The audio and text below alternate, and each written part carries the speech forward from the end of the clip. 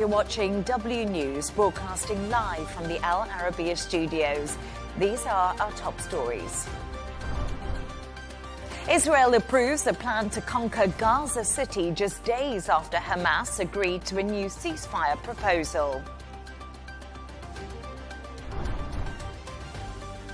Meanwhile, Russia's Lavrov warns that security talks on Ukraine without Moscow are a road to nowhere as European leaders meet to discuss the war. And from a new ICE detention center in Nebraska to the White House joining TikTok, we'll discuss everything happening in the U.S. today.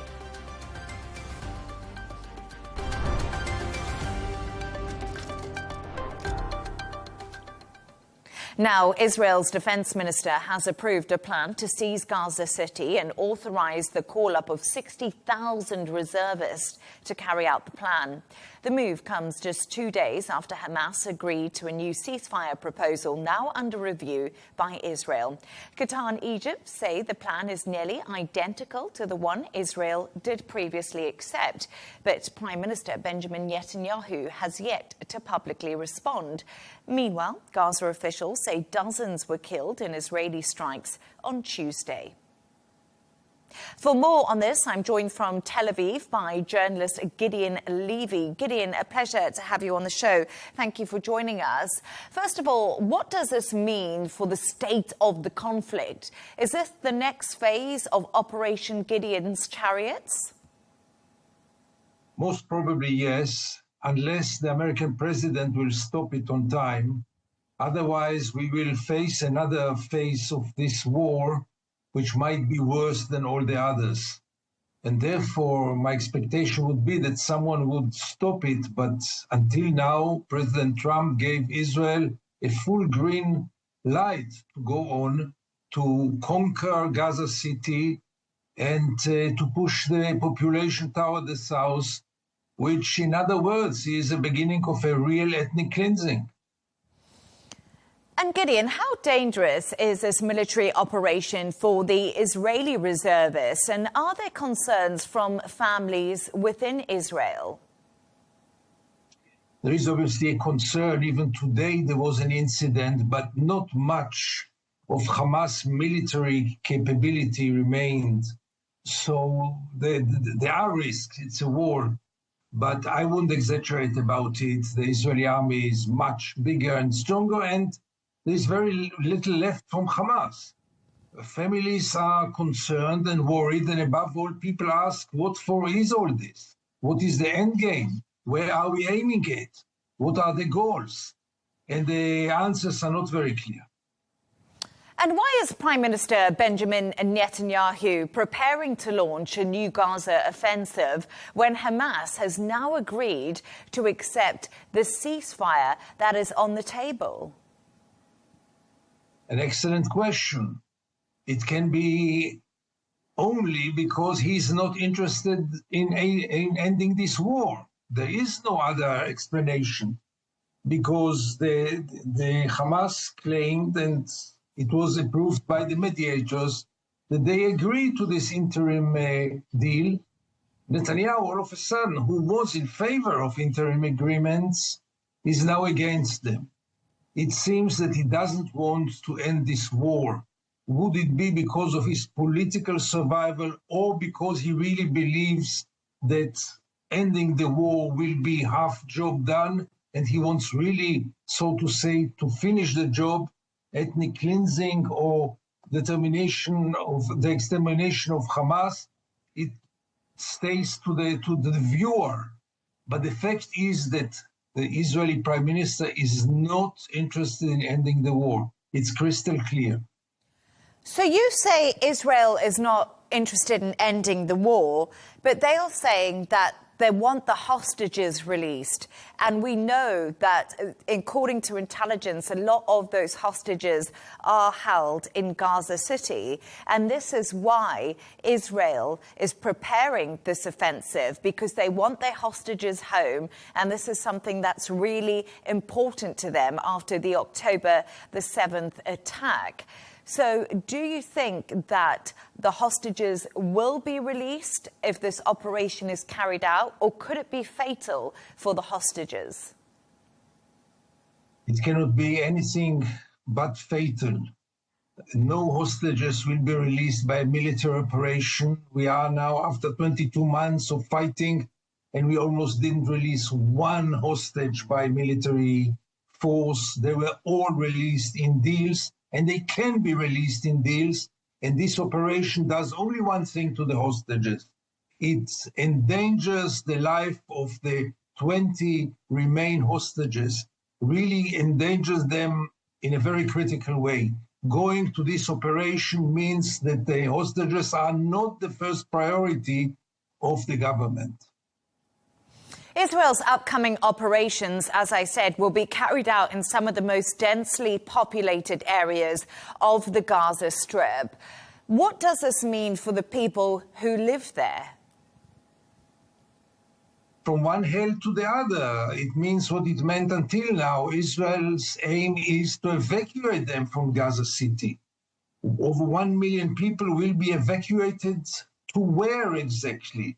And what waits them in the new place? Part of them were already evacuated once and twice and 3 times. There is no place to go in Gaza. There is no secure place to go in Gaza. It's about time to let those people stay in one place, be safe, and start to rehabilitate Gaza and rehabilitate their faiths. Moving now them like sheep from one place to the other is really criminal. I don't have any other word but criminal. And with mounting international pressure and criticism over the humanitarian crisis we see unfold in front of us in Gaza, how much room does Israel really have to expand its offensive without risking further isolation from its allies? The only key question here is the American administration. And as long as the American president let Israel do it, Israel can handle it. The moment that Donald Trump will want it to be ended, it will end within days. But unfortunately, until now, Donald Trump seems to let Israel green light to go on with this war. Yes, there are many condemnations from all over the world. Israel is turning into a pariah state, but Israel can handle it as long as its biggest ally, the United States, continues to support it.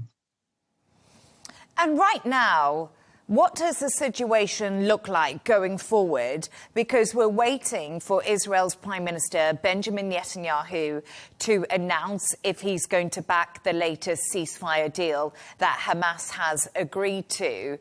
And right now, you are in Tel Aviv, in Israel. What are many people saying there on the streets and the public? Do they want this war to end? Do they want a ceasefire deal reached? How are they feeling?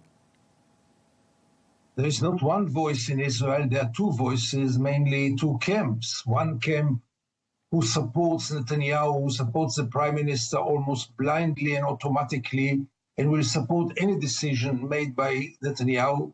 And the other camp is the one who fights to end this war and to release the hostages before anything else. Those 2 camps are very divided, and in the streets of Tel Aviv, there are many, many people who think that this is the last chance of the hostages, the remained hostages, to come back alive. Really the last chance. And if Netanyahu is going to miss it, I guess protests will become even stronger. But Netanyahu can continue because his political base continues to support him. Gideon Levy, thank you so much for joining us. Elsewhere, kneecap rapper Liam Ohana, also known as Mo Chara, has faced a London court over claims he waved a Hezbollah flag at a gig last year. He insisted the case is political and meant to silence the band. For more on this, I'm joined from London by our correspondent, Stuart Smith. Stuart, thank you so much for joining us. So hundreds of supporters greeted the kneecap rapper as he arrived at court on terror charges today. Why is Liam Ohana so popular? And also, what has he been accused of?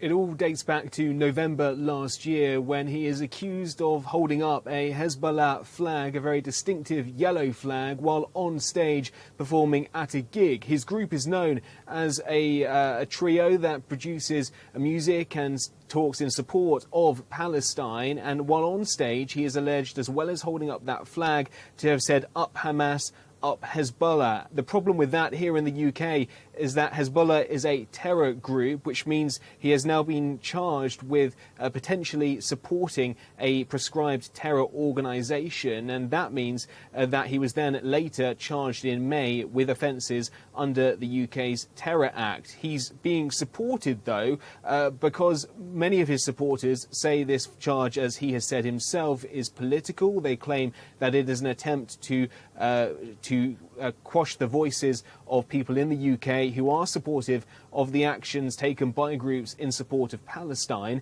And they, in London and in Dublin, made that known during protests throughout the day. Here in the UK, we saw Irish music played outside the courtroom, and in a brief statement to the crowd after the trial was postponed to another hearing, Liam Ohana came outside and supported his protesters and said that they were working together to try and increase attention on the issues in Palestine, and he thanked them for coming out to lend their support and to the cause. And Stuart, Liam Ohana, as you just mentioned, says the charge is a distraction, and he's made that quite clear. What more have we heard from the rapper and also his defence team?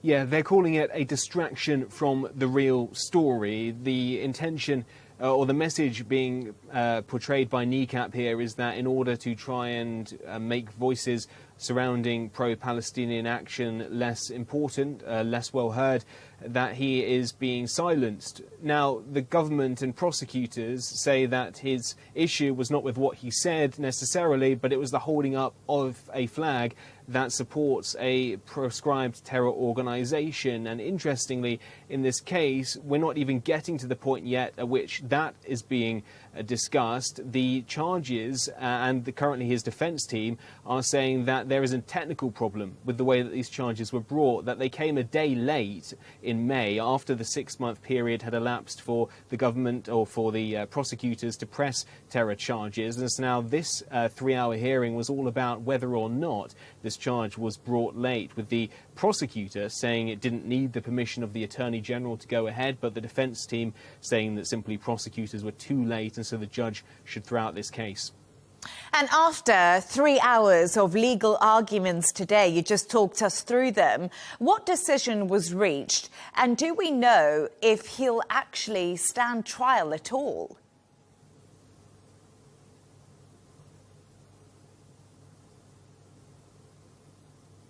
As things stand at the moment, we don't know whether he will stand trial. His defence team is full of very experienced lawyers. One of them had supported South Africa's case at the ICJ against Israel. Another has supported WikiLeaks founder Julian Assange. And so they believe that they have a case here that can be immediately thrown out because of that technicality. But the prosecution say that the Attorney General's permission was not required at the point of charging, and so is trying to convince the judge, who will make a decision in late September, that this trial should go ahead. And when it does, we'll likely hear more about the other defences that Liam Ohana is suggesting. For example, that he picked up the flag that was thrown on stage without knowing exactly what he was waving at the time. Stuart Smith, thank you so much for joining us, and we can see those protests and strong show of support there for the Kneecap rapper outside of a Westminster Magistrates Court today. Once again, thank you.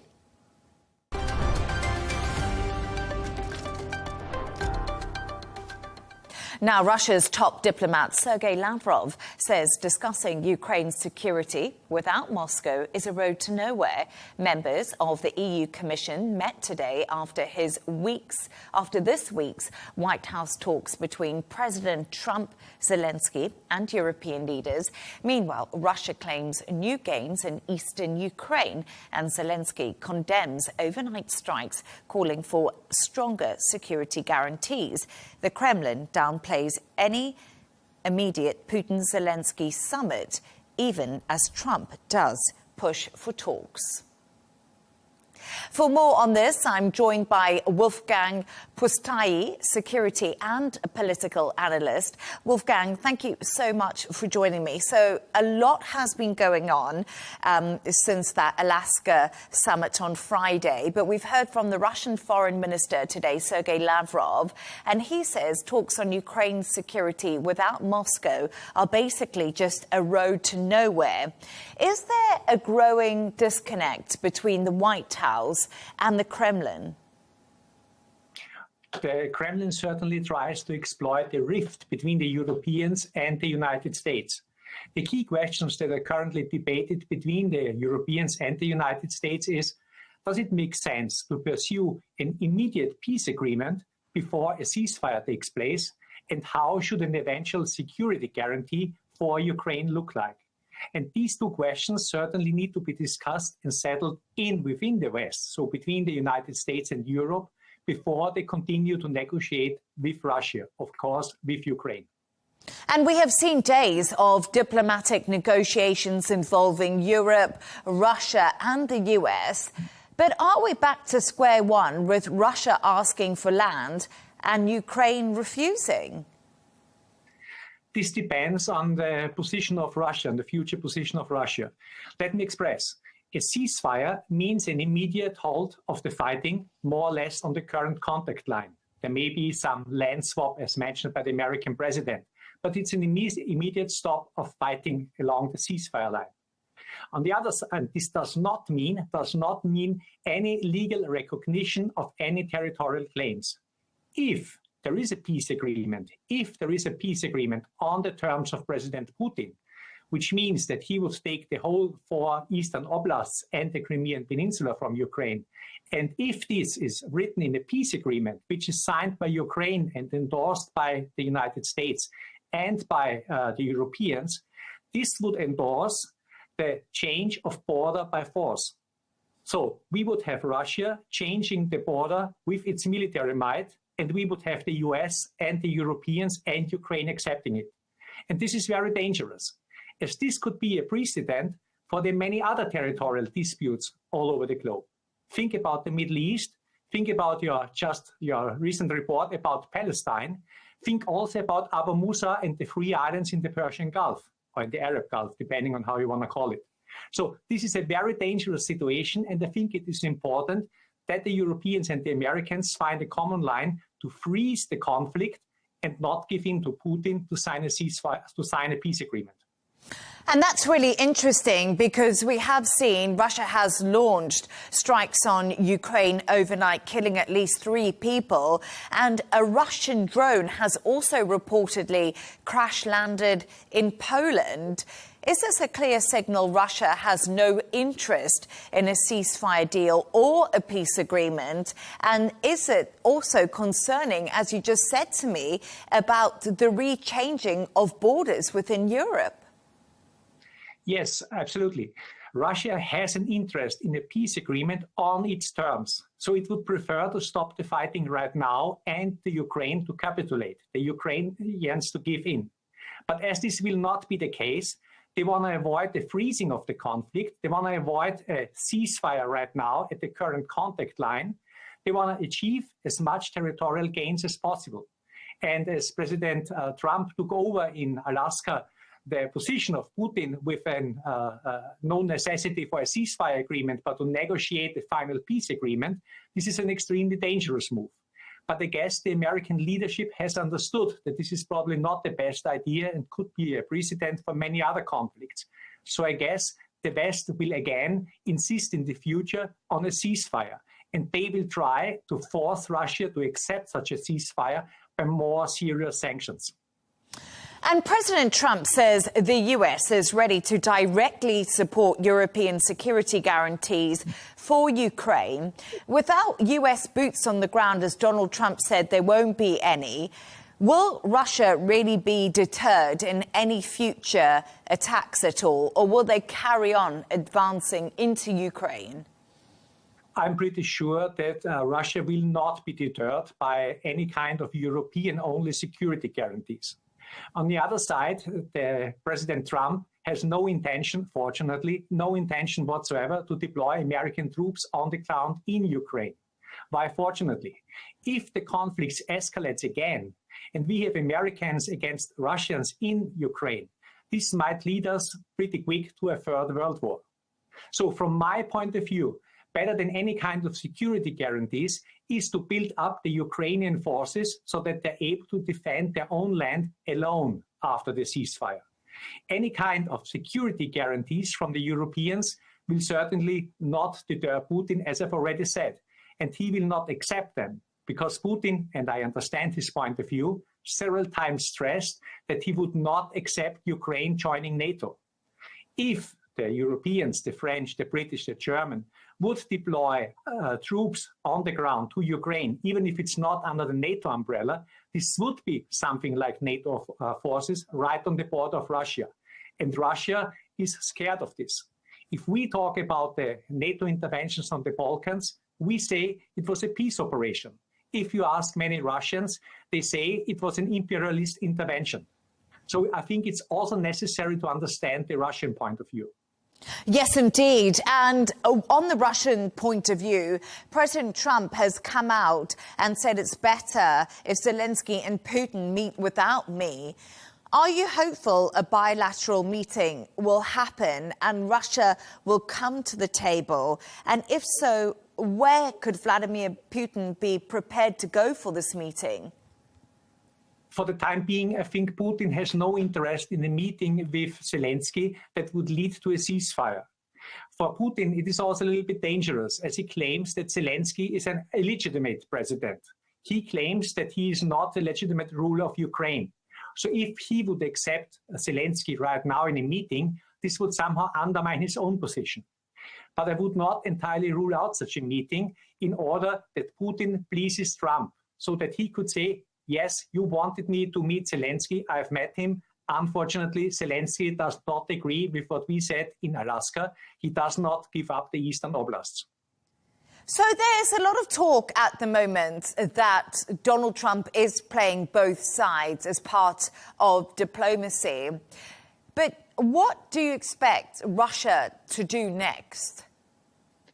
I expect Russia to discuss with India about the Indian position. You know that there are secondary sanctions threatened by Donald Trump on India if the war is not ended. And I expect the Russian foreign minister to discuss tomorrow with the Indian foreign minister exactly about this, so that India continues to commit in buying Russian oil. Quite interestingly, India has procured just about 2.5% of its crude oil from Russia before the war, and now it's close to 38%. So this means the import of Russian oil by India has skyrocketed during the war. The Americans are aware of this, and this is the reason why they want to target India with secondary sanctions in order to cut the oil revenues for Russia. And Wolfgang, just before I let you go, just a quick word on sanctions for me. The US has threatened these crippling sanctions on Russia. They never implemented them. Instead, Donald Trump met Putin in Alaska.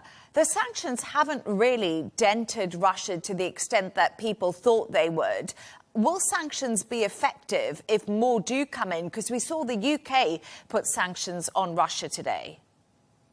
Well, 2 points. Let me stress, a big success for President Putin in Alaska was without any doubt that Trump did not talk about sanctions or ultimatums or something like this anymore. So this was definitely a major success for Putin in Alaska. Why didn't the sanctions work for the time being? There are two reasons. With regard to technology, Russia was able to bypass the sanctions through third countries, especially through China, through India, and through Turkey. So Russia was still importing technology that they've used for their airplanes and especially also for their drones. And the other main reason why the sanctions didn't work is that Russia was able to shift its oil and gas exports pretty quick from Europe to countries like India and Turkey. And this is what the Americans now want to target. Wolfgang, thank you so much for joining us, and with all your analysis and insights, we appreciate your time.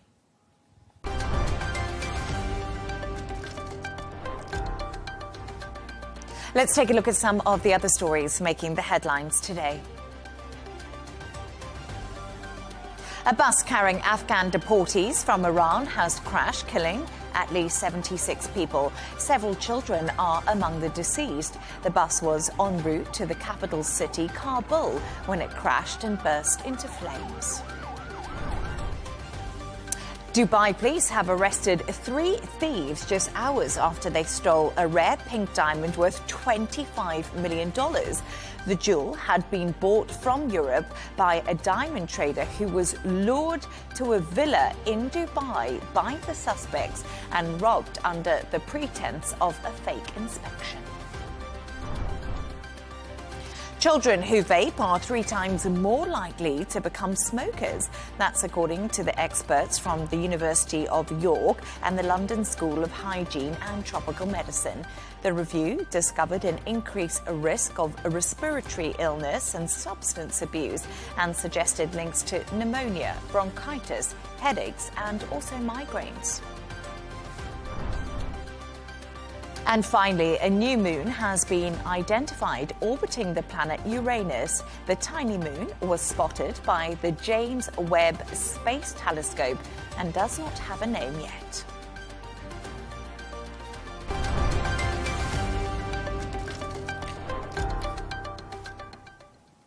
So much is happening over in the US today, from immigration to social media. The Trump administration has announced a plan to open an ICE detention facility in Nebraska, set to hold 280 undocumented migrants.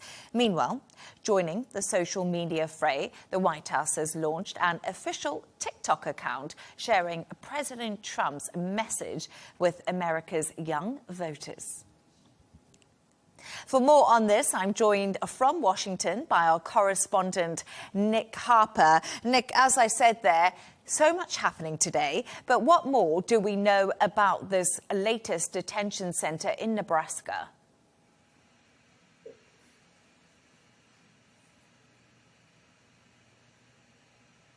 Well, Leigh Ann, an interesting choice of location this. Nebraska is a Midwest state. It's not exactly a bustling, busy state. It's very rural in its geography. Much of it is given over to farmland. But the Republican governor of the state, Jim Pellin, has said that he is creating a new immigration detention center. He's going to turn an existing low-level prison facility that's usually used as a prison work camp to detain people who are awaiting deportation or people who are being held as their immigration cases are proceeding. He says that they'll be able to hold about 200 people, but there are plans to expand this facility so 300 people can be taken in. It's already got a catchy name, like Alligator Alcatraz down in Florida. This one's going to be called Cornhusker Clink, Cornhusker referring to the agricultural land around it. And it's going to be in the southwest of the state. Pillin says this is about keeping Nebraskans and Americans across the country safe. He's working with the Department of Homeland Security, and we've heard from the Security Secretary, Kristi Noem, who says thanks to Governor Pillin for his partnership to help remove the worst of the worst out of our country. And Nick, what are critics saying? And we've also heard from the podcaster Joe Rogan, who's issued a warning to President Trump about ICE.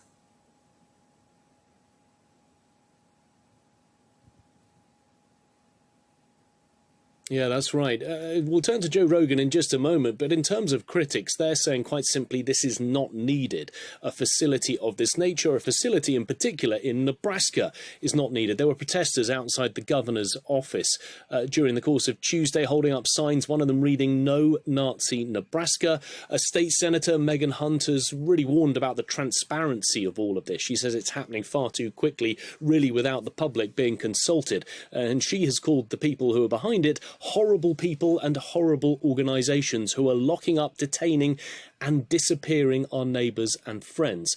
A very interesting warning, as you mentioned there, from Joe Rogan. He's a podcaster. He endorsed Donald Trump in the 2024 election. He even had him on his show. But he has told the Trump administration that ICE raids, these immigration raids that round up people that could be deported, are freaking people out.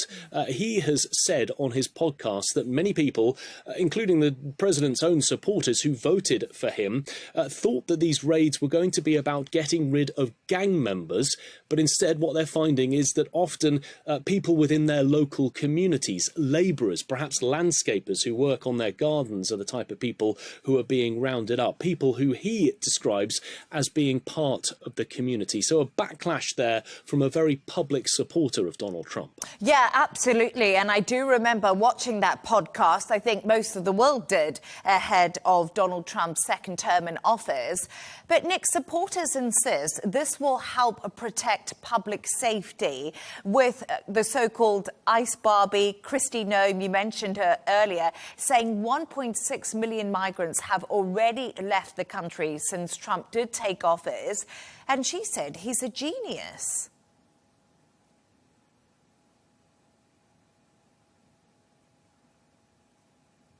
Yeah, that's right. I mean, if you think about it in terms of how this plays with the 2024 promises that Donald Trump was making, really he ran on that immigration platform. It was all about coming in to the Oval Office for a second term, launching the largest immigration raid and deportation push the country has ever seen.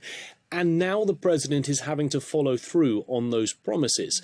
And really, Kristi Noem is front and centre. She is holding photo opportunities every single week in a bid to show supporters who voted for Donald Trump that he is keeping his promises. In the last 24 hours, she was down on the southern border, a new initiative there to paint the border wall black because black attracts heat. So in the summer months, it'll simply be much hotter. She says that it'll therefore be a deterrent because people won't be quite so willing to climb the fence if the metal is baking hot. She says it was an idea from President Trump. But it's really that push. We've also seen the US government working with other countries who could take in some of these illegal immigrants who are being deported, third countries, including in Africa. Most recently, we've seen illegal immigrants being sent to Southwest Sudan, Eswatini. Rwanda says they're taking 250 in. Even just today, the government of Uganda had to push back against the suggestion that it was working with the Trump administration. But Kristi Noem very much front and centre,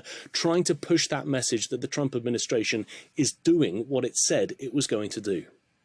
And Nick, in other news, the White House has launched a TikTok account with a glowing montage of Donald Trump. Let's just take a quick look at the video now. Every day, I wake up determined to deliver a better life for the people all across this nation. I am your voice.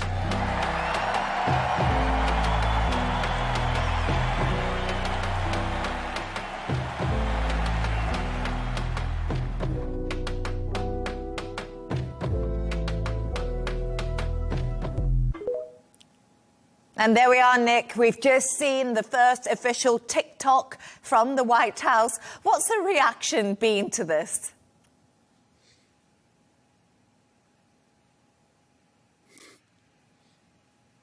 Yeah, surprisingly high production values in that video, considering some of the content on TikTok. There are 170 million American users of TikTok. The White House is now officially one of them. Donald Trump had his own personal account when he was campaigning last year, but this is the first time that the administration has had an official account. It hasn't gone down particularly well, though. As you would expect, there has been some mockery on TikTok. One user said, "I thought TikTok and the ban that the Trump administration was trying to enact was a national security threat because it's owned by the Chinese." However, this user points out, now the White House has an account, that it proves it was never about security. It was just about the Trump administration's desire to control it. And one other user, perhaps going even further, saying Trump is about to learn very quickly that TikTok hates him. There is a backlash. There is mockery. We've already seen a couple of other videos being posted up. It'll be interesting to see how much they decide to populate their account over the coming weeks and months. Nick Harper, it's never good if TikTok hates you, but thank you so much for joining us today.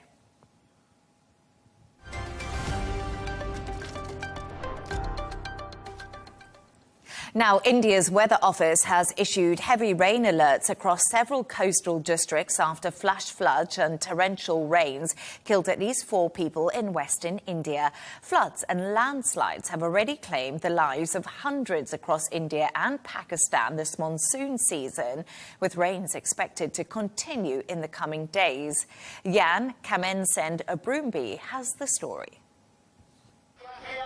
Rescue workers pushed through darkness to retrieve hundreds of passengers after this monorail in Mumbai, India, stopped working amidst heavy rains, leaving some in need of treatment for suffocation. It's been more than an hour since we were struck. The biggest problem was that there was a lot of suffocation. I was stable. A lot of ladies who are still stuck are suffering from suffocation. Some parts of Mumbai have seen more than 800 millimeters of precipitation in the last 4 days. India is no stranger to heavy rains, seen as vital for the country's farmlands. But this year's monsoon season has also brought flash floods. At least 4 bouts of so-called cloudburst rain, a phenomenon in which areas receive sudden and fast downpours, have killed hundreds across India and Pakistan this season. Rains have been exacerbated by poor drainage systems, but torrential outbursts like these are also getting more common, analysts say, and accurately forecasting them remains almost impossible. It means that some, like Vishnu Dotte, were suddenly left scrambling to escape the flood path. We were sleeping, and at around 1 a.m., suddenly the water entered our houses. We cared for nothing and just fled from the village. We got panicked and ran out and could not wait for anyone. India's state of Uttar Pradesh has also been hit hard. And in India-administered Kashmir, meanwhile, rescuers were forced to airlift people to safety last week after flooding and landslides killed at least 60 people and left a further 200 missing. Back in Mumbai's surrounding state of Maharashtra, rescue efforts are ongoing. Until now, 4 deaths have been confirmed, and there are chances of 1 person who is still missing. We will start searching once the water recedes. As flood victims piece their lives back together, rescue workers will likely have to continue to battle the weather, as the Indian Meteorological Department warns of more heavy rain in the days to come. Jan Kamensend-Abrumbi, Arabiya English.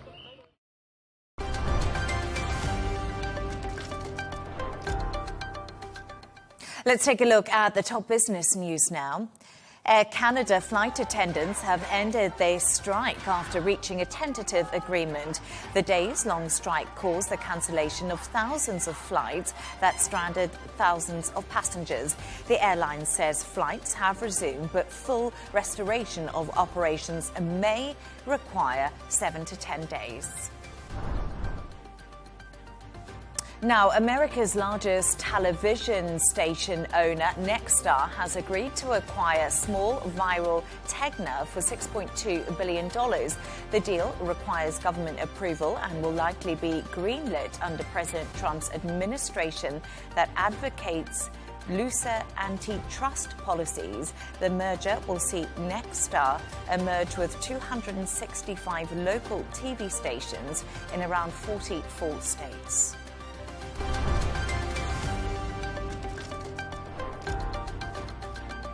A reminder of our top stories.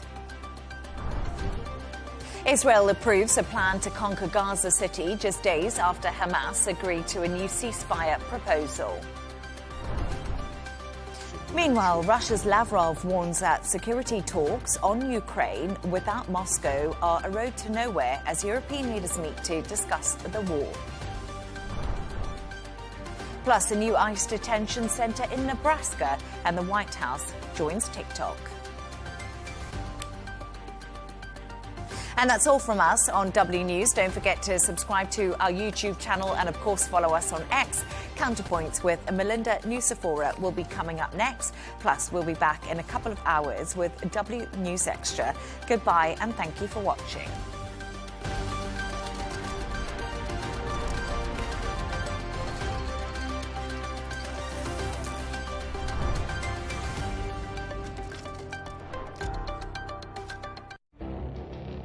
It feels like decades are passing by in a matter of weeks. Seismic shifts in the world order. Never, ever will be part of America.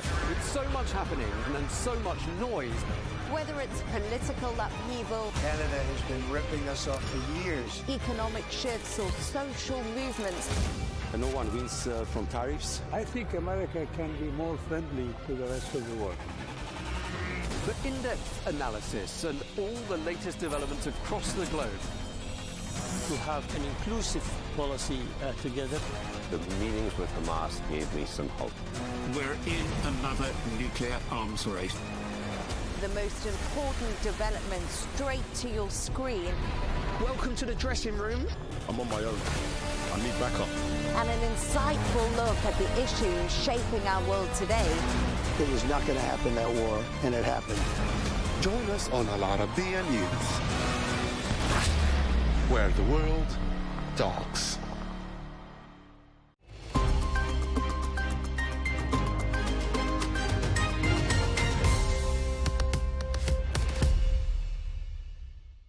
Hello and welcome. I'm Rawia Alami, and this is The Dailies, where we take a look at important news stories, reports, analyses, and articles published in newspapers and media outlets across the world.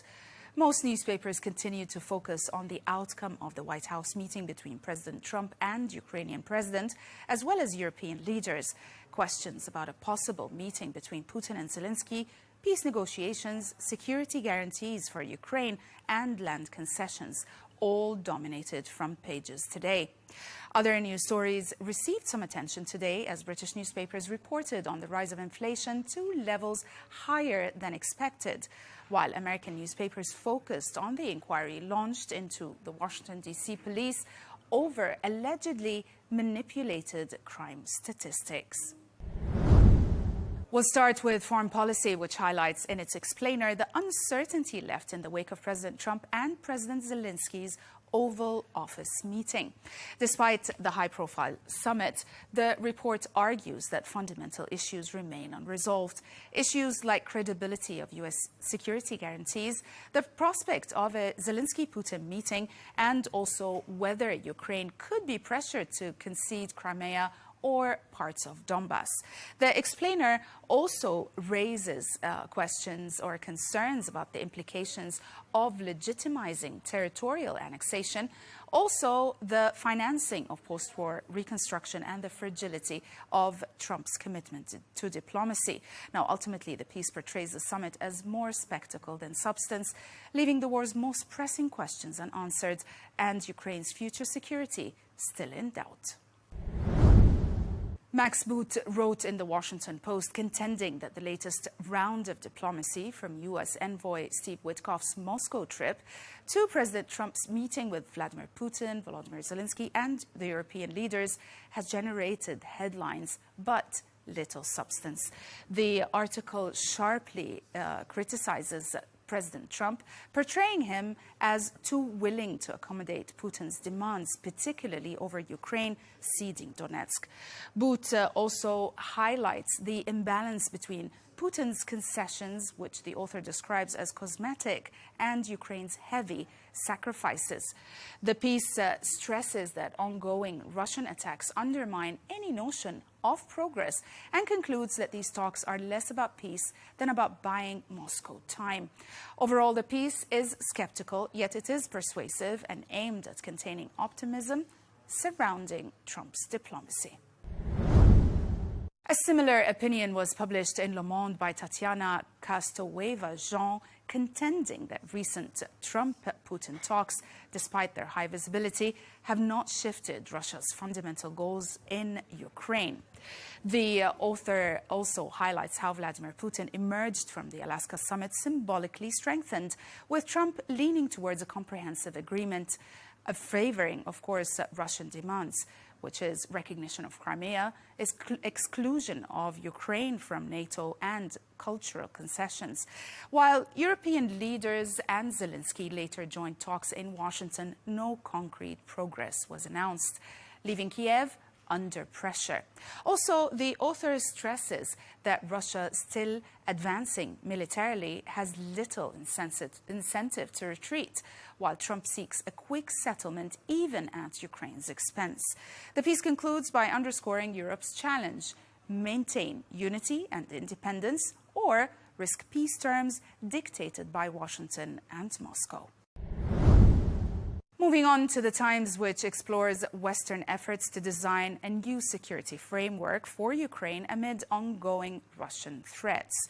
The Times analysis explains that with a 10-day deadline, European leaders and the Trump administration are weighing four paths: training Ukrainian troops inside the country, protecting its skies with allied aircraft, extending NATO-style Article 5 protection, or forging a Japan-style mutual defense pact. Now, each option reflects tensions between deterrence and escalation, particularly as Washington resists committing ground troops. The analysis also highlights Britain and France's leadership role, as well as Trump's openness to air support, but not boots on the ground. The piece underscores the stakes. Europe must decide how far it is willing to go, knowing that hesitation could leave Ukraine dangerously exposed. The Telegraph reported today on how Finnish President Alexander Stubb positioned his country as a central player in Ukraine peace negotiations. Now, despite Finland's small size, Stubb's personal diplomacy, especially his rapport with Donald Trump built over shared rounds of golf, secured Helsinki a seat at the White House summit. The article also highlights Finland's historic tensions with Russia, its 2023 NATO membership, and also its credibility as a frontline state, with an 800-mile border with Russia. Analysts note that Stubb's assertiveness, more than Finland's institutional weight, explains its sudden prominence. By combining personal charm with Finland's strategic importance, Stubb has carved out a unique role as a mediator between Trump, European leaders, and Zelensky. The New York Times published a report examining President Trump's bold claim that he has resolved 6 and possibly 7 global conflicts. The report highlights his peace efforts in regions including Armenia and Azerbaijan, Congo and Rwanda, India and Pakistan, Israel and Iran, Cambodia and Thailand, and the Nile water dispute between Egypt and Ethiopia. While Trump presents himself as a peacemaker, the article notes that many of these agreements are fragile, disputed, or incomplete, with violence continuing in some areas. Also, his use of economic threats and high-profile diplomacy has produced temporary pauses, but also left deeper issues unresolved. The piece portrays Trump as eager for recognition, possibly even a Nobel Prize, while raising doubts about the durability of his achievements. In an exclusive, the Wall Street Journal reveals that Elon Musk might be retreating from plans to launch the America Party. Initially pitched as an alternative for voters disillusioned with Democrats and Republicans, the party now appears stalled as Musk prioritizes his companies and avoids also fracturing ties with GOP leaders, especially Vice President J.D. Vance. The report also underscores Musk's influence. He spent nearly $300 million in 2024 to boost Trump and Republicans, and may instead channel resources towards Vance's possible 2028 run. Now, the piece also highlights skepticism from political operatives who note Musk has made little organizational effort. The review suggests Musk's party talk was more symbolic leverage than serious plan, leaving Republicans relieved and third-party advocates disappointed. Moving on to the Middle East, Abdurrahman al-Rashid wrote in Al-Sharq al-Awsat examining perceptions of Israeli Prime Minister Benjamin Netanyahu as a uniquely aggressive leader during the Gaza war, arguing that he reflects broader Israeli consensus rather than acting independently. Al-Rashid asserts that previous prime ministers like Golda Meir, Menachem Begin, Yitzhak Shamir, Ariel Sharon similarly pursued hardline policies and faced criticism, yet they represented the mainstream. The piece also emphasizes that Netanyahu's decisions, including military actions in Gaza, Lebanon, Yemen, and against Iran, enjoy significant public and institutional support. Leftist and moderate voices have waned since the Hamas attack of October 2023, consolidating popular backing for strong security measures. And the article stresses that understanding Israeli public opinion is critical for meaningful engagement and for Palestinian strategy, rather than focusing solely on Netanyahu's personal policies. Arab Kanon wrote in the Jerusalem Post examining Israel's strong responses to international moves towards recognizing a Palestinian state. He frames these reactions through the lens of Isaac Newton's third law: for every action there is an equal and opposite reaction. The article details Israel's decision to resume construction in the E1 corridor, also to revoke visas and potentially close the French consulate in Jerusalem, portraying these as defensive measures to protect its own interests. Kanon also argues that Israelis perceive Palestinian statehood, especially after past violence and also the Second Intifada, as an existential threat. The piece emphasizes how Israel's assertive diplomacy reshapes relations with Europe and other Western states, underlining that symbolic gestures alone will not dictate policy outcomes on the ground. And we'll end with The Guardian, which published a feature vividly illustrating how intensifying heat waves are decimating wildlife across the globe. From howler monkeys dropping from trees in Mexico to billions of barnacles cooked along Canada's shores, the article highlights heat as an extinction-level threat, rivaling deforestation and habitat loss. Drawing on new research, the report shows tropical bird population have plunged up to 38% in 70 years, while small mammals face collapsing fertility. The piece also underscores varied resilience.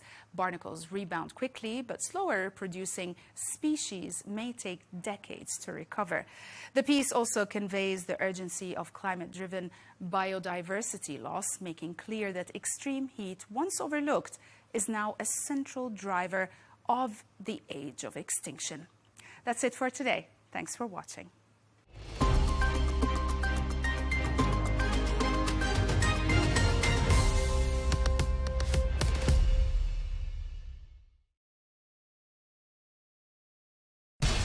We have to take care of our people, and we're going to take care of our people first. For in-depth analysis and all the latest developments across the globe, make sure you join us every weekday. President Trump is trying to negotiate a ceasefire. With so much happening, so much information, and so much noise, International law will have no part in his administration. it can be hard to keep track. Tariffs will just fuel inflation. We're going to fight these tariffs. But you can count on us to tell you what you need to know. We stand by your side. Join me, Tom Burges Watson, for Global News Today, right here on Al Arabiya News. Hamas says it has a deal. Will Israel accept it? A ceasefire and partial hostage handover are on the table. Israeli protesters want the government to take it and bring the hostages home, but the leadership seems set on its maximalist Gaza offensive. Is this a breakthrough or another diplomatic breakdown? Join me for that debate coming up on Counterpoints.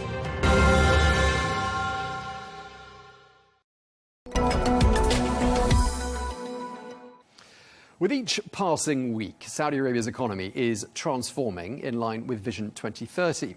At the same time, sustainability is a key pillar of that vision.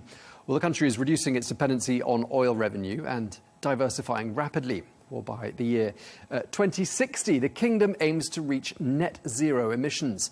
So how are these goals compatible with the Saudi Arabian bold economic growth ambitions? Well, our next guest heads up the first voluntary carbon market company in the region. This Saudi company, VCM, was launched in October 2022 and is 80% owned by the PIF, 20% owned by the Saudi Tadawul Group holding company.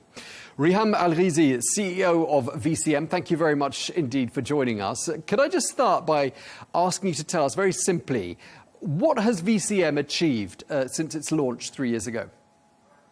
Okay, let me start by going at the history of the company. The company was incorporated in 2022, but the real announcement for it was in September 2021 by His Royal Highness the Crown Prince of Saudi Arabia. And he enacted Saudi Tadawul and the Public Investment Fund of Saudi Arabia to look into that project and launch it to be the first pioneering carbon market in our region. So that's the beginning of it. When we looked at the market over here, there was zero demand, zero supply, and zero knowledge about what is a carbon market, voluntary carbon markets. This was our starting point. Today, where we are having 30 corporations from the Kingdom of Saudi Arabia subscribing into our market that covers 70% of the total emissions in the kingdom. We have launched back-to-back 3 massive auctions, the largest in the history of the market, and that tells you the size of it. And today we are announcing our agreement with ENWA, which is a landmark agreement. So these are steady steps that we have been going from one auction to the other to establish demand and see the size of the supply and as well building the ecosystem. It's not about agreements. It's not about auctions. It's about an ecosystem in the kingdom. Since our incorporation, there has been a lot of companies that has been set up in the kingdom to support the ecosystem. So all of this, the vibrance behind the market here in the kingdom and the region, this is something that we need to account for as well. Thanks for that, Riham. Actually, I wanted to ask you about that deal that you just mentioned there, the deal you've signed with ENWA, which, of course, is the energy and water subsidiary of NEOM. Why is that such a significant deal? Let me explain what is the significance of ENWA first. ENWA is, as you mentioned, the electric and water company or energy company of NEOM, which is the giga project of the kingdom. It has pledged 100% renewable energy for the grid, for the whole of NEOM, and as well the largest hydrogen plant, green hydrogen plant in the world will be in ENWA as well. So it's a massive company and with massive activities, and ENWA is so much committed to climate change and managing their emissions. That's why this agreement is a landmark one. It's huge in size because it's 30 million tons between now and 2030, but it also shows the commitment of NEOM to climate change and being green. And it shows our commitment to facilitate and intermediate in such agreements and pushing the kingdom further when it comes to carbon markets. Okay, so that's probably added some momentum and some interest, has it, to the whole sector? We've been not pioneering in the kingdom. I dare to say we've been pioneering in our region altogether. So this is a landmark agreement, is setting the tone for our region, and is showing the path for other companies as well.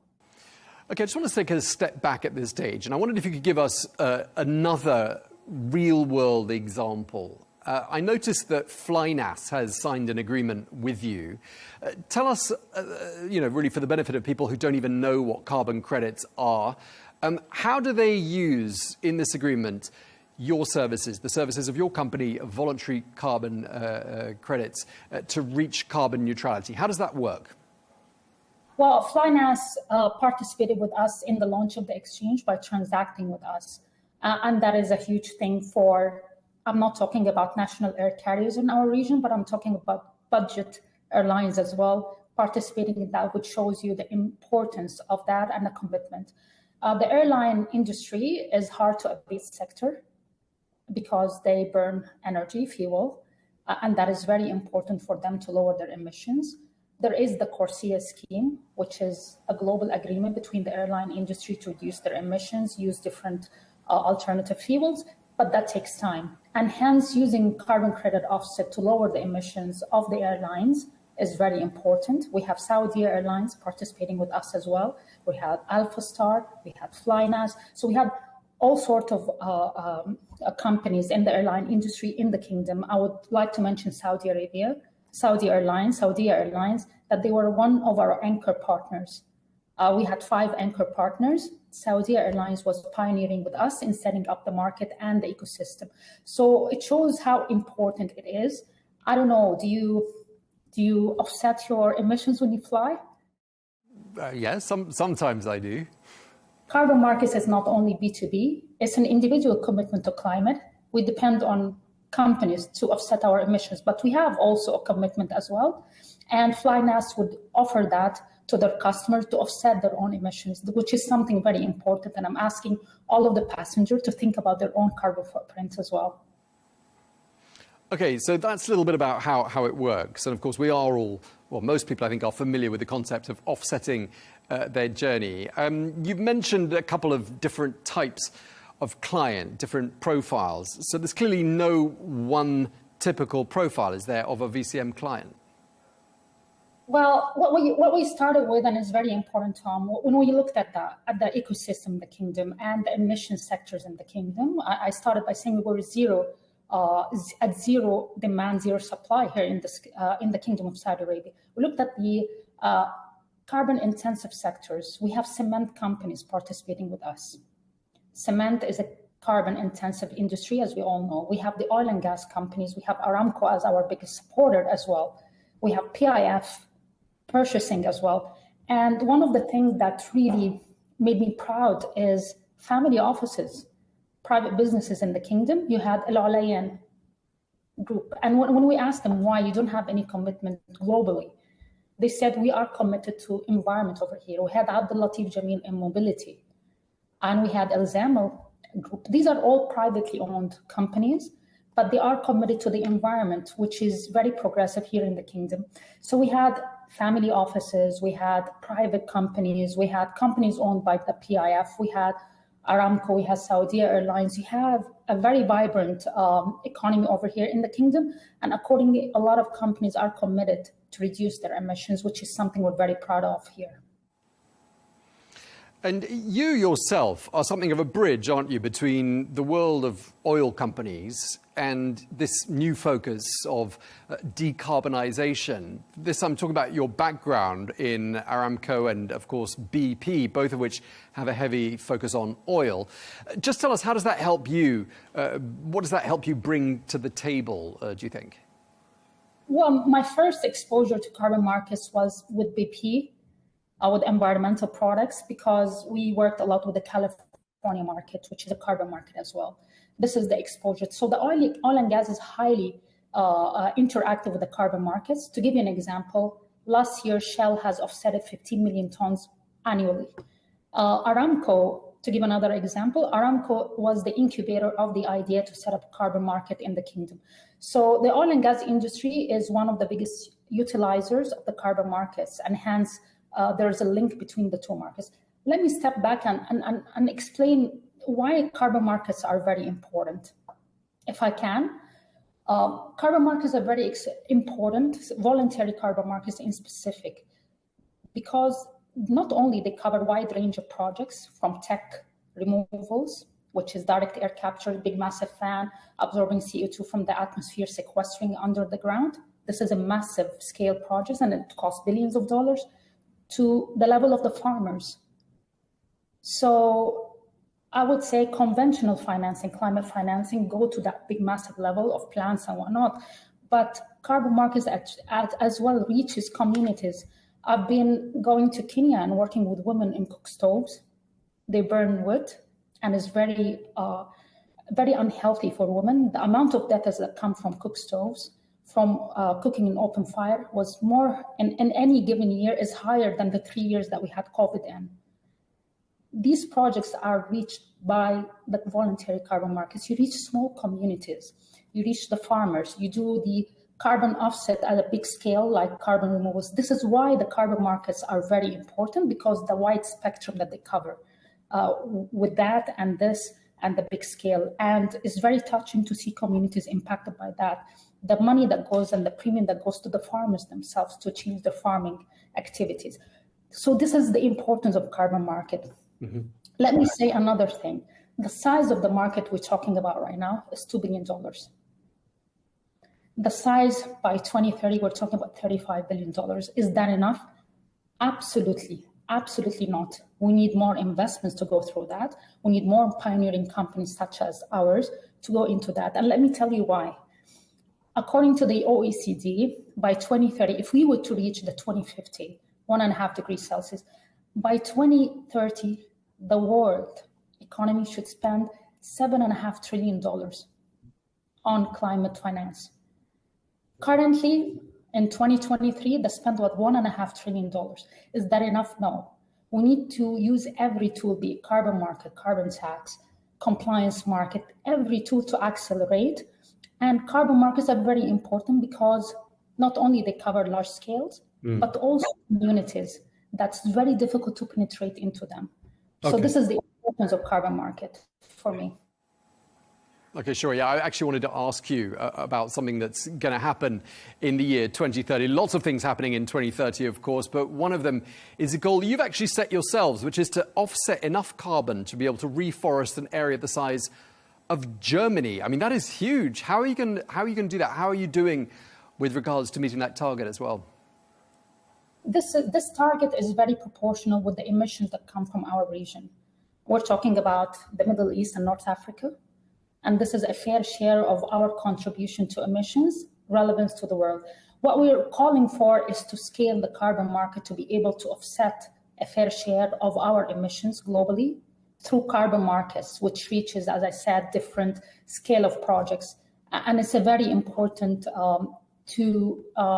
for us is not to only to pioneer here in the kingdom, but to go beyond the kingdom and lead in the region, which is why, for instance, we went to the Arab Federation of Exchanges last month in Tunis, and we launched a small size auction to make sure that we interconnect with different exchanges within our region and to increase the liquidity pool for our market. This is why, and it was very well received, not only from the different exchanges, from Tunis to Morocco to United Arab Emirates, it was very well received, but also from the Nigerians, from the African exchanges who came to us afterwards, and we were talking about connectivity, interconnection, having one order book, which increases the size of the market and increases the liquidity, is very important to us. Now, you've touched on this already, but I'd just like to clarify for the benefit of our viewers, really. Why would a company choose to buy voluntary carbon credits instead of just reducing emissions? What's the motivation to participate in the VCM? Well, I mean, companies have different... In our region, what we have seen, there are companies who are very advanced in their journey with decarbonization. And there are companies who are at the beginning of the journey, and we help both. What we have in the company, we have advisory services that help companies measure their emissions and have their decarbonization curves, and then use carbon credit offset as a complementary tool.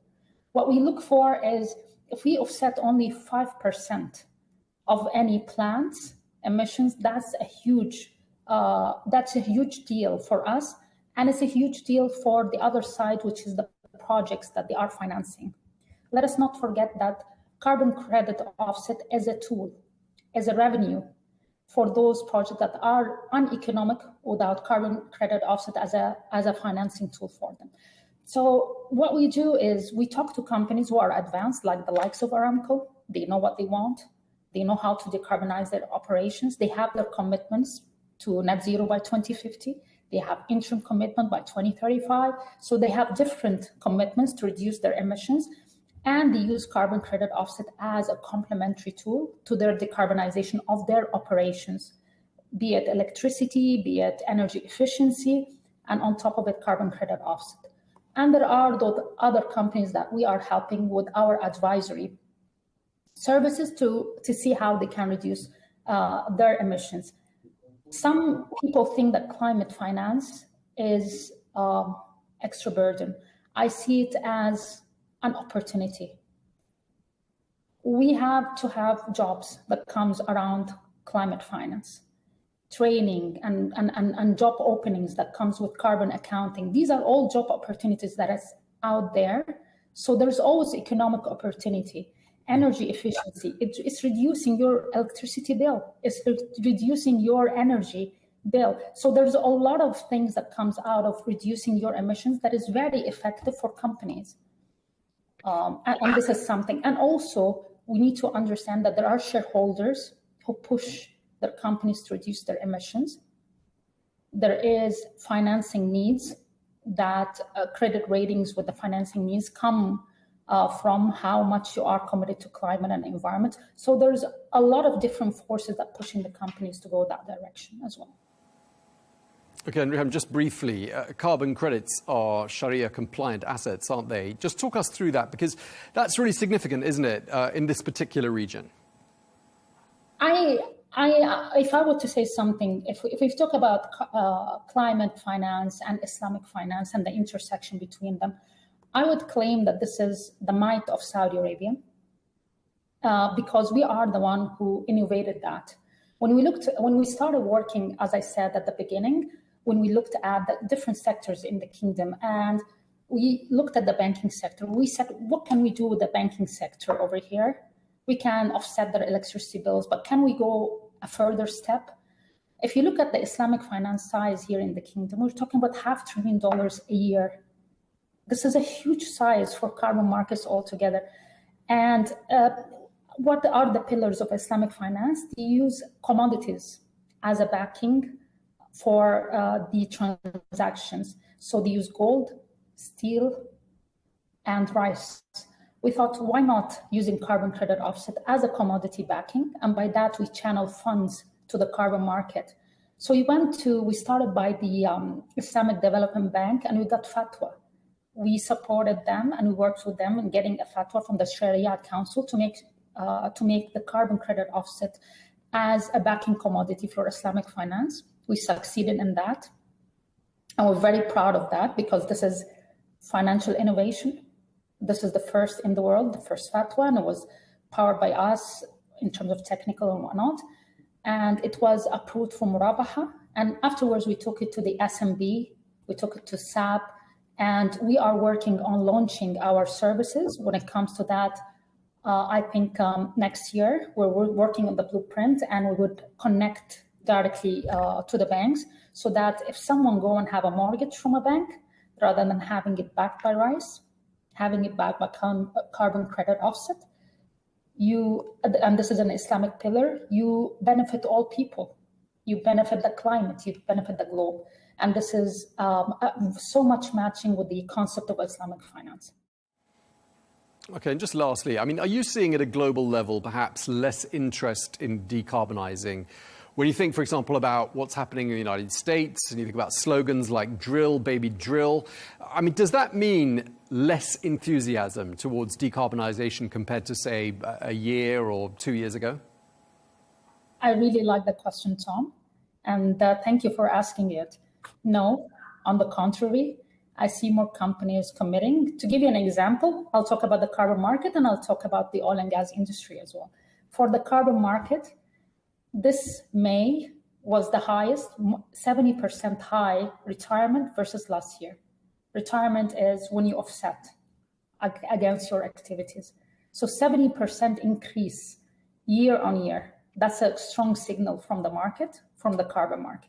If we look at the oil and gas industry, none of them have changed any of their commitments towards the climate. We still have Aramco active with us. We've seen all of the oil and gas industry, including in the US, still committed to climate, haven't changed in any of their commitments, and still active in the carbon market. So I would say for any company, I mean, geopolitics change, but the climate commitment is still there, valid, and you cannot change your strategy and planning by the change of different geopolitical changes, because it could swing the other way around as well. What are you going to do? So I'm still confident around ESG. I'm still confident about the climate. This is not a problem for companies. It's a problem for us as individuals. It's a problem for the whole globe. It's ecosystems. It's farming. It's animals. It's everybody who's living on this planet. So nothing should change. We should go steadfast momentum on what we need to achieve, and we're way, way behind. So hopefully we'll continue the momentum. Okay, well, thank you very much indeed. Riham El-Ghizi, the CEO of VCM, thank you very much indeed for your time today. Thank you, Tom. Really appreciate it. And having this opportunity was really good. Thank you very much.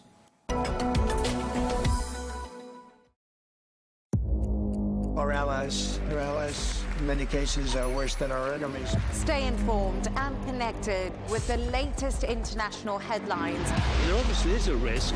From breaking news to in-depth analysis, it would appear that this war is coming to an end. Who buys this stuff? Investors, pension funds. we deliver the most important developments straight to your screen. Iran always wanted to deal with militia. Join us for compelling, expert-driven conversations. A curfew order has been established. And an insightful look at the issues shaping our world today. There are a lot of proposals about European architecture for security. I'm Leigh Ann Gerrans, and this is W News. We dealt with this when I was Chief of Staff in the first term. Where you don't just hear the headlines, you get the full story. It feels like decades are passing by in a matter of weeks. Seismic shifts in the world order. Never, ever will be part of America. With so much happening and so much noise. Whether it's political upheaval, Canada has been ripping us off for years. Economic shifts or social movements. And no one wins from tariffs. I think America can be more friendly to the rest of the world. The in-depth analysis and all the latest developments across the globe. To have an inclusive policy together. The meetings with Hamas gave me some hope. We're in another nuclear arms race. The most important developments straight to your screen. Welcome to the dressing room. I'm on my own. I need backup. And an insightful look at the issues shaping our world today. It was not going to happen, that war, and it happened. Join us on Arabiya News,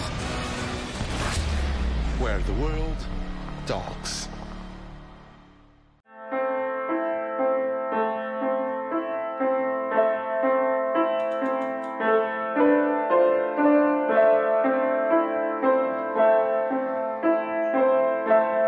I wish reality were as easy as talking.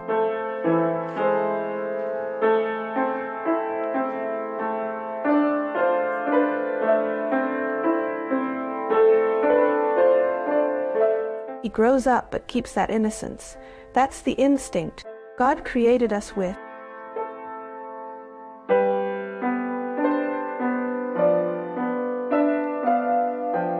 Mahmoud's dream is to become a pianist. Is speech the only way to express thoughts and feelings? Descartes, the father of modern philosophy, said, "I think, therefore I am." He didn't say, "I speak, therefore I am." There are many means of communication around us: drawing, music, singing, writing, sports. Even eyes have a language. Each one of us is different. We share many things and differ in many others.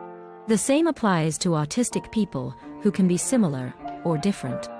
Since medicine discovered autism 8 decades ago, half of people around us still see it as a mystery. And such people do not try to know anything about autism. Even scientists disagree over it. Some see it as a psychological or neurological disorder. while others consider it a genetic biological problem. Why don't we know a lot about autism? Today, we try to reach them. We are not looking for a cause, a doctor, or a cure. This will be a special mission in which we go to them to find out their thoughts and feelings. Do they live in the moment only? Or do they dream and wish? Do they understand adolescence? What is lying? Or politeness to them? Do they know they are different? We thought it would be enough to get answers even to some of those questions. It's impossible to reach everyone, but it led us to a few of them. A young man living in his 20s, and in his story, a message for every human.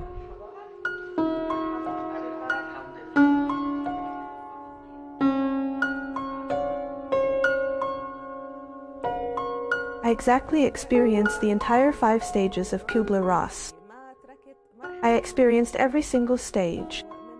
Starting with denial, I experienced this stage in the sense that I cannot believe that my son has autism. There is nothing wrong with my son. It must be a stage that would pass. You know how mothers might fool themselves.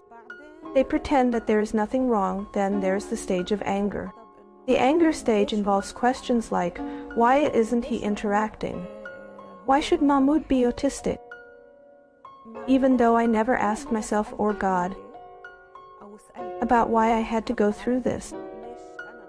When I was young, my father used to sing for me in the car. I love you when you speak.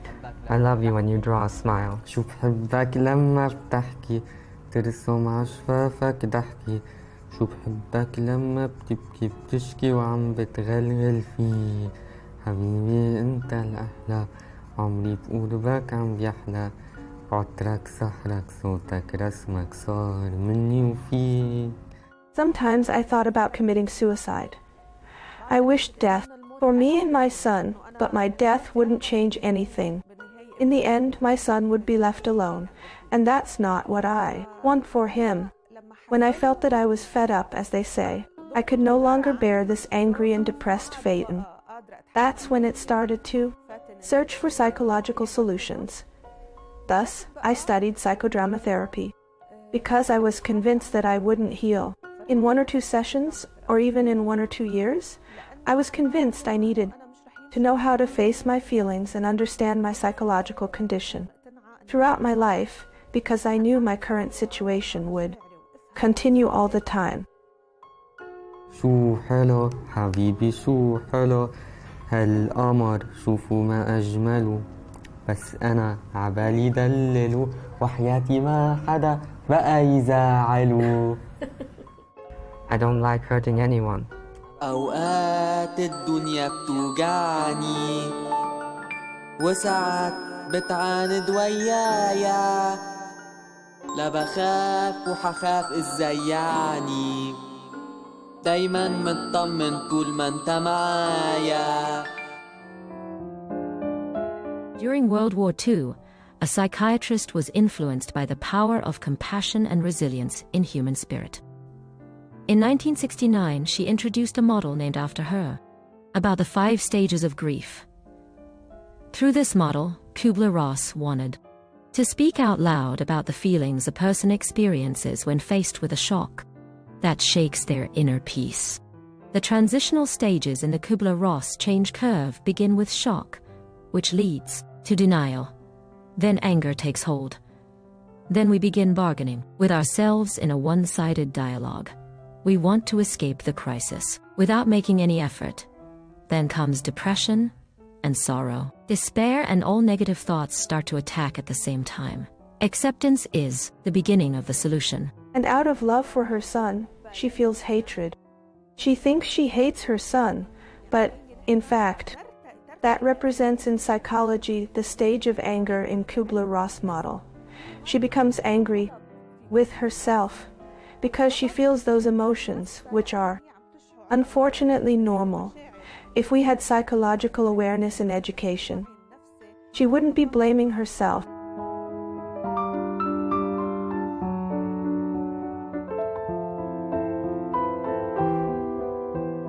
Once I reached the stage of acceptance, he started to show results that I had been waiting for years. years of effort. He started to show me those results. I reached a state of acceptance that it's over. I accepted him however he is, whatever progress he makes or doesn't make. That's it. This is my son, and I want to love him just the way he is. And that is the golden key. I accepted Mahmoud as he is, like any mother who wanted him to lean on her. But what happened was the opposite. Fatin's dreams of Mahmoud graduating from university with a postgraduate degree did not come true. Mahmoud opened a door to his world for her, and he amazed her and made her forget the routine life, and the struggle, competition, and racing against time in everything. I used to be afraid that something might happen to me. And how would Mahmoud eat? He doesn't know how to say, "I want to eat." He wouldn't say, "I'm thirsty. I have to bring him water." But what worries me is his perseverance. Mahmoud has overcome it, thankfully. Thank God, you could say. Do you consider that the great achievement was by Mahmoud or Fatin? It was definitely by Mahmoud. We honor mothers in our society, and we see the efforts made. But, unfortunately, we don't understand the value of that effort because they struggle just like we do. They struggle with themselves. It's not something easy for them from the start. It's not easy for them because we are breaking their nature. In fact, I'll tell you more. We are distorting them. We are distorting their nature so that they become like us.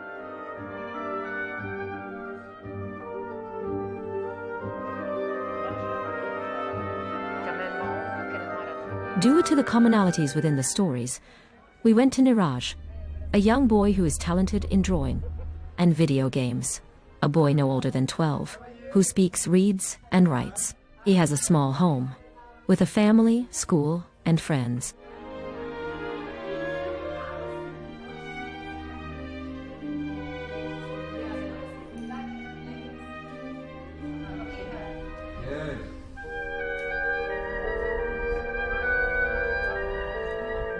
At this time, I don't know nothing about the autism, so I was just thinking why he don't talk.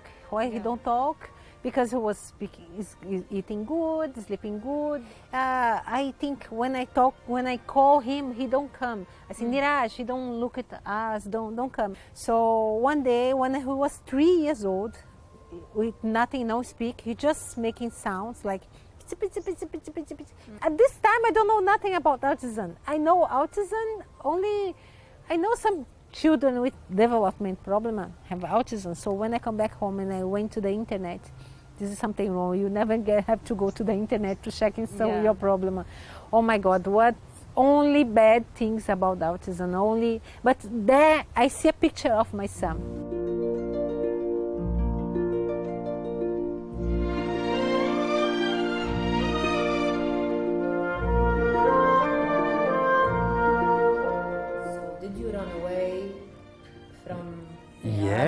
Yeah, I would say so. Yeah, I would say so. I would say that, I mean, being in denial is kind of running away, isn't it? It's an indirect way of saying you're running away if you are in denial. You know, maybe you're in denial because subconsciously you know it's true, but maybe you're in denial because maybe you don't know what to do, so you panic. And it's definitely Artemia is what woke me up. You know, kind of she would bring me back down to earth, saying, this is not going to go away. He's not going to snap out of it. It's not something that there's no medicine that we can just give him and he's going to be okay. And then I would see what she's doing. And that's, then that was like kind of the inspiration to, I want to be part of this journey and help where I can. That's basically how I transitioned from not doing anything into trying to do something. I see myself as a father to Niraj, not as an autistic child, but as a normal child, which gives me an oversensing comfort. So it's not, I should do more with Niraj because he's autistic. It's more, I should just do more with him just because he's just another child. So I think now I'm not beating myself up because he's autistic, and I think that's a testament on how far he's come.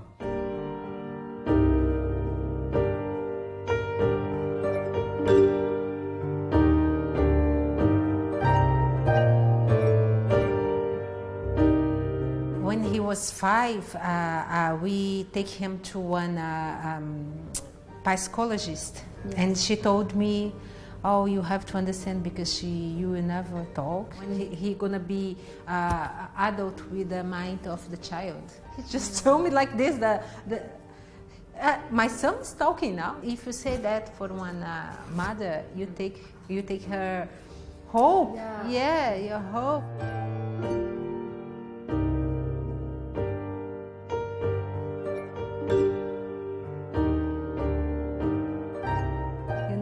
You need to give hope. You need to say, "Oh, buy this book. Oh, do this, do that. Come back here. Let's do something." They need to be positive.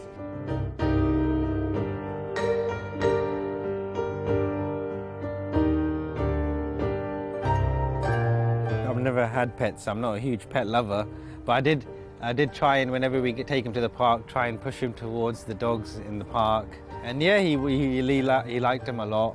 And now we have cats, so he's plays with them as much as he wants. I did try to play football with him. He doesn't want to play. So then I just kind of revert back to what he's interested in, and because at the end of the day, that's how you maximize engagement with anyone.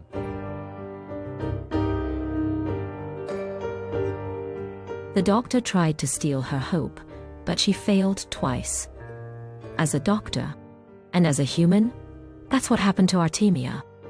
She lost herself chasing books and sources for guidance to reach her son. Her mission wasn't easy, and notably, the majority of books written about autism were written by autistic people themselves. One of the therapists told me we have to make some exercise with him. You put some up with hot water, no, very hot water. Yeah, one is something like lemon, or do this exercise as many as you can.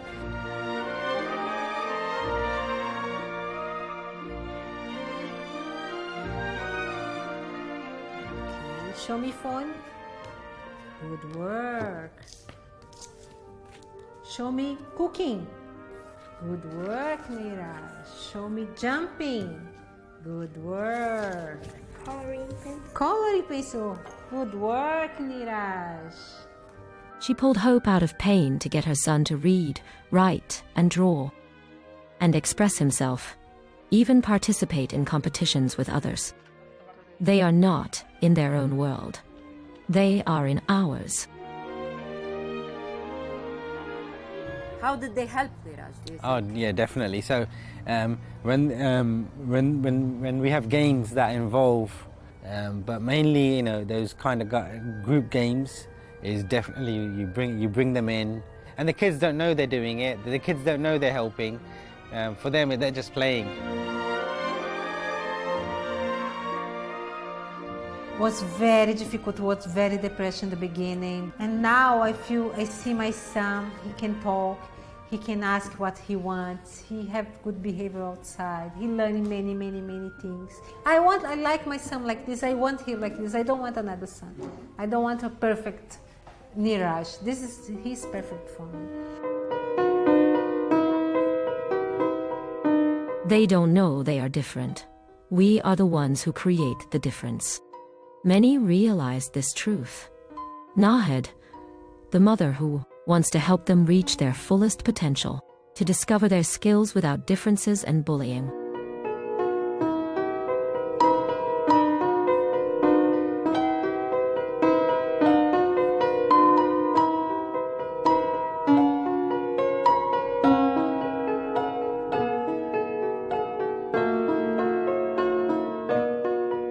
I am Nahed, a mother before anything else. I built this entire place, dreaming of a space where Ahmed could live, where I could watch him grow. My dreams, like any mother, were very big. Unfortunately, after I started this place, Ahmed's needs were different, and today Ahmed. What exists in this place? But the place has become for all the Ahmed in this world. I now have more than one Ahmed. I have Ali, I have Khaled. They call me Mom, and my son does not talk. After my long journey with Ahmed, he stayed the same. I was the one who changed. So I wanted to change Ahmed, but Ahmed won't change. Ahmed granted me exponential strength to be the person I am now, capable of helping all these people. I really do not see myself as strong. Is there a greater strength than that? This is Ahmed's strength, although considered as disabled, but they are not weak. They deserve to live. We all have our own kind of disability.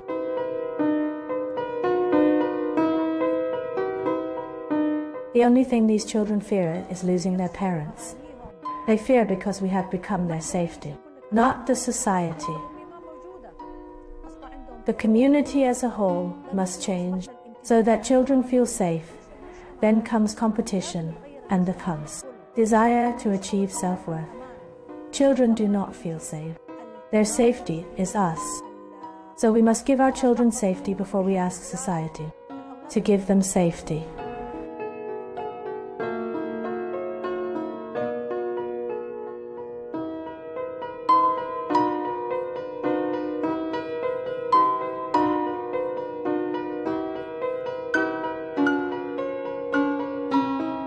A group of young men graduated from our center are now working in government agencies, in Emicor, and some working at Siemens Energy, with very good salary, comparable to university, graduate salaries. These children must have experience and skills so that they can compete in the labor market according to their capabilities.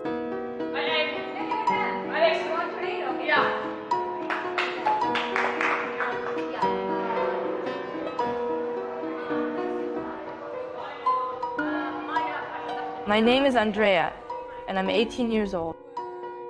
I consider myself as a kind person. I love helping everyone who seeks help. I enjoy spending time with my family. I believe there is love inside every person. Each person has a beautiful soul within them.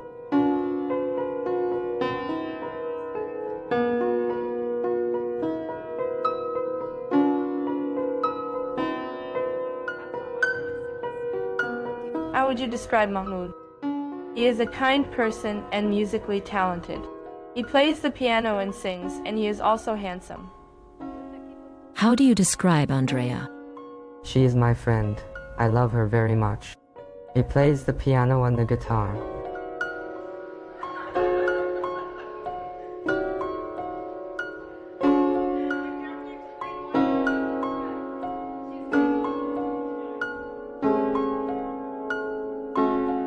I was studying a major that I love. I was easing my conscience as a mother by studying something that could help my son.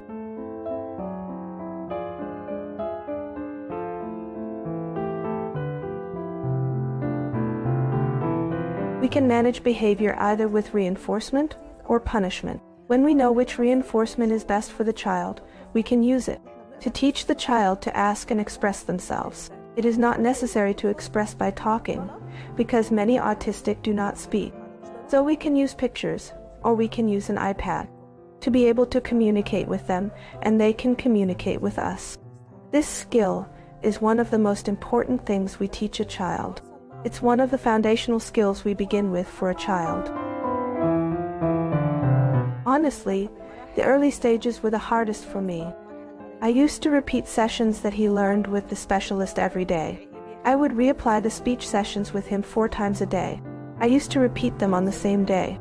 At the times when I could not do these sessions, I would repeat them through activities I would do with him at home.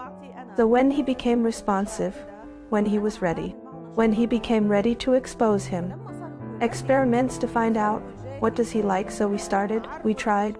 2 experiments and discover what he liked. We began teaching him the field of computer and software, and we tried exposing him to all fields until we discovered that Mahmoud was excellent at playing piano. He can express himself, his anger, his joy through playing the piano.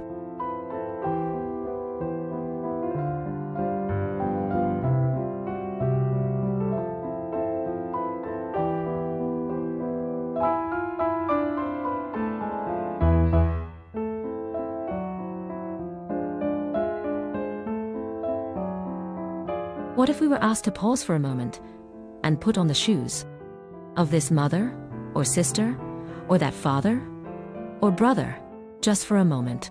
What if we realized that one of our children is on the autism spectrum? Everyone we spoke to never wished to switch roles. Instead, they asked of those around them or those they encountered on the street or in the store or the cinema or school. Anyway, they wished to grant these passes by the children with autism a little understanding and a little love. It pains me to see him grow up, still with that same innocence and childlike nature. Maybe because I'm afraid for him, afraid of his innocence, the purity of his thinking, his unconditional love for people, and his lack of awareness of the evil in this world. The initial phase is exceptionally challenging, initiating them with their first word, the first letter. It's a very challenging stage. It's one of the most challenging stages. The challenge of adulthood is also affected.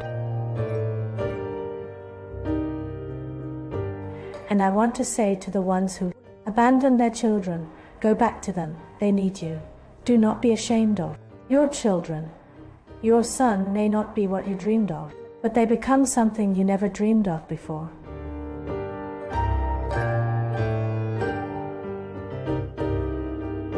I am really grateful for his presence, no matter what he is. Of course, I wish he does not suffer from autism. I cannot imagine my life without his presence.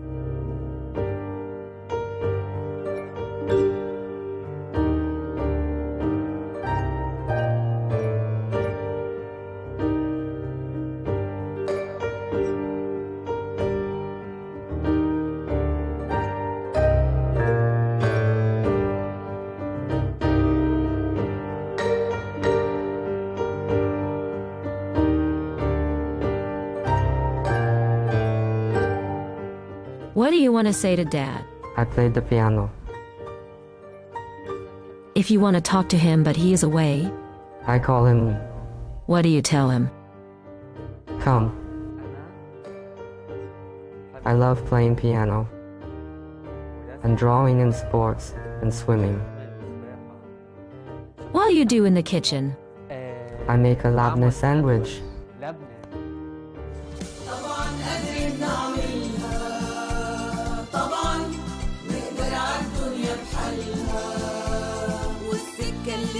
صعبة في أولها مع بعض أنا وأنت أكيد هنكملها لا لا لا لا لا لا لا لا لا لا لا. It feels like decades are passing by in a matter of weeks. Seismic shifts in the world order. Never, ever will be part of America. With so much happening and so much noise. Whether it's political upheaval, Canada has been ripping us off for years. economic shifts, or social movements, No one wins from tariffs. I think America can be more friendly to the rest of the world. The in-depth analysis and all the latest developments across the globe.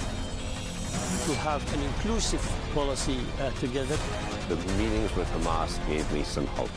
We're in another nuclear arms race. the most important development straight to your screen. Welcome to the dressing room. I'm on my own.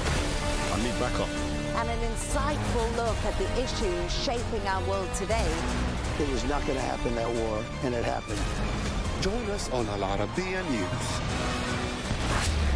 where the world talks. Our allies, in many cases, are worse than our enemies. Stay informed and connected with the latest international headlines. There obviously is a risk. From breaking news to in-depth analysis, It would appear that this war is coming to an end. Who buys this stuff? Investors, pension funds. we deliver the most important developments straight to your screen. Iran always wanted to deal with militia.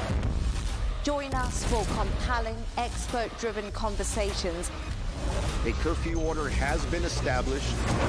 and an insightful look at the issues shaping our world today. There are lots of proposals about European architecture for security.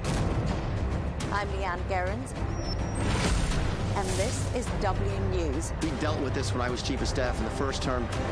Where you don't just hear the headlines, you get the full story. Hamas says it has a deal. Will Israel accept it? A ceasefire and partial hostage handover are on the table. Israeli protesters want the government to take it and bring the hostages home. But the leadership seems set on its maximalist Gaza offensive. Is this a breakthrough or another diplomatic breakdown? It's up for debate on Counterpoints with me, Melinda Nucifora.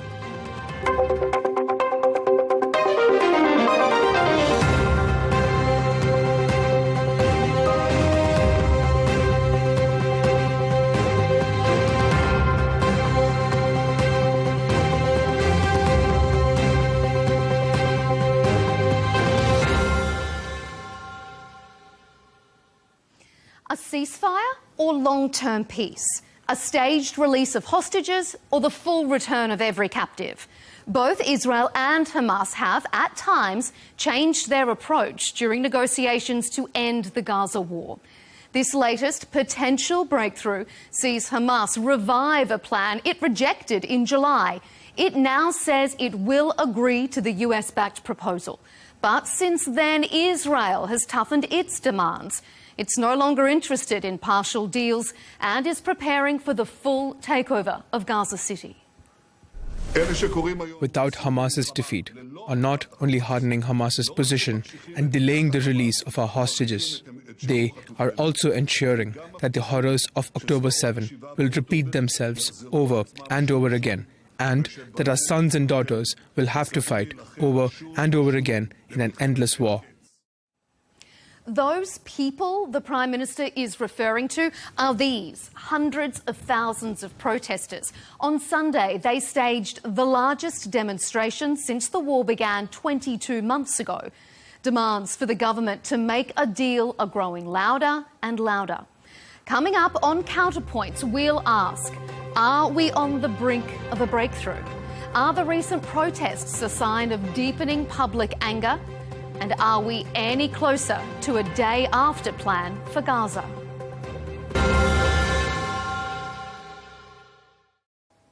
Joining us to debate the latest ceasefire talks is Dr. Jamal Nazal, Fatah spokesperson and member of the Palestinian National Council. And also here on Counterpoints, Dr. Shuki Friedman, Vice President of the Jewish People Policy Institute and former head of the Foreign Law Department for the Israeli Prime Minister's Office. Gentlemen, thank you for joining me here on Counterpoints. Israel is weighing up Hamas's latest position on a Gaza ceasefire deal. According to mediators, this is effectively the same deal that the group rejected in July. Prime Minister Netanyahu says Hamas's revised position is a clear sign the group is under intense pressure. Shuki, let me start with you. Should Prime Minister Netanyahu take this deal? It's a very difficult question because on one hand, the Israeli terms and the cabinet decision for ending the war and having a deal with Hamas is a complete and allowing the Hamas militia and full capability of Israel to control the borders, and which is the most important thing, actually taking Hamas off power in Gaza and putting there another power, maybe international or Arabic power that will take over Gaza and rule Gaza instead of Hamas. For now, it seems that Hamas is rejecting these terms, and then Netanyahu have a very difficult dilemma. On one hand, the possibility of releasing half of the live hostages and some bodies that Hamas take over, and also going to a ceasefire that will give Hamas the ability to gain power and to actually strengthen itself toward another round of violence against Israel. But this is a deal that Israel agreed to in July. Why would it not agree to it again now? As time passes, Israel realizing that Hamas is under pressure and the streets to take over Gaza and to invade Gaza and to actually take over the entire Gaza Strip under Israeli control is a serious threat toward Hamas. And also there is always a risk that we lose the rest of the hostages if we now agree to a partial deal that will bring home only part of them. Jamal, what do you make of that? Is this a tough decision for Israel to make, or if it is interested in getting the hostages back and getting peace, shouldn't this be an easy call? Can we comment on the last sentence your guest has said? He said, we will lose the rest of the hostages if we accept this deal. Now, I am an opponent of Hamas. I disapprove of the October 7th. And you say, if we make a ceasefire, you will lose the rest of the hostages. Whereas the offer that came from Witkoff would stipulate that a certain number of hostages would be released for a ceasefire of 60 days, and then there would be new negotiations on releasing new hostages for ending the war. This is what you do not want, because you want for the war to go on practically for a very long time, because the objective of Israel, as you said, is the occupation of Gaza, not freeing the hostages. That is really obvious. International Court of Justice has accused Israel of committing genocide. The international community knows this very well. The intention of Israel is to exterminate the entire Palestinian people, to displace them, and probably to get them out of Gaza at all. So we have two sides here. One side desires the end of the war. The other one is practicing warmongering, trying to destroy an entire people. The Palestinian people wants to end the war. We as Fatah wants to see an end to this one-sided war. There is no war. There is an Israeli aggression on a civilian population, and there is no Hamas. When Israel said they would invade Rafah, they said they would only destroy the last remaining 2 divisions of Hamas. Well, they came in, found no Hamas, and destroyed Rafah nonetheless. This is what they want to do with Gaza now, because they want to flatten the whole place. They said it on the first day. So the genocidal intention is there. It is well documented. It's on live stream. And there's it doesn't make sense to even ask the question, do you want to end the war or not? They don't want to end the war. That's the truth. Dr. Friedman, respond to that. What do you make of those comments? First of all, let's be precise. The ICJ never accused Israel on genocide, just under investigation. The important thing is that Israel is willing to end the war tomorrow. It's just really very simple from the first day. If the ICJ did not accuse Israel of genocide, why is Mr. Netanyahu and Gallant Israel wanted? Stop the war. We simply want to prevent another October 7. The Palestinians saying again and again, and by the way, do you imagine that 80% of the Palestinians in the West Bank and Gaza think that the October 7 invasion and truces against Israelis and rape and killing of babies was legitimate? Do you know that majority of Palestinians would recommend That's distortion of facts. Again and again? So Israelis want to live in a safe border, prevent another October 7, prevent rape of women, killing of babies, and taking... How many babies has your government killed? Do you know that 17,000 Palestinian children were sniped by your government? You're talking about beheading babies. This has been debunked time and again.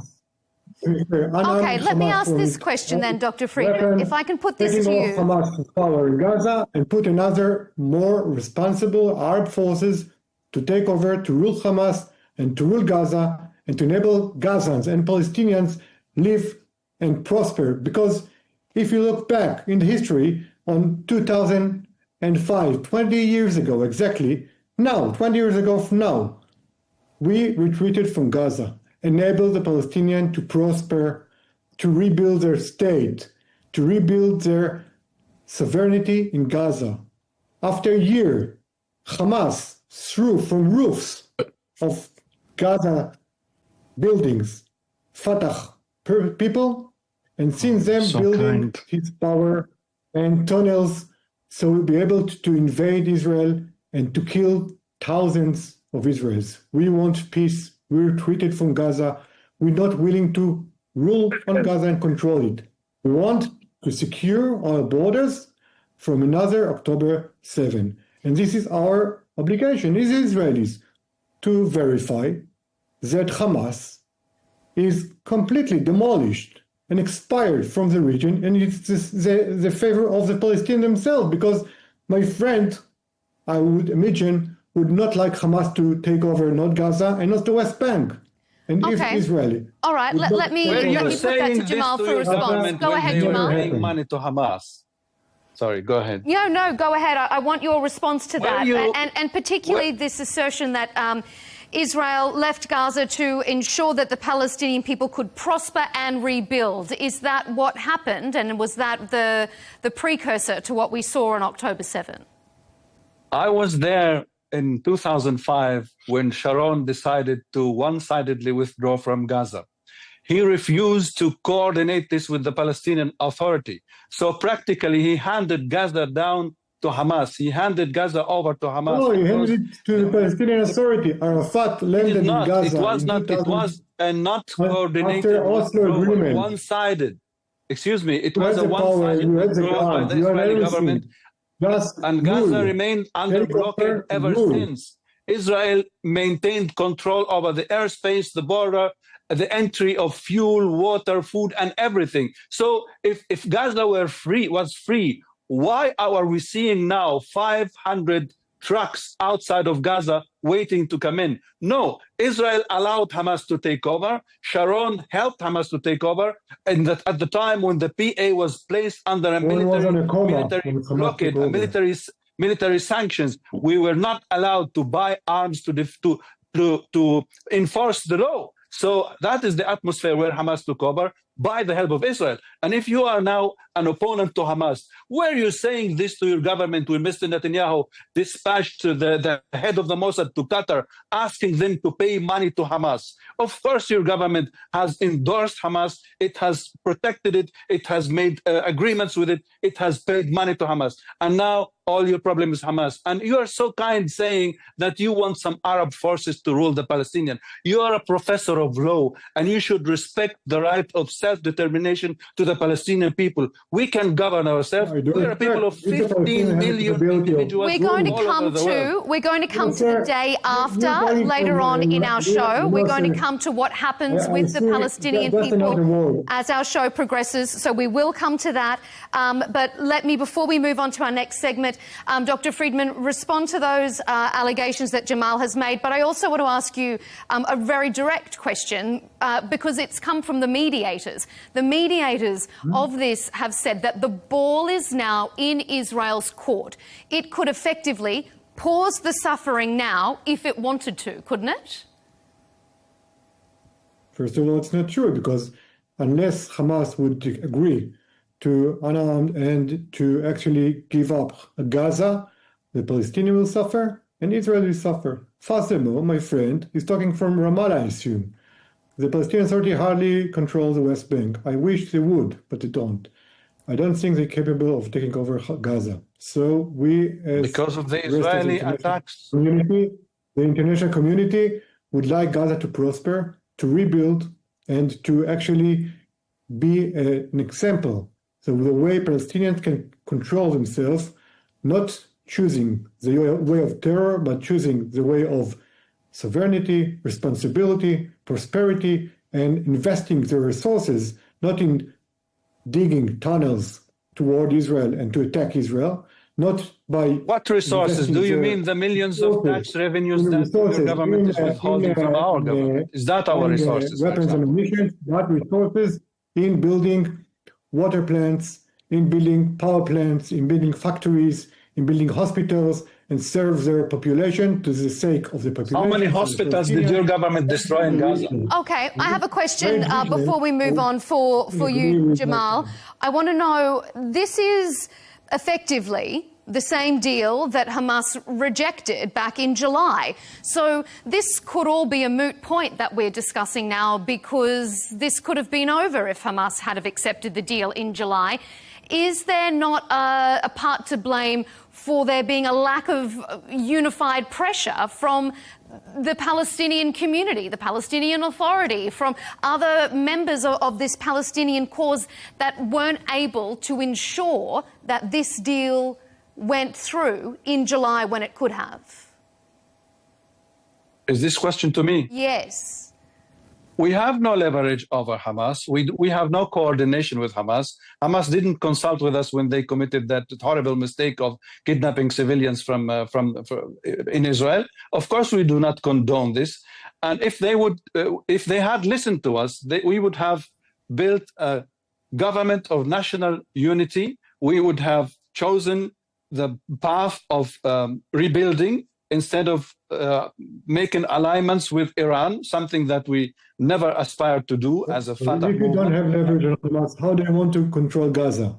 How could we be? Hamas controls Gaza because you enabled them from doing this. Your government gave them money to do this. Your money are their partners. Hamas and Netanyahu are partners. They have had a coalition throughout the 90s when Hamas was doing the suicide bombings to topple the Israeli right governments, because Hamas's worst scenario was seeing a Palestinian state created. This is the same objective of Mr. Netanyahu, who dedicated his entire life to destroy the peace process, the Oslo. This was the common denominator of Hamas and Netanyahu. They worked together. And all of a sudden, they allowed the 7th of October to happen. Do you believe your government did not know about the 7th October 7th? Why then they would not allow for an independent commission to investigate what happened? Nobody knows what happened. Your government knows what happens, but the Israeli public doesn't know. The Israeli institutions wouldn't. We're going to need to move on in a moment, but Shuki, I'm going to give you a right of reply before we move on to our next section. You know, we're looking for the future, and I'm looking for the future of two people, Israel and the Palestinians, and the way we might prosper side by side. And I think as far as Hamas is controlling Gaza, no one will be able to control it, and therefore the first condition of enabling Palestinians to prosper is to take Hamas off power in Gaza. I think it's in interest of the Palestinian Authority, it's interest of Israel, and the interest of the rest of the region in Egypt. So everybody agree that this is the target. Now, ask the question is how to get there. I don't think, unfortunately, that the Palestinian Authority is able to do something about it. As my friend said, they don't have any leverage on Hamas, so someone have to do it.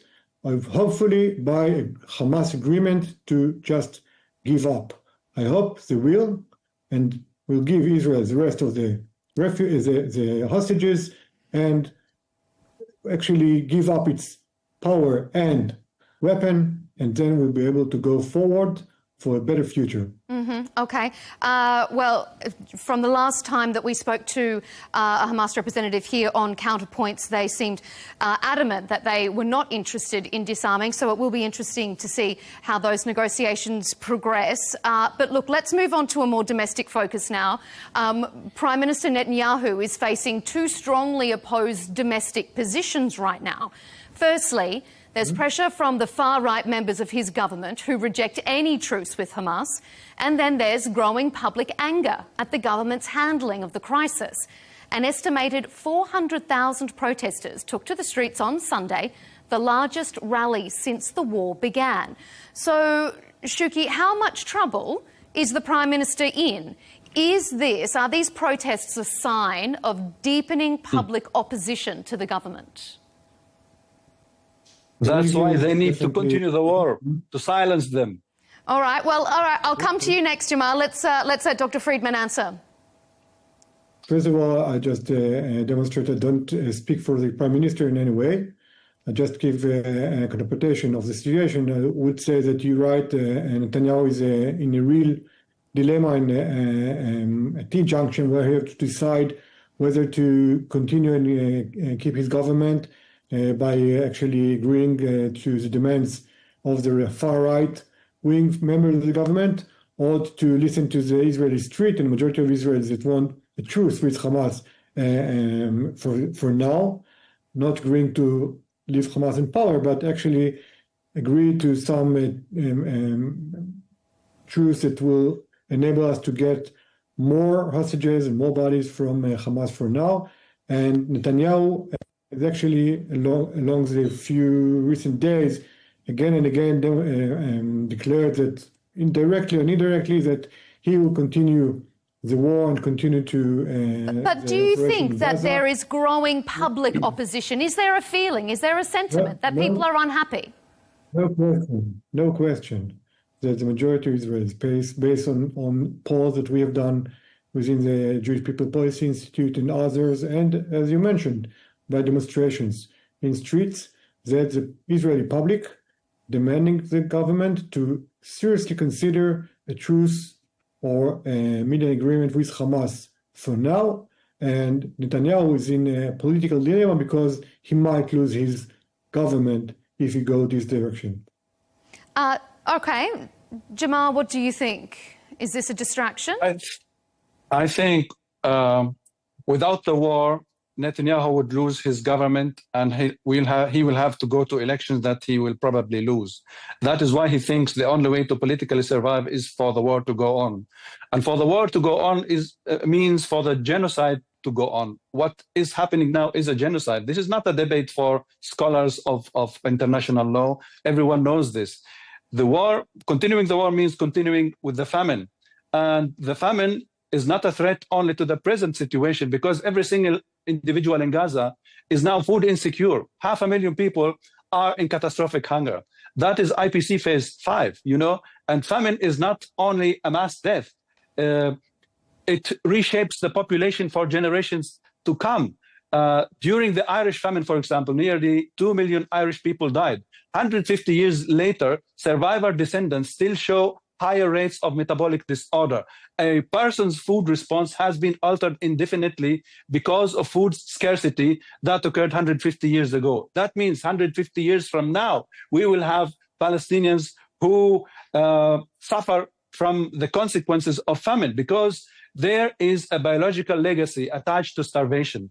2 million Palestinians face this fate today. And you support the continuation of the war. That means you support the continuation of death and genocide. Shuki, do you think that the Prime Minister is happy to let the war continue as a distraction maybe from his domestic issues? I must admit, it's surprising me that the spokesperson for Fatah is repeating Hamas lies regarding starvation. Which lies?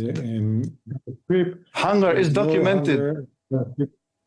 Currently, hundreds or thousands of trucks with... Well, you deny the very existence of the Palestinian people. How do you not deny the existence of famine?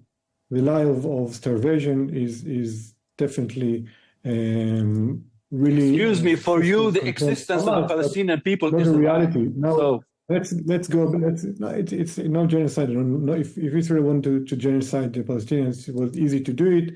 We don't have any interest in killing any Palestinians. What if killing 60,000 civilians were not a genocide? Is it okay then? Therefore, the question is now. You don't answer my questions. Politically, I will address the questions. But first of all, it's now the question politically is whether Netanyahu will decide to side by his government and choose the ability of surviving, or take this risk. But I think what is really important is that the majority of the population in the Palestinian side will demand that Hamas will give back the hostages. But do you think the majority, though, on the Israeli side also want the government to make a deal? And all the starvation claims, it will enable the Palestinian to really get out of the catastrophe in Gaza now and rebuild their buildings and houses and infrastructures, because it's the interest of the Palestinians, it's the interest of the Israelis, and it's all in the hands of the Palestinians. Just simple. But if I can return to the question at hand, do you think that the Prime Minister is keen to continue this war to distract from domestic issues? I think He that very much is. Prime Minister is in a serious dilemma, strategic dilemma, because giving up Hamas means that the risk to another October 7 is serious. So the Prime Minister has to find the path to take off Hamas from power and unarmed Hamas from its weapons in Gaza Strip. This is the strategic target of Israel and Prime Minister Netanyahu. I don't know which path he will choose. I'm not sure that the only consideration is political. Jamal, has the lack of a unified Palestinian voice played directly into Prime Minister Netanyahu's hands here? It's allowed him to create this distraction. I guess so. This is the policy of divide and rule, which the Israelis learned from the British colonialism. There's no secret about that, and you don't have to be smart to do this. You only need to have the power and the means to do it.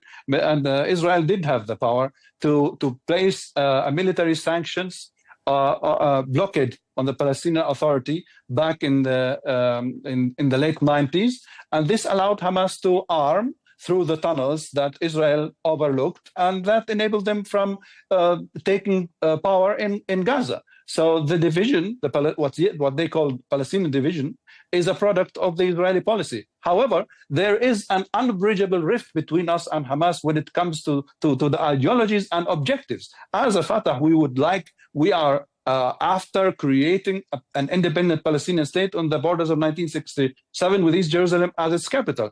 When it comes to Hamas's objective, I've been studying Hamas for 35 years. I don't know what they want. This is part of the Islamic Brotherhood. Israel enabled them in the late 70s. Very clear. They want to take over Israel, demolish Israel, and take all Israel and the Jews out of the Palestinian territory. So why did you give them money then? Why did you ask Qatar to give them $35 million a month? Your government did that because you wanted to widen the division. Let Shuki respond to that allegation there, Jamal. Go ahead, Dr. Friedman. I mean, there's no allegation. It's simply the question of how the Palestinians will be able to prosper, because the Fatah and the Palestinian Authority are not capable of taking over Gaza today. So what their solution to the situation is, if tomorrow we will enable Palestinian Authority to get to Gaza, do you think they will be able to control the population there, rule Gaza? Of course not, unfortunately, for them and for us. And therefore, the only solution is to, this way or another... If Israel stops intervening, Gaza, we can do this. We can do this. Israel retreated from Gaza, and we see all what happened. So, but placed it under a blockade. We have to look to the future and find a path of, first of all, for the sake of the Palestinian and Israeli, unarmed Hamas. Take it off. I have one last domestic question. On the way to prosper together. We've heard a survey from Agam Labs at the Hebrew University that surveyed serving members of the military and asked them to describe their feelings about the proposed Gaza campaign. The biggest group, 47% of responders, expressed negative emotions towards the government and its handling of the hostage negotiations and that broader campaign. Shuki, do you think that Netanyahu's government is at risk? I think it's risk both ways. First of all, if Netanyahu decides to go to truce, to risking his government, but on the other path as well. And definitely Netanyahu have to listen to the Israeli public, because if you want to go to war, you have to get a legitimacy from a wide portion of the people, which is not the situation right now. So I think, and again, this is what is important. Israel still have to put an eye on the strategic purpose of the war, which means taking Hamas off power in Gaza and unarming Hamas. But the path we should take might be a truce now if a reasonable condition will be achieved. And what do you think, Jamal? Is this a government that is in danger? Is Netanyahu playing for power here? Does he want peace? Does he want to take Gaza City? No, he doesn't. Well, you asked me earlier about the Palestinian divisions. In Israel itself, there are far more severe divisions in the Israeli society than the Palestinians ever had, because the Israeli society is a composition of ethnic groups that have nothing to do with each other. They cannot coexist with each other. And Israel, prior to October 7th, Israel was falling apart. The army was striking. The pilots were striking. Israel was heading to a terrible civil war. The October 7th rescued Israel from that fate. So there is a consensus in Israel that for the unity in Israel to be preserved, they need to continue with the war forever. I'm saying forever. On the Palestinian side, and that's a classic difference between us and the Israelis, peace and prosperity would unify Palestinians, whereas Israelis cannot be unified unless the war continue forever. I must tell you this thing. If Israel had gained victory in 1948, why is there war in 2025? If war is the way, why is Israel not living in peace? I was asking myself this question when the Iranian missiles were hailing down on Israel. I asked myself, why does Israel do this to itself? It has every chance to prosperity and peace. The Arab Initiative, launched by Saudi Arabia, adopted by the Arab Summit in 2002, was rejected by Sharon. The Arab states, headed by Saudi Arabia, offered Israel full-fledged peace in exchange for the territories occupied in 1967. You convince yourself. The Israeli public were bamboozled by their leadership that the Arabs want to destroy them. Nobody wants to destroy you. You want to destroy yourself by warmongering. Make peace with the Palestinians. Okay, let's let Dr. Friedman respond to that. Shuki, go ahead. Yeah. No, I wish was the situation. On October 7, Hamas invaded to Israel. They have planned to take over the rest of Israel. They have planned they already nominated people to be the mayor of Rehovot and Tel Aviv and so forth. In the middle of Tehran, there's a clock counting down to the end of Israel. They're developing missiles and a weapon of mass destruction in a declared purpose to demolish Israel. Hamas believes and ideology is to demolish Israel. So I wish that was the situation, and I wish Hamas would not invade Israel, killing almost 2,000 Israelis, raping women, killing babies on October 7. I wish, but the situation is that... What do you think about killing 17,000 Palestinians? Ourselves, not for the sake of war, but the sake of living here. And we want to live here side by side. Do you have information that 17,000 Palestinian children were killed by prosper Palestinian people? Because Palestinian here, so I'm sure about it, and the majority of Israelis declare it. And I think, unlike the majority of Palestinians that want to October 7 to happen again and again, the majority of Israelis would like a peaceful life side by side with the Palestinian people, with the Palestinian Authority. And if I look to the future, I hope one day we will get there. Okay, well, we have been talking a little bit about the future, and I said we'd come back to it. So let's wrap up our show with that topic. In order for any peace agreement to be lasting and just, a stable future for each party must be assured. And yet, the future of the Palestinians remains very much uncertain. Israel says it wants to take control of Gaza City, but it doesn't want to govern it. Netanyahu's government has approved a symbolic motion to annex the West Bank, and President Trump isn't backing away from his plan to turn Gaza into the Riviera of the Middle East. So we'll go to you first then, this time, Jamal. What does a day after the war in Gaza look like? Is Hamas there? Is Fatah there? Who's in control? Are they going to recognise an Israeli state? What does it look like? Well, we start from what you said. You said Israel wants to take over Gaza, but it doesn't want to govern it. Well, let's do the math. What does it mean when Israel takes over Gaza and is not willing to govern it? That means, where will the Palestinian people be? The majority of them may have died by the end of the war. they will perish either by famine or or getting sniped or whatever. So the big question is, where will the Palestinian people be if the war continues? And I am afraid that Israel wants for the war to continue until the last Palestinian in Gaza is killed. This is the most dangerous thing that has ever taken place on earth. So the major step would be for Israel now to stop the war, to free the hostages. We want the hostages to go home, and we want our 17,000 prisoners also to go home. 17,000 prisoners and 17,000 Palestinian children killed. What does the day after look like? Israel has to withdraw, and the Palestinian Authority can govern Gaza.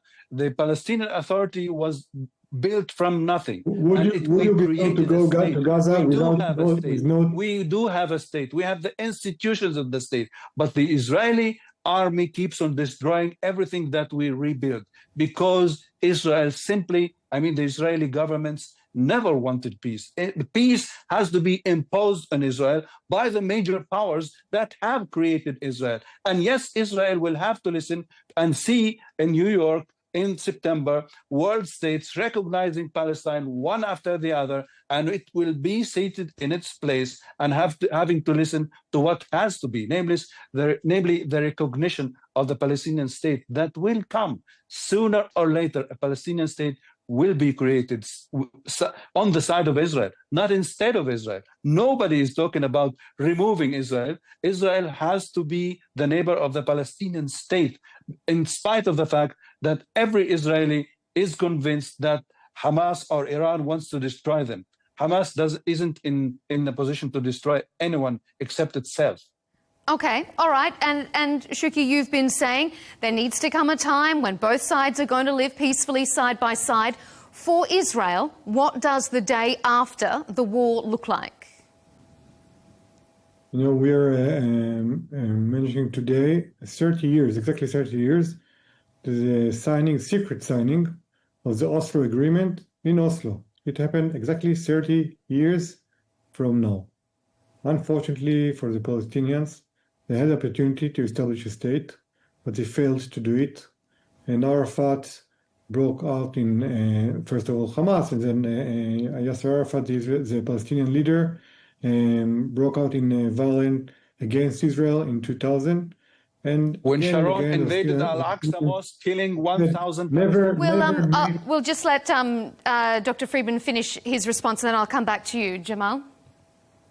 So the Palestinians said never missed an opportunity to miss an opportunity. I hope this crisis will be taken by the Palestinians, and they will responsibly take over the Gaza Strip after Hamas would remove from power. For now, I would not recommend my friend to go to Gaza because he'll be assassinated by Hamas, but maybe one day it will be possible, and then we will have to slowly rebuild the trust between the people. Well, I need to go to Jerusalem to do my prayers. I wouldn't be allowed by your government. They probably would arrest me. What about international recognition of the Palestinian state? Shuki, has that made any difference? Do you think when international communities come out, other countries come out and recognise the Palestinian state, does that increase pressure on Israel? Does it make Israel think that a two-state solution is possible, or do you think that it is an unnecessary provocation and distraction at this current juncture? First of all, we have to remember that approximately 137 states already recognized Palestinian state. The UN General Assembly decided approximately 10 years ago, or a bit less, to recognize Palestinian state. So it's not the first time it happened.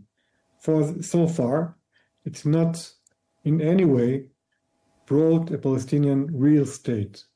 Palestinian real state, not a declared state, will happen. We have a real state. You only need to recognize it. Palestine does exist as a state. I'm sorry that you cannot go to Ramallah because you don't want to.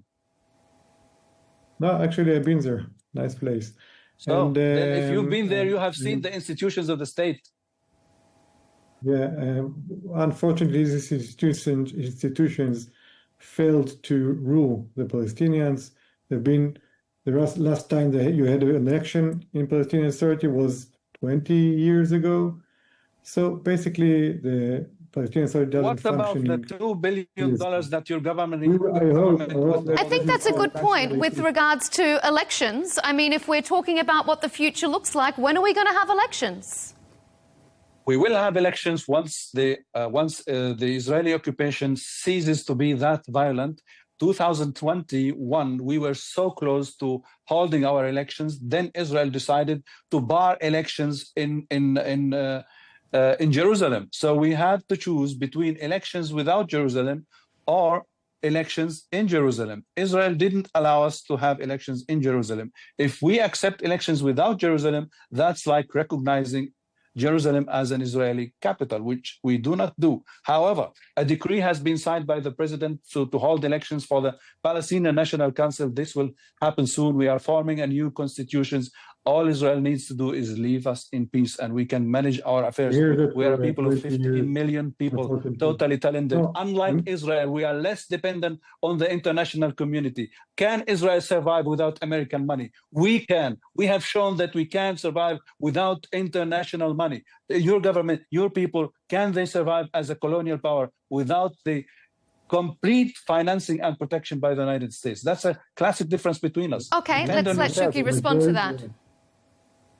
The majority of the budget, the Palestinian budget is very small, ridiculous number, $4 billion or something, and the majority of it coming from donations and taxes. It's not true. Paid by Israelis, with no financing from sources, outside sources, foreign sources, and Israeli sources. The Palestinian Authority collapsed in 2, 3, 4 weeks.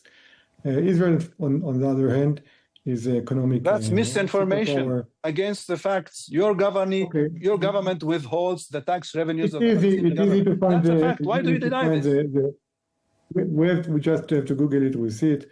Anyway, but the important thing is that I think that Palestinians have to take seriously governing.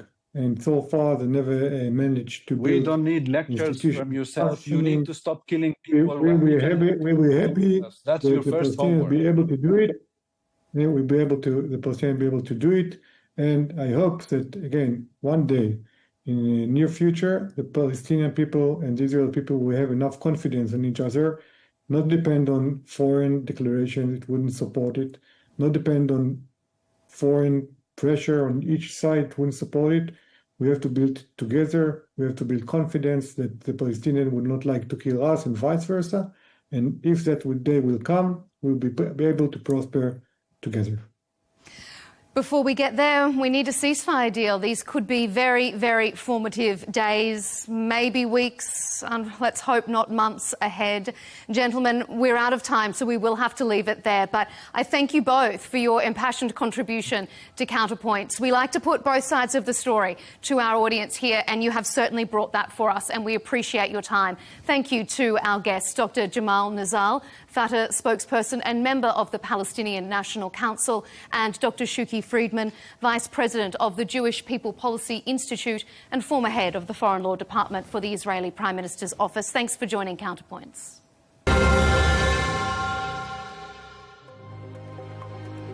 And our audience, thank you to you for joining us on this episode of Counterpoints. You can watch our latest debates and interviews by subscribing to Al Arabiya English on YouTube, and be sure to follow us on X and TikTok. Thanks for your company.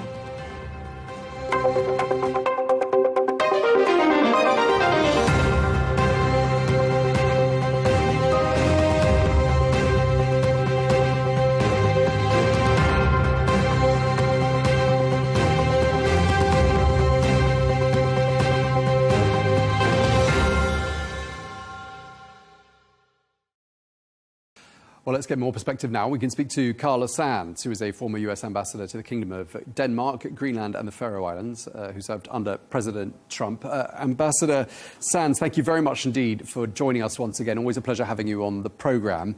I mean, just looking at how things unfolded at the White House on Monday, I mean, a starkly different scene, tone, mood to what we saw in February. How do you think everyone got on? It seemed like they got on very well, Tom. I mean, It seemed like Vladimir Zelensky came to the White House not to fight, but to work with Trump. And you could see a completely different atmosphere. All those leaders from the European, from EU, from Western Europe, were all working together as one with President Trump. What a difference, and what a difference strong leadership from the White House makes. I think they will get a peace deal because they're all working in the same direction. It's not going to be easy, though, Tom. Yeah, I mean, we're going to come back to where we go to from here in just a while, because I want to pick up on some comments our earlier guest from Russia was giving to us. But before that, I mean, just looking more at what was done on Monday, I mean, we heard Zelensky use the words "thank you" 9 times in the first minute of his discussions at the White House. He put on a jacket. Do you think that President Trump and Vice President J.D. Vance found him grateful enough this time? You know, when you go to meet with your banker, you do put on a jacket and you say thank you when you want a loan, right? And that's what it's been. The United States citizens, our taxpayers, have mostly funded this war. We've kept their government going. We've funded them with weapons. We've paid for their pensions and their government salaries. It's been a lot. And I think that it was a good show by Vladimir Zelensky, but I do think that the American taxpayers do not want to spend more of their treasure in funding this war, that this will be Europe's responsibility to defend, help defend with boots on the ground, and help to, rebuild Ukraine, which has just been devastated by this war. Yeah, I mean, President Zelensky didn't show up on his own, did he? He towed up with a whole team of friendly faces there. And we heard President Trump calling the Italian Prime Minister Giorgia Meloni a great leader with a long career ahead. He said he liked the French President Emmanuel Macron even more. Every time he gets to see him, he likes him more, or words to that effect. He complimented the German Chancellor Friedrich Merz on his suntan. The NATO Secretary General Mark Rutte addressed President Trump as "Dear Donald" and said the president was amazing. I mean, it really sounds like the Europeans were going, full throttle when it comes to flattery. I mean, do you think they all got on well? And did any of them do better than the others, do you think? Well, I think they were outstanding, as was President Trump. I think this is how the EU and US should work together, with kind words and supporting each other, growing our security cooperation and growing our economies. And I think this is the first step in really rejuvenating these relationships, which have been frayed. It's been very acrimonious between the EU nations, many of them, and the US. There's been strife between the net zero, the controls on the freedom of speech in the West, and a lot of other things, the unbridled immigration and allowing, violent extremists to be in their countries is really unsettling the West. And so if we can work together, our great nations, it's a huge trading bloc and the globe's most important security cooperation, because those nations are part of NATO. We were just speaking to a former captain in the Russian army who's an analyst on affairs of this kind, and he had a very different take on how things went in Washington. He said that the bilateral talks aren't going to happen. The trilateral talks, he said, were fantasy. He said that Putin had got everything he wanted and given up precisely nothing by way of concessions so far. I mean, what do you make of that? What has President Trump managed to extract from President Putin by way of a concession up until this point? Well, I think it's not simple. It's a little complicated, but I think that the threat of secondary tariffs on the Russian energy, on India, on China, there are European countries that are using Russian energy, those will really bite into their economies if they go forward. And President Trump is holding them, I would say, not even in his back pocket, but close. So that's the stick. But the carrot is, remember all those Russian businessmen that showed up in Alaska? They want to make Russia great again. They want to have trading relationships with the rest of the world. And they're so heavily sanctioned right now that the rest of the economy, not the wartime economy and not the, selling the energy maybe at submarket prices to China and India, those are all going fine.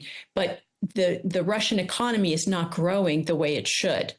So those Russian businessmen pushing from within, and then the pressure from China and India, I think got Vladimir Putin to the table, and I think will get him to a peace deal. It's much better for the Russian economy and security not to be bleeding out in Ukraine. They've already lost 1 million men, and what have they gotten? Less than 20% of Ukraine. So it's not really a great showing. Why don't they build up their economy, rejoin the community of nations, have some better friends, maybe? They understand the threat of China on Russia. I mean, they do not want to become purely a vassal state of China, and that's how it's trending for Russia. I mean, there's been a lot of talk about security guarantees for Ukraine, and we'll come on to those in just a minute. But before we do, I mean, I think the last time we spoke was roughly around the time of the minerals deal being signed. And yet no one's mentioned the minerals deal at all in the last week or two. I haven't heard anyone talk about it, because that was supposed to be Ukraine's security guarantee, and now everyone seems to have forgotten about it. Where do you think it's gone to? I think it's a sidecar. They want to end the war. So ending the war is the most important thing. The rest of it is like gravy. But getting the war stopped, meaning stopping the killing. And I love that President Trump doesn't want people to die. He's a president of peace.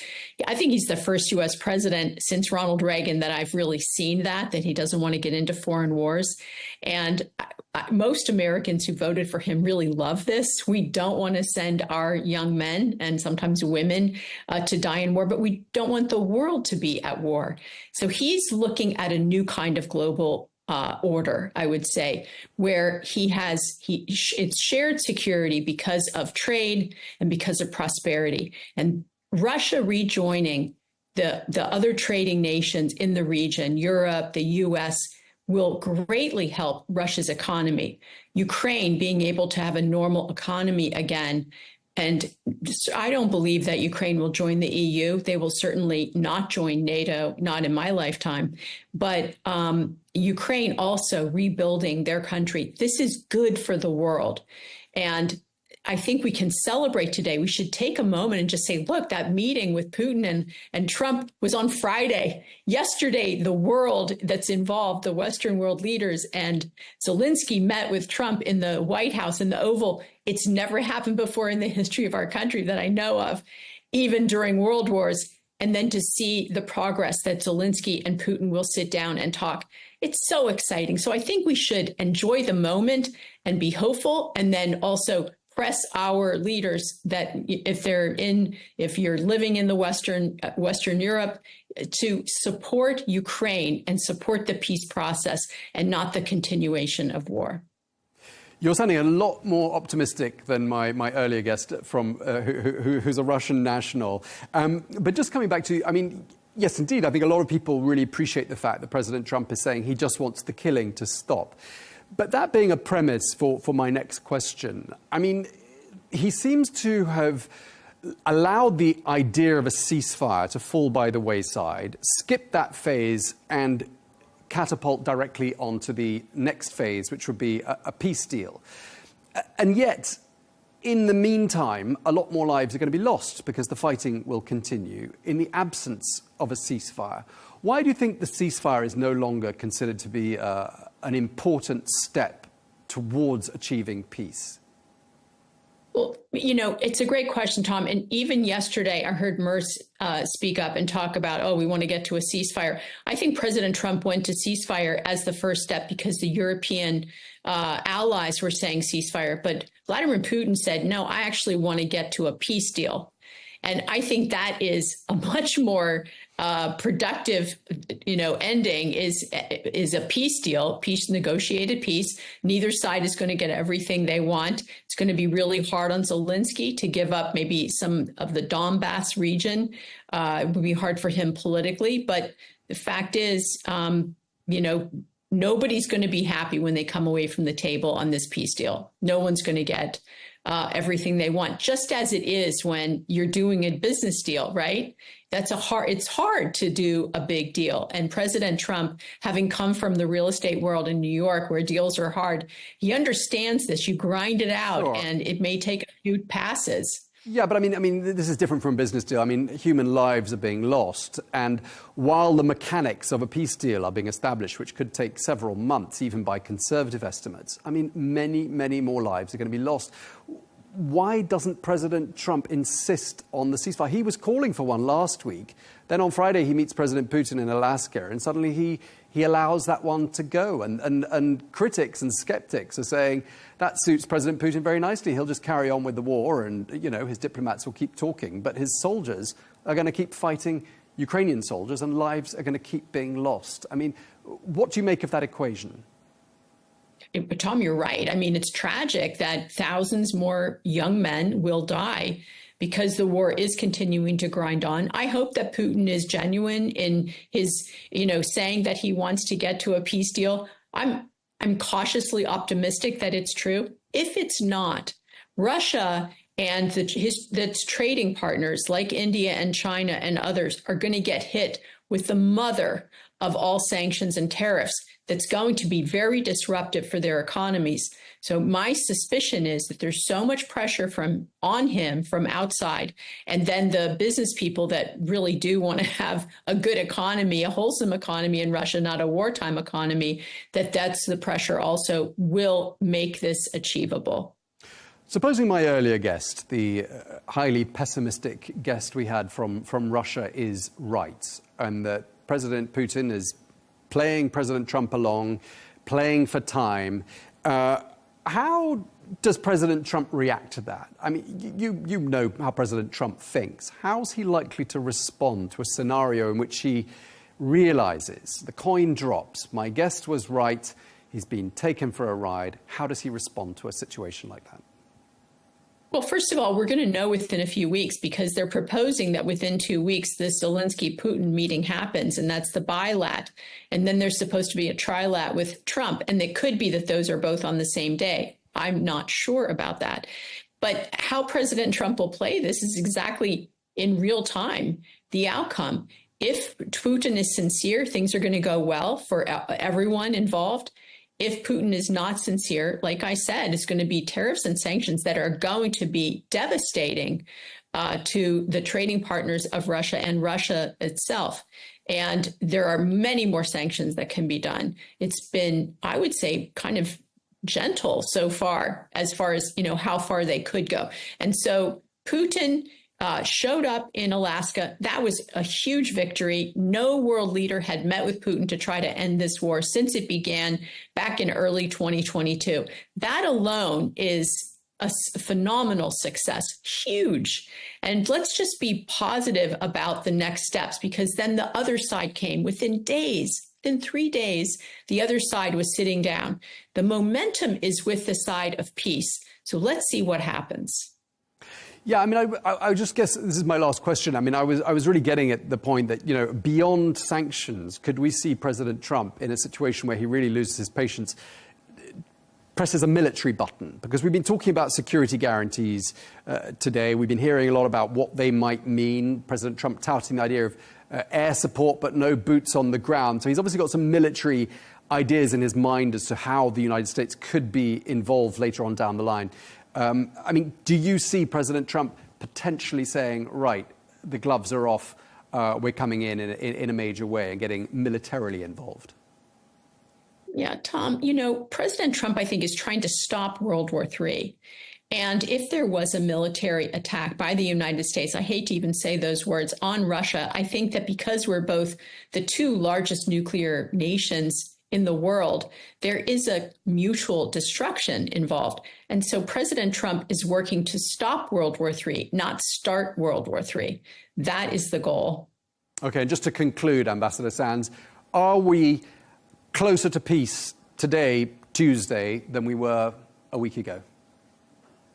100%. And I think we can all be very, very grateful for President Trump's strong peace through strength leadership. We would not be where we are today without him and his very strong diplomacy. And so as he has stopped just half a dozen wars, including the most recent one between Armenia and Azerbaijan, we're looking at a different world, and he's looking at the world and saying, how can we end killing? How can we have peace and prosperity throughout the world? It's phenomenal to have a strong leader in the White House that says these things. And let's see, there are so many more things that are good, that can come from this kind of mindset. So I hope that the world leaders around the world, including in Western Europe, continue to work with President Trump to grow their economies, to grow our security cooperation, and to have a safer, better world for every citizen.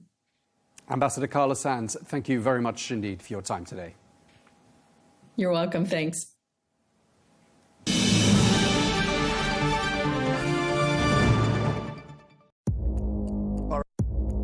Our allies, in many cases, are worse than our enemies. Stay informed and connected with the latest international headlines.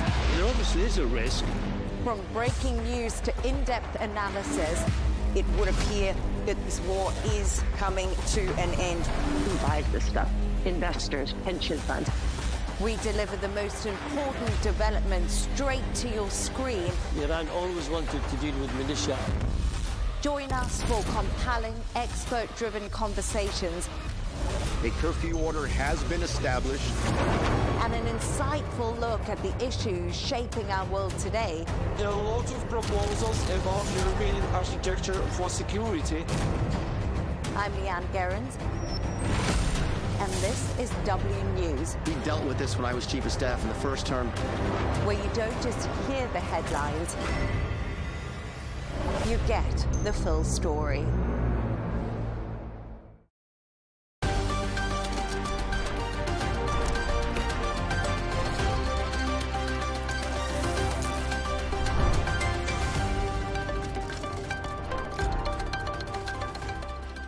Hello and welcome. I'm Leigh Ann Gerrans and you're watching W News Extra, broadcasting live from the Al Arabiya studios. These are our top stories. Israel approves a plan to conquer Gaza City just days after Hamas agreed to a new ceasefire proposal. Meanwhile, Russia's Lavrov warns that security talks on Ukraine without Moscow are a road to nowhere as European leaders meet to discuss the war. And forming a new ICE detention center in Nebraska to the White House joining TikTok. We'll discuss everything happening in the US today.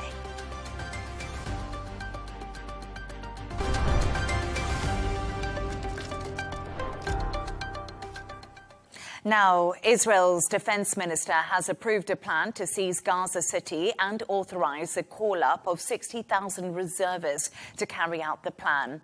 The move comes just 2 days after Hamas agreed to a new ceasefire proposal now under review by Israel.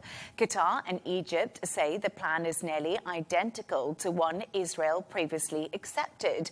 But Prime Minister Benjamin Netanyahu still hasn't responded. To discuss this and all of today's stories, I'm joined by Dubai 92 presenter Jono Haynes and also business editor of Gulf Arabian Business Insight, Shane McGinley. Thank you so much for both joining me this evening. So, Jono, let's actually start with you, because I think that we're at the stage now where Hamas accepted the ceasefire proposal. We know that. And Israel just seems to be ramping up its military operations, but hasn't actually said if it's going to accept the ceasefire proposal too. No. And this is unusual. We normally have something from Netanyahu in a quick turnaround time where you think, we know what's happening, we know what's on his mind, and we know what he's thinking. The opposite of a wind down is what we're seeing. 60,000 reservist troops who are being rounded up in order to go to Gaza, which is a concern because that would indicate that there is going to be an on-ground military presence and that a ceasefire is no closer. However, Israel stands by its word once again. And Netanyahu has said that until the entire release of all of the held captives has been conducted, that there will be no removal of this plan to go on the on-ground offensive. So he's still keeping true to that. There are some opinion pieces which indicate that 60,000 reservists on the ground may be somewhat of a show of power to say Israel is willing to go in on the ground. If this happens, Hamas will be decimated. And if that's the case, then the war is lost for Gaza. And I think that that may be what we're seeing here right now, because if you're going to send in that level of troops, I don't know if you're going to necessarily send in reservists, first and foremost. I think you might be calling up your actual troops to go in to do this. but it may force Hamas to take the action that Israel wants, which is to release the hostages, which is the big key issue which has been unwavering so far. And regardless of the fact that we've heard the details of a prisoner exchange, which of course is amazing if we have a prisoner exchange and a hostage exchange, that's great news, but that still stops short of what Israel says that it wants. So it's really interesting because I was speaking to a journalist earlier from Tel Aviv, and we were talking exactly about what you were talking about. It's the hostages, and most of the hostages, they believe, are within Gaza City, which is, of course, densely populated because people within Gaza have had to move, and the stronghold of Hamas is also Gaza City. But the problem, I think, and the big question is, people in Israel, and especially the families of the hostages, are really against this move happening because, Shane, they believe that the hostages will never come home once Israel takes the step forward to occupy Gaza City. Yeah, and it's a strange policy. As you said, I think when we were talking earlier, there's maybe like between, maybe 50 hostages that are remaining. But if you send these 60,000, what are relatively probably like young men and women in, then you're going to probably have hundreds of more Israeli casualties that are going to be coming back as a result of this conflict. So I don't really see the logic of adding more young Israeli deaths on top of the hostages that they want to get back. It kind of seems like a futile policy. But I was looking at sort of what's playing out, in the rest of the sort of Israeli conflict, and there was a lot of interesting developments that have come through that don't really inspire you to think that there's any going to change happen. Like one of them was that Israel is buying more weaponry from the US, which is probably likely to be approved, and a lot of it is in the aviation area, which they used in the 12-day war against Iran in June, which seems like a long time ago at this stage. And then also you look at the settlement plan for the West Bank, like that's ramping up. And if you also look as well, like last week when I was talking about how I think a lot of it is to do with domestic Israeli policy and having to ramp up the rhetoric to appeal to the coalition partners. And even if you look at the Israeli finance minister said that the Palestinian state is being erased from the table, that doesn't really sound like a positive move. And then when you put on top of that, if you look at the International Criminal Court, which again has been quite hard on Israel, that the Trump administration has imposed sanctions on some judges. So when you put all of that on the table, it doesn't look particularly positive, and it doesn't really look like there's going to be any sort of positive outcome to the Gaza conflict anytime soon. And I think it'll be an escalation, because we've heard the families of the victims, as you rightly said before, say that as soon as troops go into Gaza on the ground, there is no doubt in any of the families' minds that the remaining 20 alive hostages will be sacrificed. And it seemed at some stage that Netanyahu was willing to let that be the case, sacrifice for the greater good, that Hamas would be eradicated. But from people, and this is from families who've said they've had family members who've been in the bunkers, who've been there, they've witnessed firsthand what those hostages are being killed for, the even indication that troops are on the ground will be the first sign of a gun to their heads. And what's really interesting is Israeli Prime Minister Benjamin Netanyahu's office has actually come out and made a statement today, because the timeline has been unclear for this Gaza City military offensive to happen. But we are obviously seeing reports that troops are now building up on the outskirts of the area they're looking to move into. But Prime Minister Benjamin Netanyahu has ordered a reduction in timelines for taking control of Hamas strongholds and defeating the militant group, which I think, once again, a clear indication here that there doesn't appear to be any will to want to stop this offensive from happening. Friday is the deadline when he'll give a reply to if he's going to accept the ceasefire proposal or not.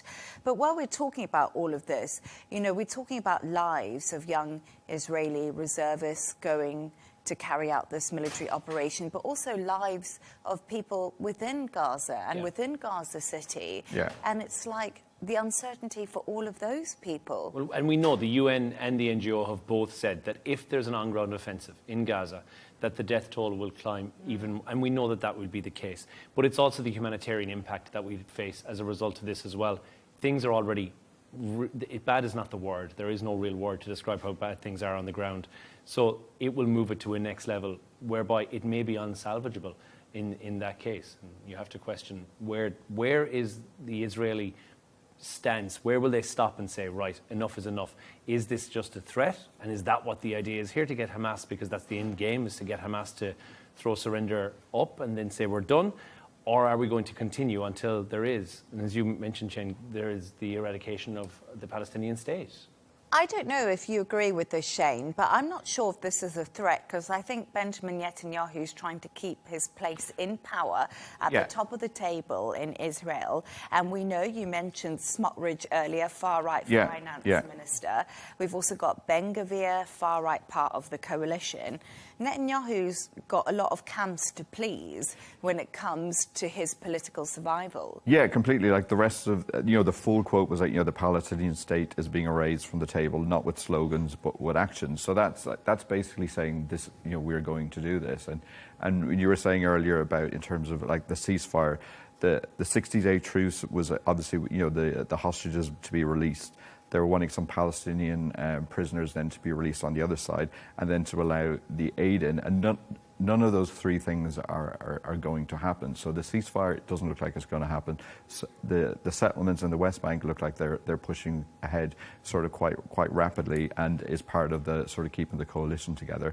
So I think these deadlines are going to pass, and Gaza is just going to get worse, I think. And it's interesting when we talk about the West Bank, because a lot of the mentality behind that is so Palestine can't be recognised as a state. So there's a lot of talk about what is happening, and it is a difficult situation to get our heads around. But thank you so much for your thoughts on that story. Stay right there as we move on to another one now.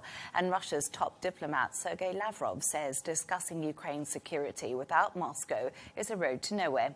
His comments come as members of the EU Commission meet today after this week's White House talks between President Trump, Zelensky, and European leaders. So once again, we're having a lot happening when it comes to the situation in Ukraine and Russia. I feel like, Shane, there's been a lot of talks, which we know is quite common, but Moscow seems to have really hit back at the White House meeting today, haven't they? Yeah, they do seem quite annoyed that the sort of, Putin came to Alaska, there was all the fanfare of that, and then just quite quickly afterwards, the Europeans sort of flowed in and kind of like took away sort of the agenda. But I do find it sort of strange, like you were saying, that Russia was saying that having them not being involved in the security of Ukraine is the road to nowhere. And they were saying that they would be in favour of truly reliable guarantees for Ukraine. Just sounds bizarre. This is like a country that's invaded another one, and they want to be involved in the future security of the country going forward. That just doesn't really make any sense to me. And I was trying to think of some sort of an analogy on it, but I'm not sure, because it's a family show. I can go down that road, but so I'll keep it to myself. But it just seems like a bizarre, why Moscow is so upset about this, and also why they're upset about that they should be involved in the future security. Like I think that's down to sort of the US and Europe to police that, make sure that Moscow, once there's a peace deal, they adhere to whatever territorial boundaries are put in place, and by both sides, because they both have to adhere to it. I don't think Russia should be involved in saying whether they can join NATO or what security they can have or the size of their army.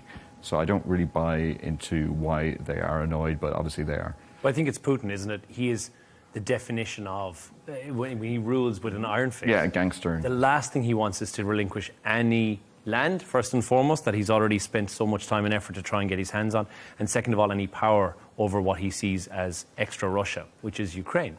And I think seeing anything like that, he may be concerned that troops on the force, on the battlefield, and perhaps even at the borders between Ukraine and Russia, may be causing some sort of a threat towards Russia. I can see where he's concerned, but I also see somebody who hates not having control. And for one moment, he felt like he might have been left out of it. And even if they don't attend and go to the table, he still wants to know what's happening.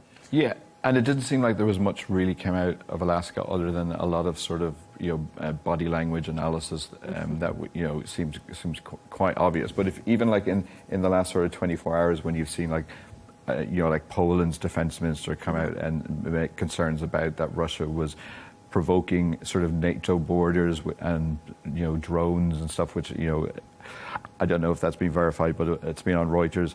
And then also that Russia's been making advances into extra territory in Ukraine. So this doesn't really sound like a country that is worried about the security of Ukraine or the wider NATO community.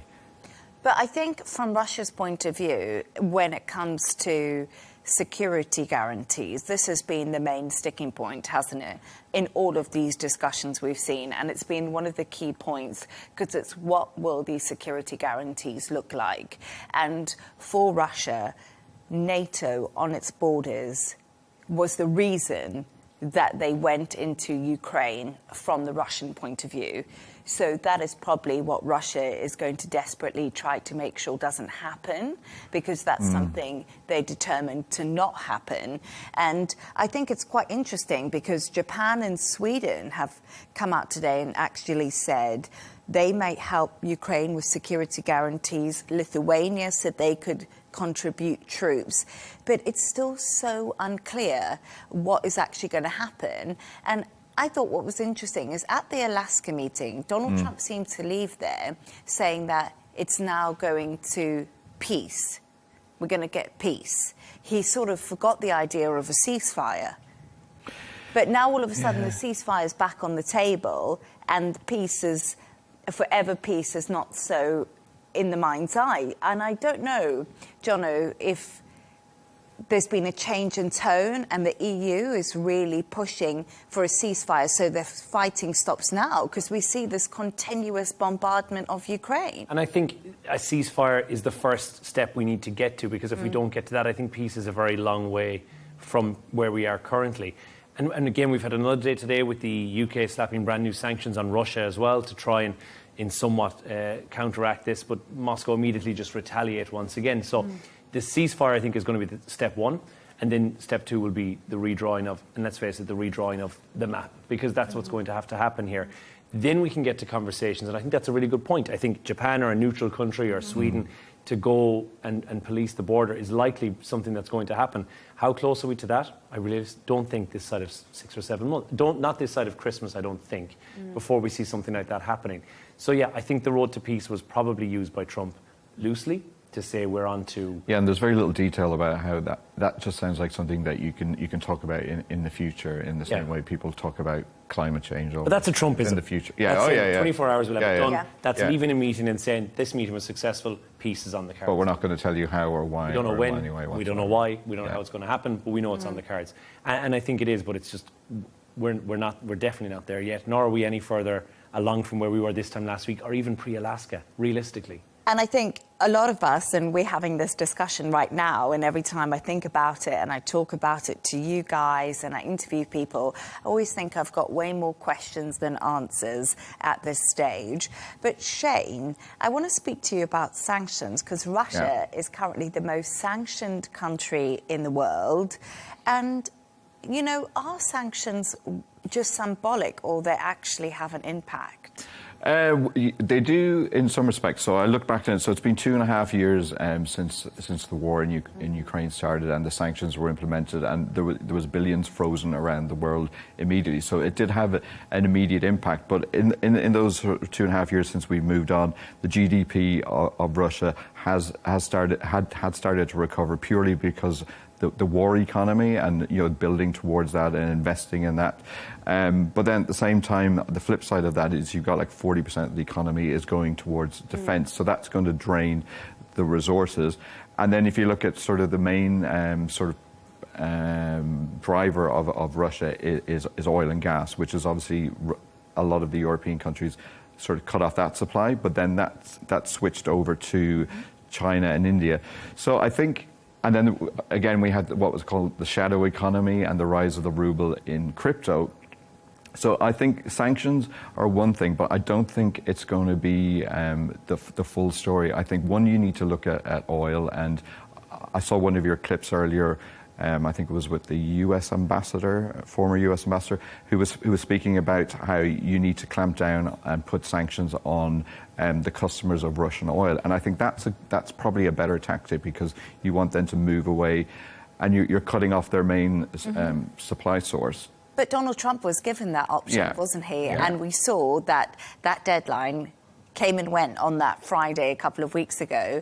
And when Steve Witkoff travelled to Moscow, instead of sanctions being put on, the Alaska summit was arranged. Yeah. So, you know, there's been threats of sanctions, but nothing's actually come to light with them. No, or the other option is the shadow economy, as they're calling it, which is, you know, about 50 billion in terms of Russian transactions, which is basically crypto. But then again, you know, the US president is the crypto president, so I don't think he's going to sort of clamp down on that. But even just today, when I looked up at Reuters, Putin is looking at having to raise taxes and also trim expenditure because he's got about a $60 billion budget deficit.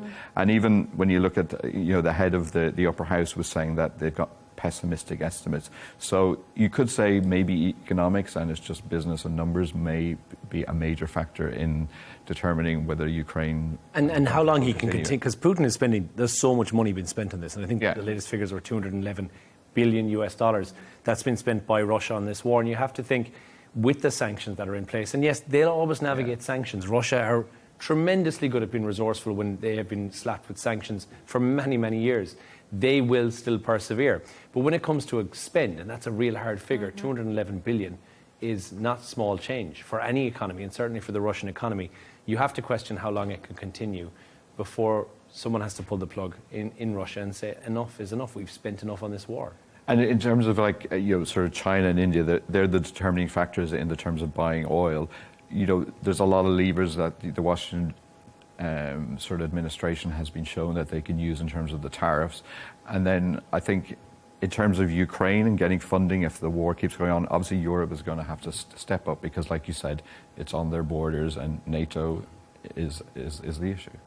But the interesting thing is the US, when it comes to spending on defence for Ukraine, have come out and said that we're not giving them weapons anymore. They're paying us for them because, remember, they struck the minerals deal with Zelensky. So that would be Donald Trump's counter-argument. But it's an absolutely fascinating situation because we talk about the economic impact, but it's also the human impact that Russia has felt. I think it's over 1 million men have died. You know, yes, the economy is struggling, but I think Russia and Russia itself, too, is probably fatigued by the war equally. And also, if Putin starts to put up taxes, no one's going to like that in Moscow. Yeah, we'll have to wait and see exactly what happens. And thanks for your thoughts on that. Let's move on now. And the Trump administration has announced plans for a new ICE detention facility in Nebraska that's set to hold 280 undocumented migrants.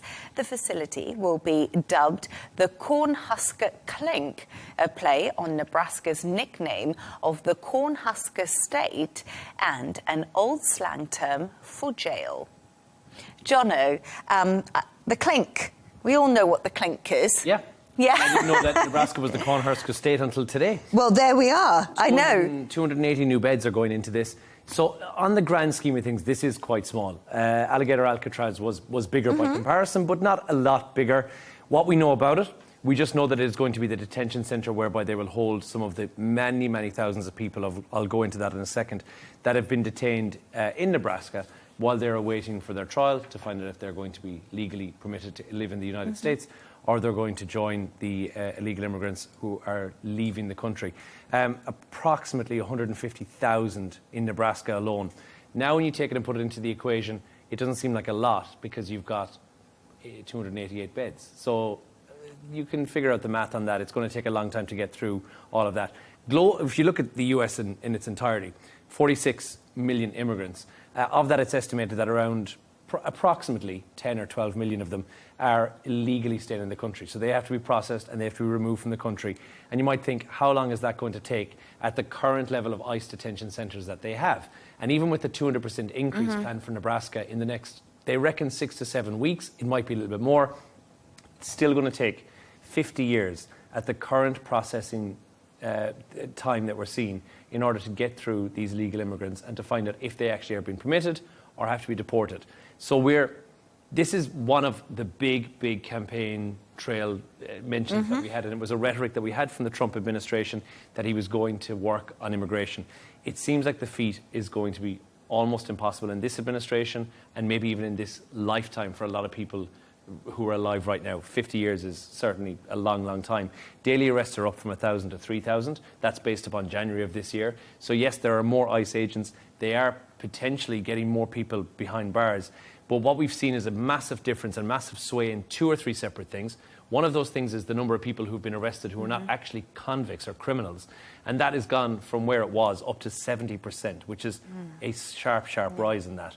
And we're seeing a lot more people who are being detained with 3 million on the backlog now to have their case heard in front of a court. So it's not working quite according to plan. And I don't think on the scale that we're seeing here that we're going to achieve that. But like you said, it's something so difficult to achieve in reality. And I think that maybe Trump wildly underestimated how hard it would be. But these centres are, Shane, so divisive, and critics are saying a lot at the moment. So what do they have to say about this? It's America, so it's divisive. Everything's going to be divisive. Democrats, Republicans. But this is particularly divisive, and it's not surprising because it's this topic. So the supporters have said that these facilities are going to detain the worst of the worst and ensure homeland security. Which, you know, the thousands that you mentioned that there's 280. So I think that there's probably some legitimacy in that. Like, you know, 280 worst will end up in what was it again? Cornhusker Clink. Yeah, but then, so on the flip side of it, then you've got the Democrat side, and they were saying that it's morally and legally unacceptable what's happening, and that there's no due process, and also it's going to target hard-working families. So on one side, you've got hard-working families, on the other side, you've got the worst of the worst. So I think probably the reality is probably somewhere in the middle. But I kind of looked at some of the other centres, and I do like the way these things sort of end up with alliteration. And there's Alligator, Alcatraz, Deportation Depot, and I think the other one is Speedway Slammer. So I think you can sort of tweet in what you think the other ones are going to be. But there was one in particular, Fort Bliss, it was called, and I think that had legitimate sort of concerns over the bidding process, and there's a lot of investigations going into that, and who's getting what money and who's winning what sort of contracts. So I think there is legitimate concerns over these facilities, but also as well, when you look at it, 280, it just doesn't seem that many, really. No, and I think obviously there's an issue with prisons. We can't put these illegal immigrants in prisons and continue to do that, which also is a privatised company across most of the US. So you have to look, somebody's profiteering somewhere along here. Yeah. The cost for each one of these prisoners to go into detainees would be the correct terminology, but they are prisoners. To go into one of these centres is $10,000 minimum. That's a minimum. That's what's going to cost to have them in there for any period of time whatsoever past 5 weeks. That is your turnaround time. It's 5 weeks from when they enter the door to when they leave. So it's going to take a very, very long time. But at the same time, this is what the public wanted. This is what people voted for. Yeah. And that's what I was going to say to you. You know, we just have to look at, obviously, there's massive supporters of this who got Donald Trump into power on his fact he was going to make the city safer, he was going to make America great again, he was going to bring more jobs, he was going to stop, you know, the illegal aliens coming from Mexico. That's what he spoke about, you know, build the wall. We heard that so much in his first term. Yeah, it was just feeding into people's sort of fears, and it worked because, you know, he won. And I'm inclined to believe, in some respects of it, you know, the worst of the worst, there should be just better, you know, administration and analysis. But I do think one thing, I just think we look at the UK right now, and we look at the migration scene in the UK, and they have been housing people in hotels. Yeah, at $25,000 a year. Exactly. At more money. You know, it's been causing outrage within the local towns because people have felt unsafe. You know, these people haven't been documented. There's been a lot of unrest over that. So if we look in comparison to what's actually happening in England at the moment, where now the courts have got involved in it because it's been so divisive, maybe America are doing it right. Well, they seem to be able to do it a lot quicker. It could be just a case of they've got more spare land going around and they don't have as much planning regulations, which seems to stop everything in the UK and Ireland these days anyway. But and they do seem like fairly temporary buildings that can sort of be pushed up pretty quickly. So I think yes, the US seems to be taking this a lot more stringently, and it seems to be stuck down in a lot of sort of regulation in the UK, which is surprising because they're both, Brexit was built on this issue. So you would think that the UK would have a lot more time to have dealt with this problem and come up with a solution. So but I think it's still a disaster. Yeah. And which You I know. think is when you see Democrats saying this is not humane, this is not the right thing to do, this is not correct. Everyone seems to have a criticism on what this current solution is, but nobody seems to have the alternative solution for what will actually work. And if this administration are doing anything, they're trying to stick by the word, which is what they said. We will work on deporting illegal immigrants. Okay, it's a slow process, but at least they've kicked the process off, which is more that can be said for, I think, in a lot of countries in Europe would and then I think when the midterm elections come around, then that'll be another time to renew the mandate. Absolutely. And people will decide whether the Trump administration has done enough or whether how they feel on the situation. So we'll get another indication of where the lay of the land is. Thank you so much for your thoughts on that. And let's move on to another story now. And the White House has launched an official TikTok account, taking advantage of the app's 170 million US users. Its first video shows footage of Trump as he declares, "I'm your voice." We'll take a look.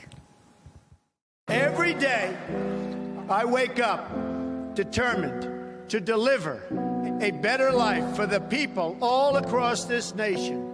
I am your voice.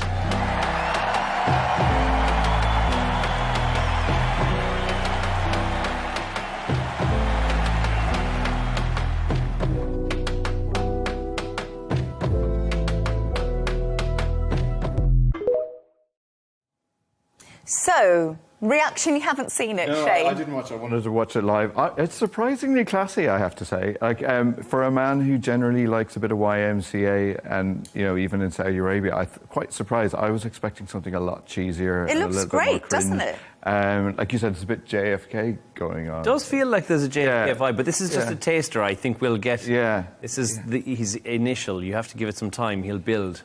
Yeah, because I'll admit, earlier I said I don't think TikTok's befitting the White House, but actually I've changed my mind. That is pretty good. It was That good. was really good. It was really slick and yeah. well produced, I actually thought. And the tagline to it, in case anyone wants to follow the account, it's "Welcome to the Golden Age of America." Wow. There we are. That's a mouthful. I am your voice, Jono. Once this, I think there's a young audience that Trump is trying to tap into. He may find it difficult to reach through the narrative of whatever social media they're being pushed currently, because there may be an agenda for the social media or the media that they're consuming. And I think this is a way for people who are your hardcore MAGA supporters or people who are an audience that's untapped to be able to experience a bit of inside Donald Trump. And I don't think we're going to get too much of, I would like to think we're not going to get too much of White House content. I want to see more Trump content, because I think that's probably far more entertaining. If I want official White House content, I'll jump on X. But if I want Trump content, maybe I want to go and look on Twitter. Do you think we'll get that? Because we spoke about it earlier. Do you think that we'll get the get ready with Donald Trump? Him doing his hair, maybe a bit of bronzer in the morning before he heads out, what products he uses. I would love to know that. What's his morning sort of routine? What aftershave does he use? Probably because some of the other social media posts that they've put out have been fairly cringe and sort of low key. And I think, like I said, I don't want to keep going back to it. It was quite a classy video. And I think what they could do is bring the First Lady onto it and sort of humanize her a bit more by putting her on TikTok. I love Melania. I think it could be a better medium for her to become more amenable to sort of like the Democrat side of it, or even the Republican ones, because I think that would be a nice insight into it. But we can't forget one thing, Jono. The TikTok ban has been spoken about so much in the US. Donald Trump has delayed the ban coming in. And I spoke to our reporter, Nick Harper, earlier, who made a point that there's actually been a lot of hate about this White House account starting up, because influencers have been so concerned that their platform in the US is going to be removed from them, how they make all their money. And he said, some people saying, and Donald Trump's just realised he's probably the most hated man on TikTok for that reason. Well, I think, look, being in seriousness about it, you have to look at what is TikTok, where has TikTok come from, and what are the security concerns that may be at play behind this as well. And lawmakers in Washington have already said TikTok is owned by ByteDance, and Donald Trump and ByteDance have had this back and forth love-hate relationship where you're never really sure where he stands at what given week as regards to the upcoming ban, if it's happening or not.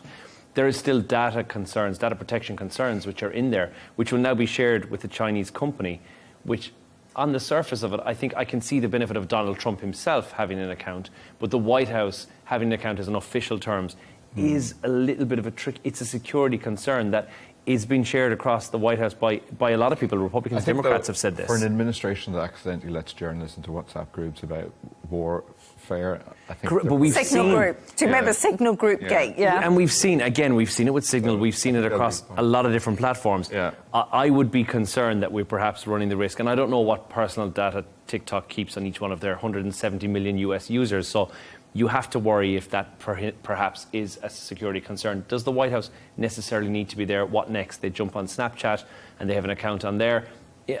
Donald Trump, yes, I can see the benefit as a person, as a character, that makes sense. As POTUS, not necessarily something that needs to be up there. Yeah, I kind of agree. Like, yeah, Donald Trump can be on there fine, but yeah, I don't know if the White House needs to be on there. You kind of think, you know, where's it going to go? And I think that's what people want. There, I think people want those videos that are Trump videos. And I also think, though, that people within the White House have become quite big characters within themselves, because one of the posts from today was Caroline Leavitt, the press secretary, and she's become a sort of cult figure in her own right. You know, we see her standing up. She's going to be massive when she finishes. She's going to be, she's huge, you know, and you've got to think about that.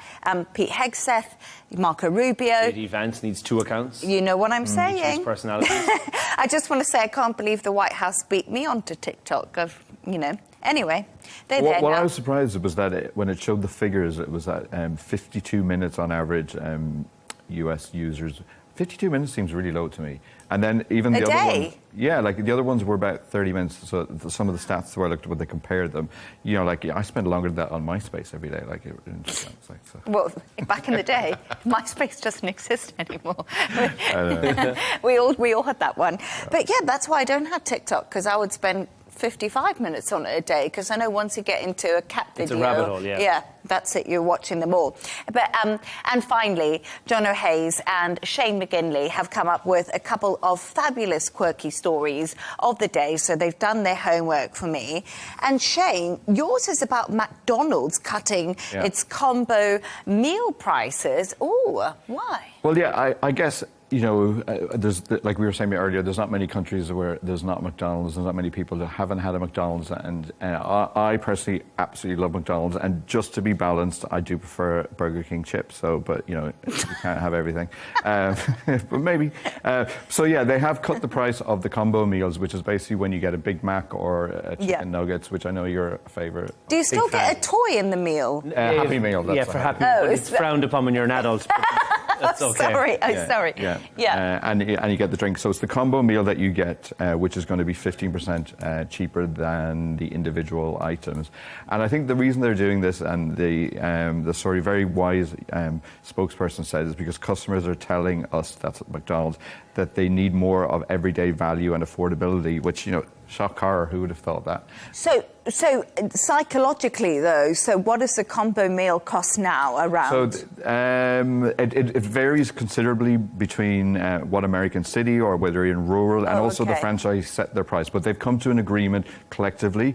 But they did have an interesting point in the Wall Street Journal article, because they're the ones who broke it this morning, actually, that $10 is the psychological mark, where if it's even a couple of cents over, that's seen as a bit of expensive. So don't be surprised if we're seeing a lot of like $9.98 sort of Big Mac meals going around. But I think it's obviously indicative of McDonald's wants to rein back, because it hadn't had an easy time of it. The number of visits to their restaurants was down only about 2%, but when you think of the growth that they had before, and it definitely seems to be working. Like their stock price is better. They're moving back into, you know, profitable growth, and the number of stores is going up. So definitely this policy is working, and I think something like McDonald's, you have a sort of psychological price where you expect it to be quite low.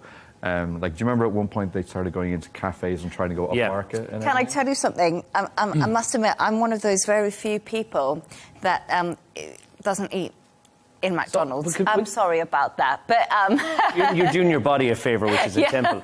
But the Big Mac Index, and we haven't heard about that in quite a while. The Big Mac it used to be absolutely massive, the Big Mac Index, and still is. If you look at places like Switzerland, you're on $6.71. And then if you look at places like Taiwan, it's 2.39, and it gives you a good indication for where everything should be. So I would say that a drop in the price of maybe a meal deal potentially could be the sign of some sort of a global decline overall financially. And maybe, you're the financial expert. It went up 27% since 2019, so there had been a massive sort of increase. And I think it is just around that psychological sort of $10 price. Yeah, I know. I'd rather pay $1.99. Like, I'll be over to Dubai Media City tomorrow checking if the prices have gone down. Fact-finding mission. All right, but I just want to get on to Jono's story, because I'm being told that we've got absolutely no time left, and, you know, the Big Mac Index can wait maybe for another day. But, Jono, you've got a story about a breathtaking world record for us. No pun intended there. Amazing. Croatian freediver Vitimir Merisic has just set the new Guinness World Record, actually beat the old freestyle breath-holding record by a whopping 5 minutes, which is no mean feat. Underwater, he stayed there longer than a bottlenose dolphin on their longest dive, or a harbour seal, which can actually do a long dive as well, and was underwater for 29 minutes and 3 seconds, which is incredible. Incredible. So well done to him. I mean, what a Guinness World Record. I don't think anyone's going to come close to that without years and years of practice. So that's an incredible feat. Gosh, I just think that's phenomenal. And you know what else? It's also just keeping calm in that situation, you know, because they have to do so much breath work and expand their lungs while they're underwater. The training involved in a free dive is phenomenal. And then this guy's almost like sort of superhuman. 30 minutes, well, do you crazy. remember Tom Cruise trained for it for a long time, and he held, I think, like probably the celebrity record. So I think when he sees that, you're just stoking the beast that he's going to go. The Tom Cruise was going to try and beat the record. Why not? Mission Impossible 15. Here we come. Oh, no. I can't deal with another Mission Impossible from Tom Cruise. I'm sorry. If that story ever happens, we're not covering it. And thanks to today's guest, Dubai 92 presenter Jono Hayes and business editor of Gulf Arabian Business Insight, Shane McGinley. And that's all from us on W News Extra. Don't forget to subscribe to our YouTube channel and, of course, follow us on X. G&T with Tom Burges Watson will be coming up next. Goodbye, and thank you for joining us.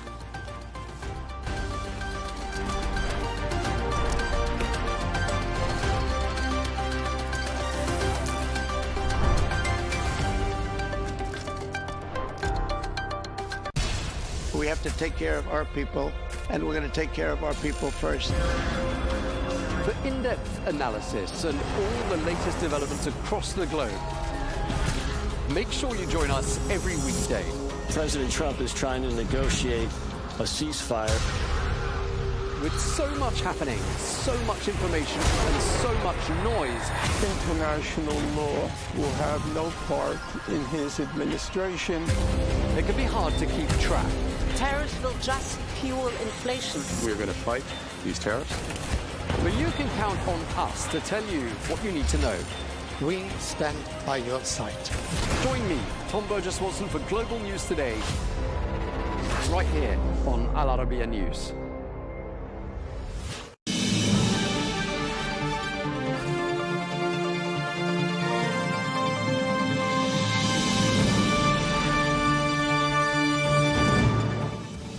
Hello and welcome to Global News Today, bringing you exclusive interviews with leading experts every weekday here on Al Arabiya English. I'm Tom Burges Watson. Coming up today, we'll get the latest on the diplomatic efforts to end the war in Ukraine and ask, how likely is it that a bilat between Presidents Putin and Zelensky will actually happen? Plus, we speak to Ambassador Barbara Leaf of the United States, one of the first US diplomats to engage with the new leadership in Syria. We'll be asking her how she thinks they've fared during these past 9 months.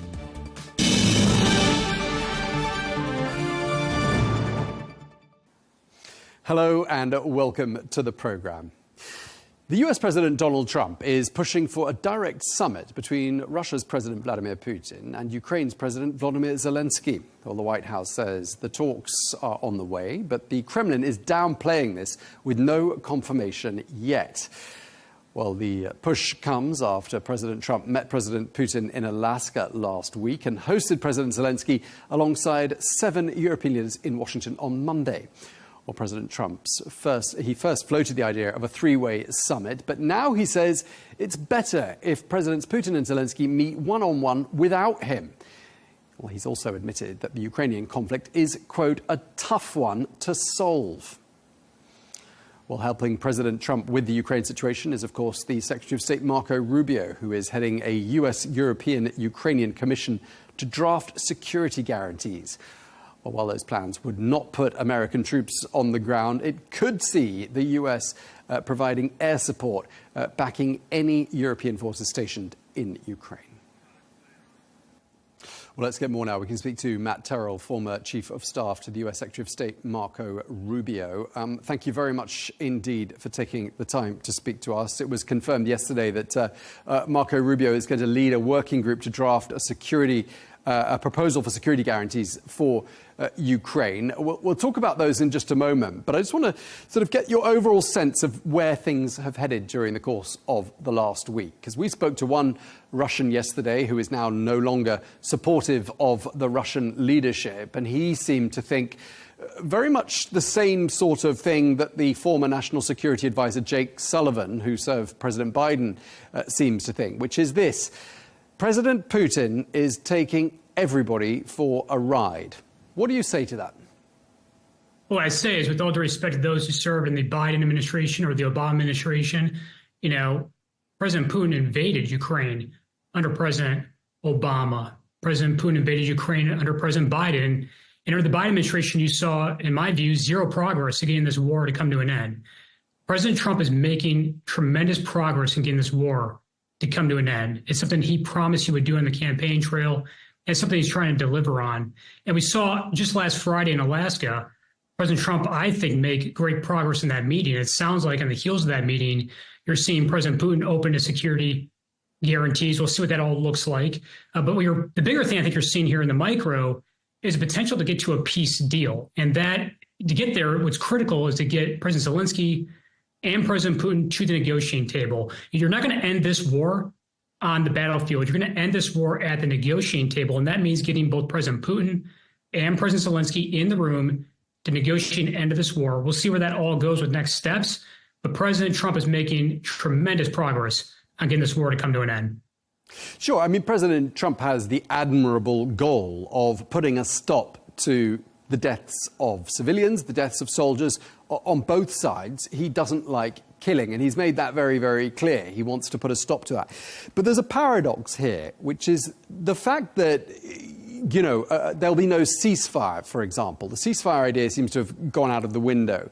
A ceasefire would have put a stop to the fighting and then paved the way to a peace deal. And now the fighting will continue. A peace deal will take as long as it takes. And more killing will happen, more people will die on both sides. So don't you think that ceasefire step should not have been overlooked? Well, look, we've seen President Putin break ceasefires before. And I think where the Trump administration is at on this is, look, if you can get to an actual peace deal, that could be more concrete than a ceasefire. We've seen ceasefires break, but peace deals can often last. And the goal, though, in the end, is to get to a macro end of this war, a sustained, permanent end of this war. And whether you do that in a ceasefire or a peace deal, the bigger dynamics are certainly stopping the killing, stopping the violence, getting that to end. And this peace deal could be a step towards doing that, not just in the short term, but the long term. But the bigger elements of this is recognizing this will take time. Whether you have a ceasefire or a peace deal, the true end of this war, I think, will take time to get done. I think we have a lot of work ahead of us here, as the United States does, and President Trump does, and Europe and President Zelensky have a lot of work ahead in terms of getting this war to come to an end. But ultimately, it comes down to getting to that negotiating table. And I think one of the biggest things you got out of this over the past couple of days in terms of these meetings was getting President Putin to agree to meet with President Zelensky. So let's see what happens with that bilateral meeting. The bigger elements of that are getting to what needs to be done to get the war to come to a permanent end. That's going to be covering security guarantees, certainly land, and then what role does Europe play in that, and what role does the United States play in all of that? I think President Trump is making tremendous progress on getting what you need in the short term here, and that's getting President Zelensky, President Putin to the negotiating table, and then from there figuring out what can be done to get this to be not just a short-term ceasefire, but to get to be a long-term permanent end of the war. Right, and Secretary of State Rubio has a tough few weeks ahead of him, making the arrangements for the bilat to happen. But again, going back to the Russia military man we spoke to yesterday, who said, Putin's playing everyone along and he's playing for time and he'll just carry on grabbing territory for as long as he can, seems to think that bilat is never going to happen. I mean, this is just a pipe dream, he says. What does President Trump and what do Marco Rubio do in a situation where they reach a point where they realize that simply these face-to-face meetings aren't going to happen? What would they do? I think the next steps are going to be crushing Russia's economy. And I suspect President Trump has made it clear to President Putin, in one way or the other, that if he does not come to the table here with President Zelensky in this bilateral meeting and really work towards getting a negotiated end of this war, really work towards ending this war in the for a permanent end here, then I think President Trump will take the next steps of putting maximum pressure sanctions and tariffs on Russia. The real question is what got President Putin to be in Alaska on Friday in the first place. And I think has been that President Putin has been watching what President Trump has been doing. He saw what President Trump did in terms of selling weapons to Ukraine. He saw what President Trump did in terms of the airstrikes against Iran when Iran didn't get to the negotiating table in time. And he saw what President Trump just recently did on putting those secondary tariffs on India, India being a major consumer of Russia oil from Russia. So look, the bottom line is you've got to get to a place where President Putin is feeling the pressure, and that's going to be economically. And I think if President Putin does not come to the table here and really work towards peace here and an end of this war, you're going to see President Trump take next steps, put that economic pressure on President Putin. You're seeing right now inflation around 20% in Russia. Russia has a very imbalanced economy right now. They're hurting economically. That's the real pressure point when it comes to influence President Putin. Sure. I mean, a lot of the economic indicators for Russia look pretty bleak. I absolutely agree with you on that. But some people have questioned whether those talks in Alaska should have happened at all. They say the dialogue and the Alaska invitation were all a victory for President Putin, and a victory he doesn't deserve. He is the aggressor who invaded a sovereign nation, they argue. What do you say to that argument? I would say the only way you end this war is that have both parties, President Putin and President Zelensky, get to the negotiating table. On the heels of that meeting on Friday in Alaska, you're seeing President Putin, sounds like, going to be taking the next steps to meet with President Zelensky in that bilateral meeting. That's the only way this war ends. And the other component of this is, look, it seems like all we talk about right now is this war between Russia and Ukraine. The notion that President Trump is, kind of bringing President Putin out of the cold, if you will, I just don't believe that. I think every day it seems like we're talking about this war. A tremendous amount of money has been spent on this war. The U.S. has spent a tremendous amount of money in terms of aiding Ukraine here. But the bigger thing here is that people are losing their lives every day, every week. Bloodshed, and that needs to stop. And the only way you stop the killing, the bloodshed, the violence is getting President Zelensky and President Putin in the room to negotiate an end of this war. And I think President Trump has made tremendous steps clearly on doing exactly that. That wouldn't have happened unless you had that meeting on Friday. You wouldn't have had President Putin agree to a bilateral meeting unless President Trump sat down with President Putin on Friday to work out what needs to be done to get a meeting with President Zelensky and President Putin and to get the next steps and really getting to where we need to be on getting this war to come to an end. Security guarantees, land, that'll be discussed. But discussions are one thing. Actions are the next steps here. And the next action here is having that meeting between President Putin and President Zelensky. We'll have to wait and see what happens with that. I mean, do you think it's fair to say that up until this point, I mean, if we look back to February, when we could perhaps say that relations between President Zelensky and President Trump were at an all-time low, if we move forward from that point onwards to, things looking pretty cordial on Monday in the Oval Office, I mean, it seems these last 6 months, President Zelensky has done everything that's been asked of him. He's entered all discussions in good faith. Yes, he's open to a ceasefire. Yes, he's open to all sorts of discussions, face-to-face meetings with President Putin, all the rest of it. And yet, it doesn't seem like, for all the concessions that have been made by him or on his behalf, there's been a single concession delivered by the Russians. Has there been one? If so, what was it? Yeah, the biggest concession right now is that President Putin is open to security guarantees. That's a major concession. And look, the truth is both sides are going to give up things here. And the reality is that may require land. We'll see what happens with that. That's up to Ukraine to make that decision at the end of the day. And you can argue this is not right or not fair, but the realities are what they are on the ground. And the determination needs to be made here is what needs to be done to get to a permanent end of this war and to ensure Russia never invades again. That's the key elements here. And so, look, those are the things that need to be discussed, particularly at this next bilateral meeting or this upcoming bilateral meeting between President Putin and President Zelensky. But look, ultimately, the United States is continuing to play a big role in this. You're seeing President Trump lead on this. And part of that will be, the United States talking about Article 5 like security guarantees here. You've seen the U.S.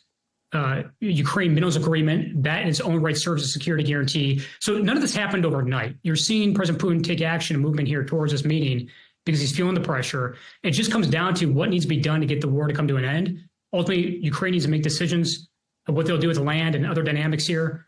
President Putin right now has made a concession on security guarantees. We'll see where that all goes, really get under the hood on that. Comes down to this next meeting. That's the big next step here. What were your thoughts, Matt, about how Monday went? I mean, it was a pretty unprecedented scene. I mean, the Oval Office almost didn't look big enough to accommodate the number of people in town, all those European leaders alongside President Zelensky. Firstly, what effect do you think it had having those European leaders there backing up President Zelensky? What message did that send out? Well, I think it's a great message. It shows unity. It shows that these leaders are all serious about getting this war to come to an end. Granted, I think Europe needs to be doing some work in terms of getting off Russian oil. You're seeing those kind of things are still in discussion here. But overall, you're seeing unity among President Trump and these European leaders. And, this is a team effort at the end of the day. And we talk about security guarantees. Europe's going to be playing, obviously, a major role in that. You're going to see the United States aiding and supporting in certain ways in security guarantees.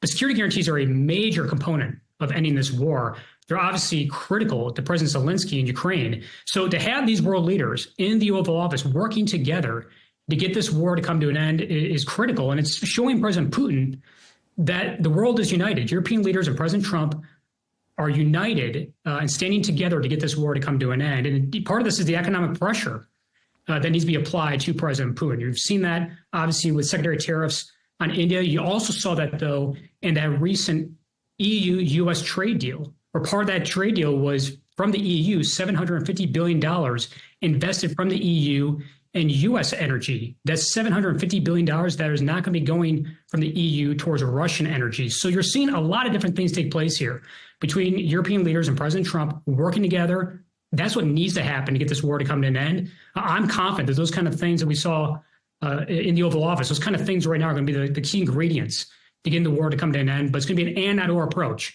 You got to do multiple things here, obviously, to get this war to be a conclusion. But the next big step here is going to be, of course, that bilateral meeting. And then from there, figuring out what happens with land, security guarantees. A lot more work needs to be done, but a lot of progress being made here over the past couple of days.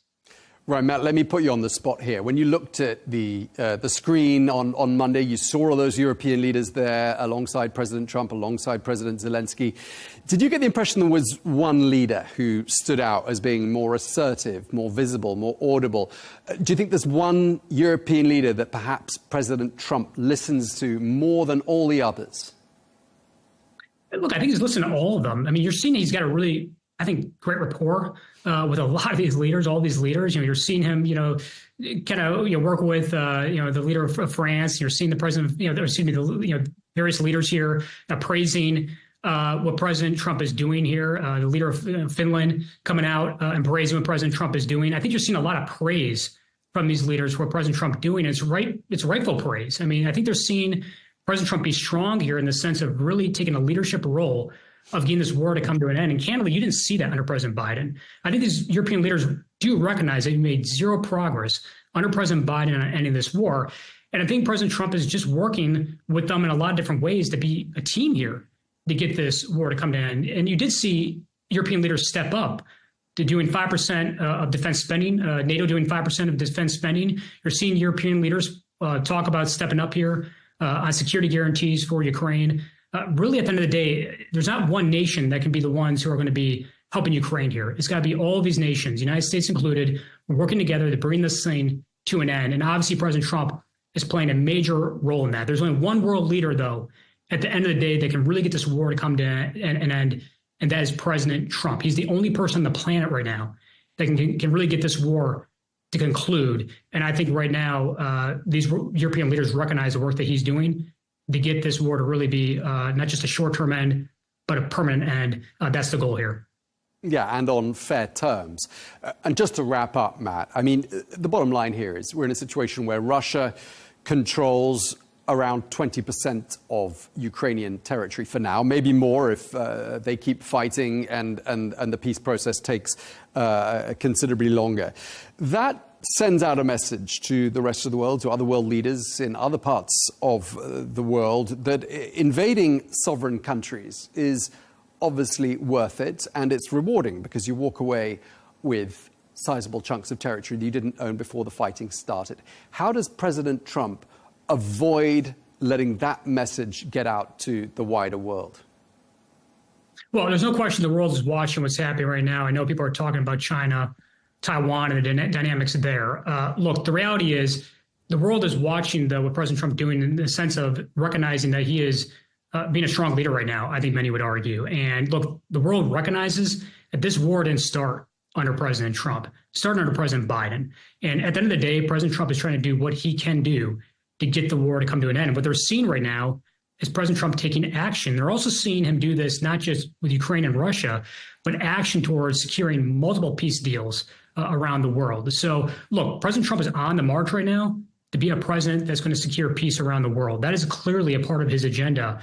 And look, I think these world leaders around the world are going to look at what President Trump is doing and recognize that he's being serious about trying to get this war to come to an end. It's not just talk; he's taking action. You've seen him do that through providing, selling weapons to Ukraine. You're seeing him do that with the strikes on Iran when they did not get to the negotiating table. You're seeing him do that through trade deals and tariffs. Tariffs are a key component of President Trump's agenda, particularly on foreign policy, because he's been using tariffs to try to negotiate with world leaders and trying to get peace around the world. So look, the world is watching what's happening right now, and I think they're recognizing the work that President Trump is doing and the progress that President Trump is making. It's a war that should have never started. It's a war that started under President Biden, and I think it's a war that's going to end under President Trump. I think the world is watching what President Trump is doing, and it's clear that he's making a lot of progress, and we'll see where next steps go. All right. Well, thank you very much indeed for taking the time to speak to us. Matt Terrell, former Chief of Staff to U.S. Secretary of State Marco Rubio. A real pleasure talking to you. Thank you. Well, let's get more analysis, and we can speak to our next guest today, who is Lieutenant General David Leakey, former Director General of the European Union Military Staff. He joined us from the United Kingdom. Thank you very much indeed for joining us. Always a pleasure talking to you. It's been a very busy 5 days, hasn't it, with regards to diplomacy and the efforts to bring about an end to this war in Ukraine. Are you encouraged by what you've been seeing and hearing by way of the diplomatic efforts made by the Trump administration? Yes, I am. I'm very encouraged that by two things. One is that the Europeans and the US are now working. If they're not on the same page, they're in the same chapter at least. There are bound to be some disagreements on the policy and the terms of the settlement and so on. But by and large, they seem to be on the same page, if not the same chapter. I'm also encouraged that President Zelensky has been included in this. It's a multilateral atmosphere in which these talks are taking place. And that's vital because Russia and Ukraine and the US are not the only stakeholders. This is a European security problem, and the European leaders need to be deeply engaged. There's another reason, and that is that the US has said they won't put boots on the ground and they won't get directly engaged in this as regards security guarantees for whatever peace agreement or ceasefire agreement is landed on. And therefore, it requires the Europeans to be directly engaged, particularly in setting the conditions and then the mission for whatever security guarantees, particularly on the ground in the region, are made. I want to talk to you a bit more about security guarantees in just a moment, but one area where it seemed that there was a bit of a difference in opinion as to what the right way to proceed was between the Europeans and the Americans was on the issue of a ceasefire. President Trump, following his talks with President Putin on Friday in Alaska, seems to be of the view that we can leapfrog from where we are now straight to the peace deal and not have a ceasefire agreement. The Europeans seem to think it was important that they got their point across that they would like one. Do you think it's significant there'll be no ceasefire? My experience, and I commanded twice in Bosnia for the stabilization and peace implementation forces in Bosnia in 1995 and 2004, following the Dayton Peace Agreement, which brought peace to the Bosnian conflict. And I've had experience of quite a few other ends to wars where I've been involved directly or indirectly. And my experience is that you need a honeymoon, if I can put it that way. In other words, from the moment that there is a general agreement that you're going to have peace, it normally takes time to work out the details of that, and therefore there has to be a ceasefire. I'll give you an example of this, and that is in Bosnia in 1995, the US managed to get all three of the warring factions and the supporting states behind them, Serbia, Croatia, got them to agree that the war had played itself out. There needed now to be a peace agreement.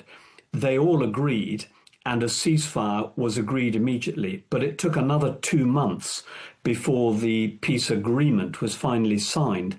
And the peace agreement, the so-called Dayton Accord, took 4 weeks of negotiations between the parties, and the security guarantees, which included the Europeans, it included the UK, Russia, France, Germany, and the European Union with the US, all negotiating together, actually locked up in one of the air bases in Dayton, Ohio, where we were corralled for what they call proximity talks, which means you live in a wild enclave, imprisoned in there, and you're told to beat out the peace agreement until you've done it, and then you can come out. And that's what happened. That took a month, and that was Bosnia.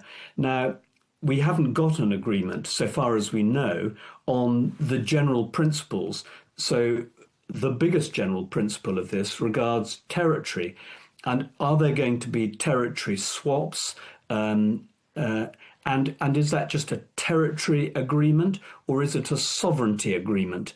And so the nature of this and the details, particularly, you may have heard President Trump, during his meeting with the European leaders or his commentary afterwards, talking about the exact percentage of the Donbass which the Russians on that day controlled. I think the figure he quoted was 79%. Now, if there is going to be a division of territories, and I look back again to Bosnia in 1995, the percentages agreed about which of the warring factions would have what percentage of Bosnia. It took a very long time to draw the lines on the maps to delineate where those sort of front lines, or not front, we knew where the front lines were, but the front lines weren't the same as where the territorial allocation was given. And that we needed a ceasefire to buffer us between stopping the fighting on day one and implementing the terms and the details of the ceasefire agreement, which happened on about, I think it was about day 90. So it can take a long time. So I'm very surprised that there won't be a ceasefire followed by a peace agreement. But if the Zelensky, Trump, Putin talks can deliver all the necessary headlines, so that there can be a ceasefire and a peace agreement straight away. Okay. But as part of that peace agreement, there has to be a transition from where things are today, where the fighting in the front line is today, and where the territorial limits are going to be as part of the peace agreement. There will be a time frame, because the troops have to withdraw or indeed advance. And it may be that there are some details about removing some of the defensive measures that have been put in place. That could be part of it. For example, lifting minefields that have been laid by one or other of the protagonists. So there's a lot of detail to be covered in here. Yeah, and I mean, I just wanted to ask you, I mean, the fact that President Putin seems to have successfully persuaded President Trump last Friday, because President Trump was talking about a ceasefire until last Friday, now he's not talking about a ceasefire. The fact that President Putin doesn't seem to want one, I mean, shouldn't we be reading something into that, and something rather cynical? Well, I don't want to be too rude about President Putin, but he and his diplomats and generals have been capricious and mendacious and mercurial throughout this. And not just this recent 2.5 years of the Ukraine conflict, but if you go back to the invasion and the occupation by Russia of Crimea, after that there were the accords agreed on that on all sorts of terms by which the Russians remained in Crimea. But the Russians have reneged on almost every single article that was agreed between Russia and Ukraine after that. So in some senses, we shouldn't enjoy a sense of achievement on an agreement with Putin until such time as he has signed on the dotted line, and until such time as not just the headlines, but some of the details and timetables are agreed. As I think Donald Trump has said many times, until the deal is done, the deal isn't done. And but I just don't think that the Russians. Well, let me answer your question directly about the ceasefire and the peace agreement. I think it will take a long time for the peace agreement to be agreed. The reason Putin doesn't want a ceasefire is that he wants to continue the pressure on Ukraine and the attacks and the advances he's making in the Donbass region. He wants to continue that until the absolute last possible moment. And that's why he doesn't want a ceasefire.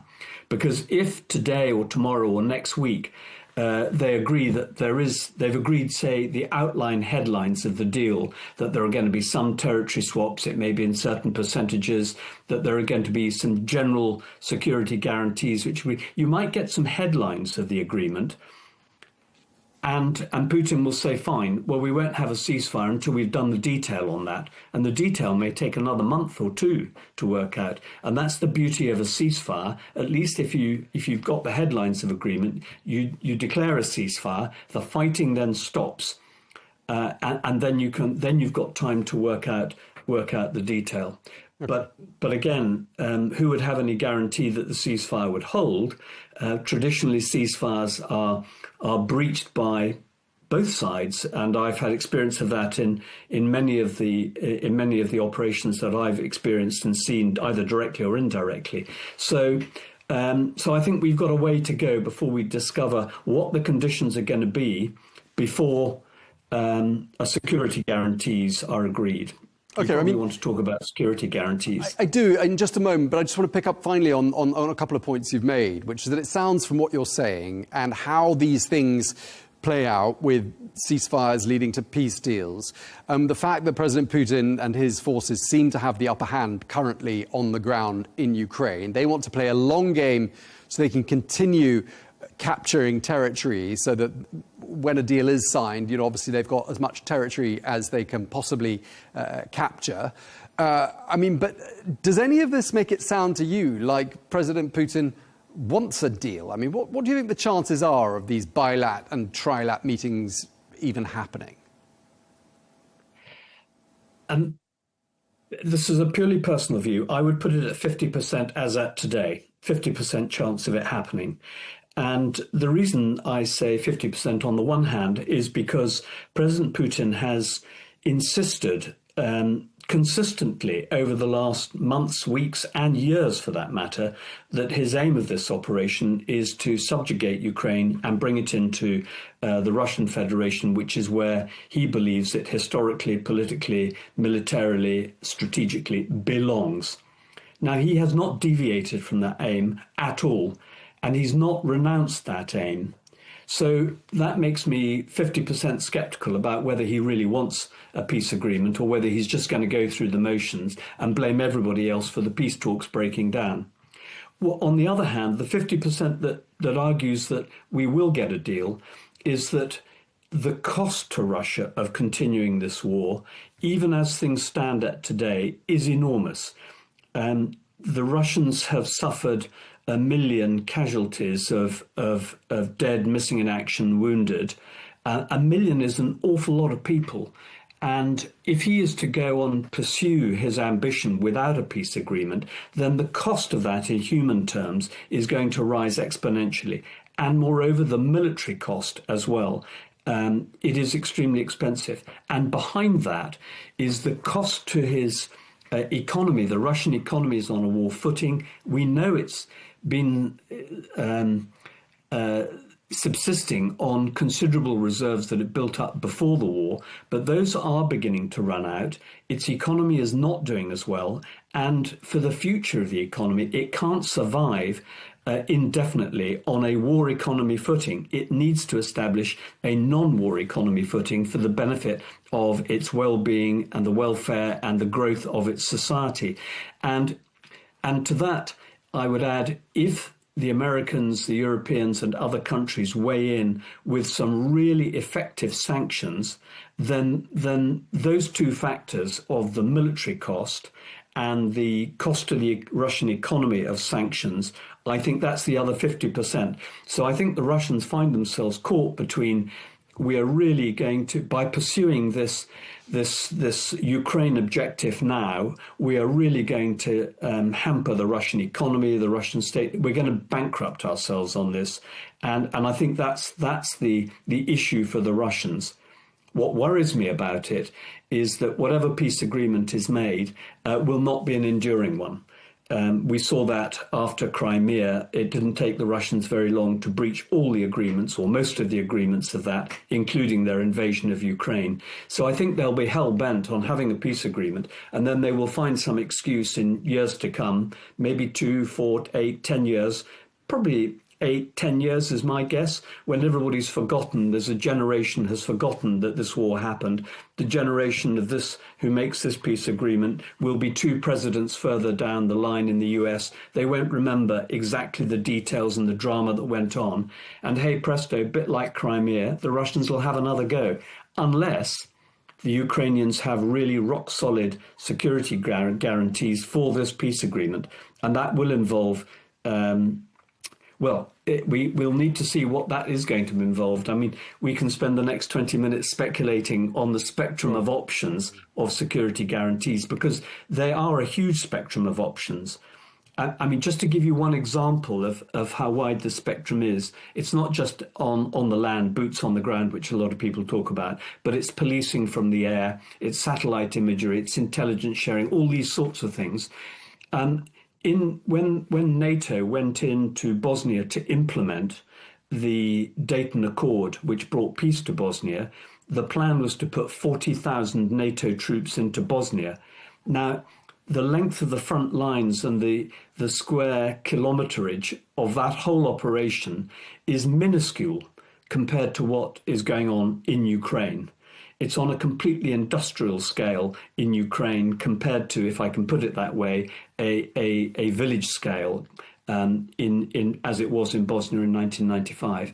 So if you were really to put boots on the ground to act as a tripwire, a security guarantee that could intervene to help implement and impose the details of the peace agreement, then you'd be talking about an enormous force, and that's simply not practicable. So I am sure that the European military chiefs who've been meeting over the last months and making up plans will have a spectrum of operations, a spectrum of potential plans that they can do, and underpinning each of those will be force levels, command and control organizations, intelligence sharing organizations, and probably some draft troop contribution ideas as well.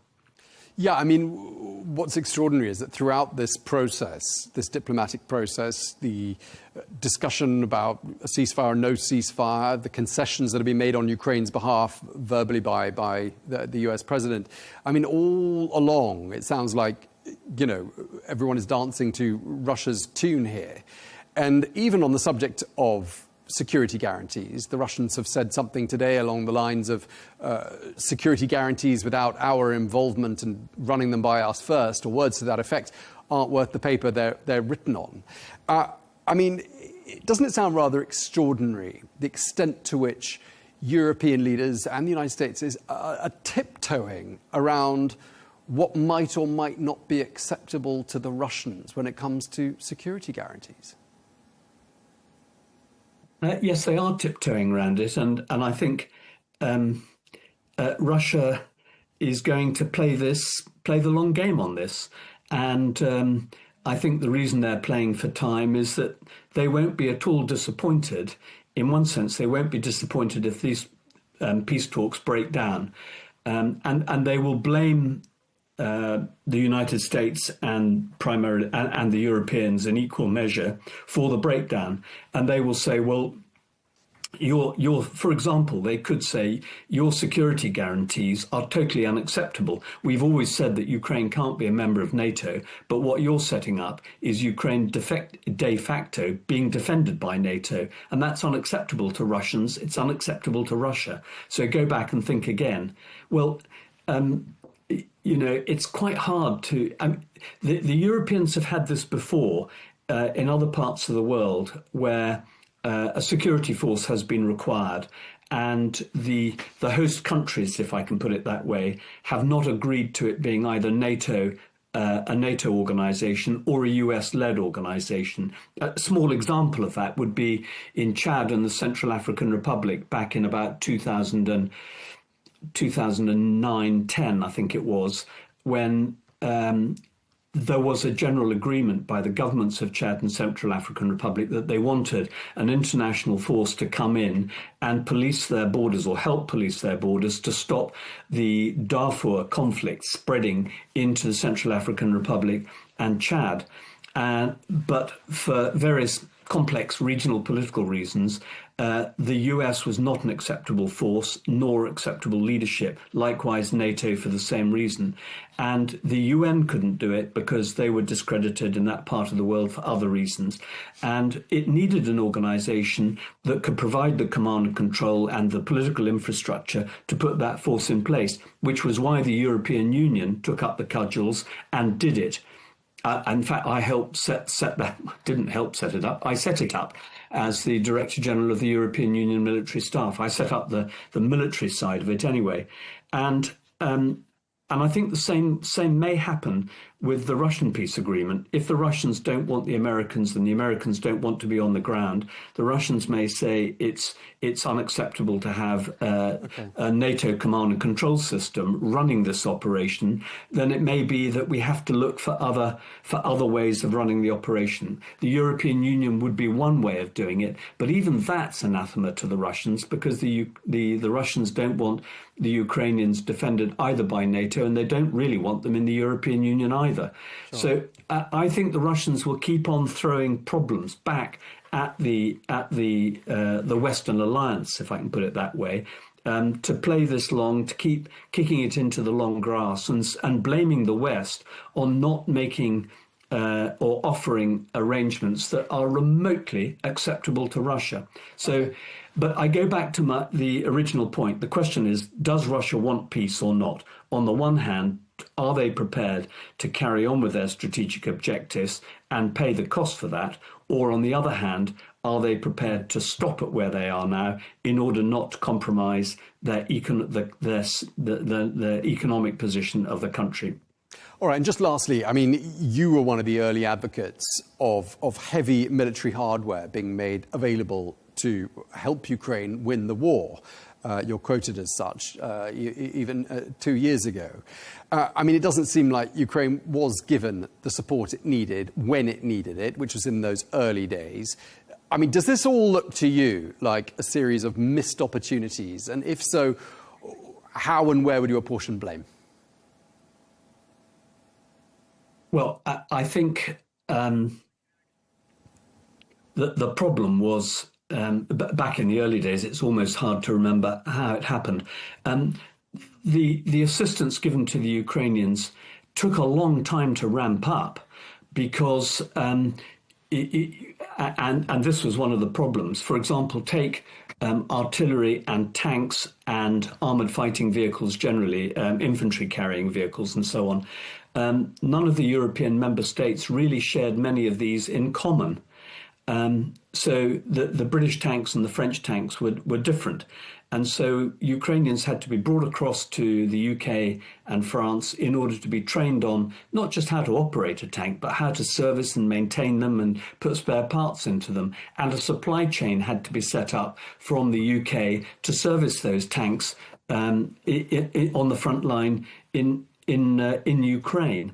And that took a very, very long time. People underestimate that. On the other hand, some of the support to Ukraine was instantaneous. So a lot of, if I can put it, soft support, so intelligence sharing, communication sharing, but particularly intelligence sharing, that was instantaneous. And the supply of, for example, ammunition to Ukraine and cash from the European Union, that was instantaneous. Where there were some problems, and I think criticism of the Europeans is justified, where there were problems were some member states, some European member states, particularly European Union member states, were unwilling because they were equivocal about their support for Ukraine. Germany had severe reservations, partly for historical but mostly political reasons. Hungary, as you know, was on Russia's side, as Slovakia. So the Europeans weren't anyway unanimous and together, and that made for its own particular difficulties. Okay. All right. We're going to leave it there because we're out of time. But thank you very much indeed for taking the time to speak to us. Really a pleasure talking to you, as always, Lieutenant General David Leakey. Thank you for your time, sir.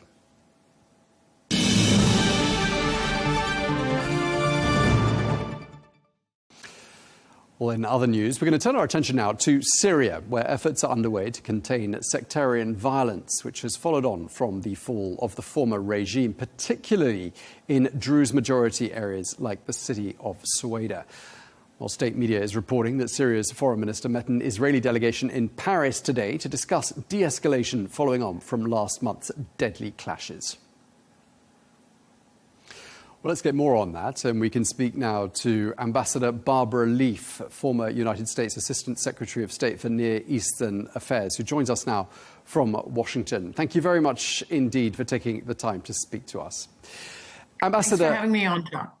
In your capacity as the State Department's top Middle East diplomat back in 2024, in December of 2024, you met the new Syrian leader and the new leaders in Damascus. The United States at the time offered that new leadership support, and it seems the Trump administration has continued in the same vein. So can I assume that you agree with President Trump's strategy of welcoming President Ahmad al-Shara into the international fold?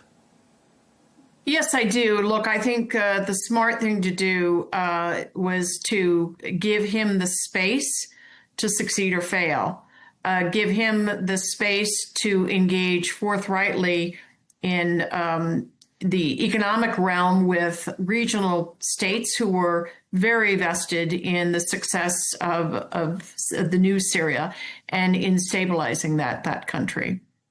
I mean, you were very quick getting to Damascus in December of last year. I'm just wondering why you thought it was necessary to get there as quickly as you did after the downfall of Bashar al-Assad on the 8th of December.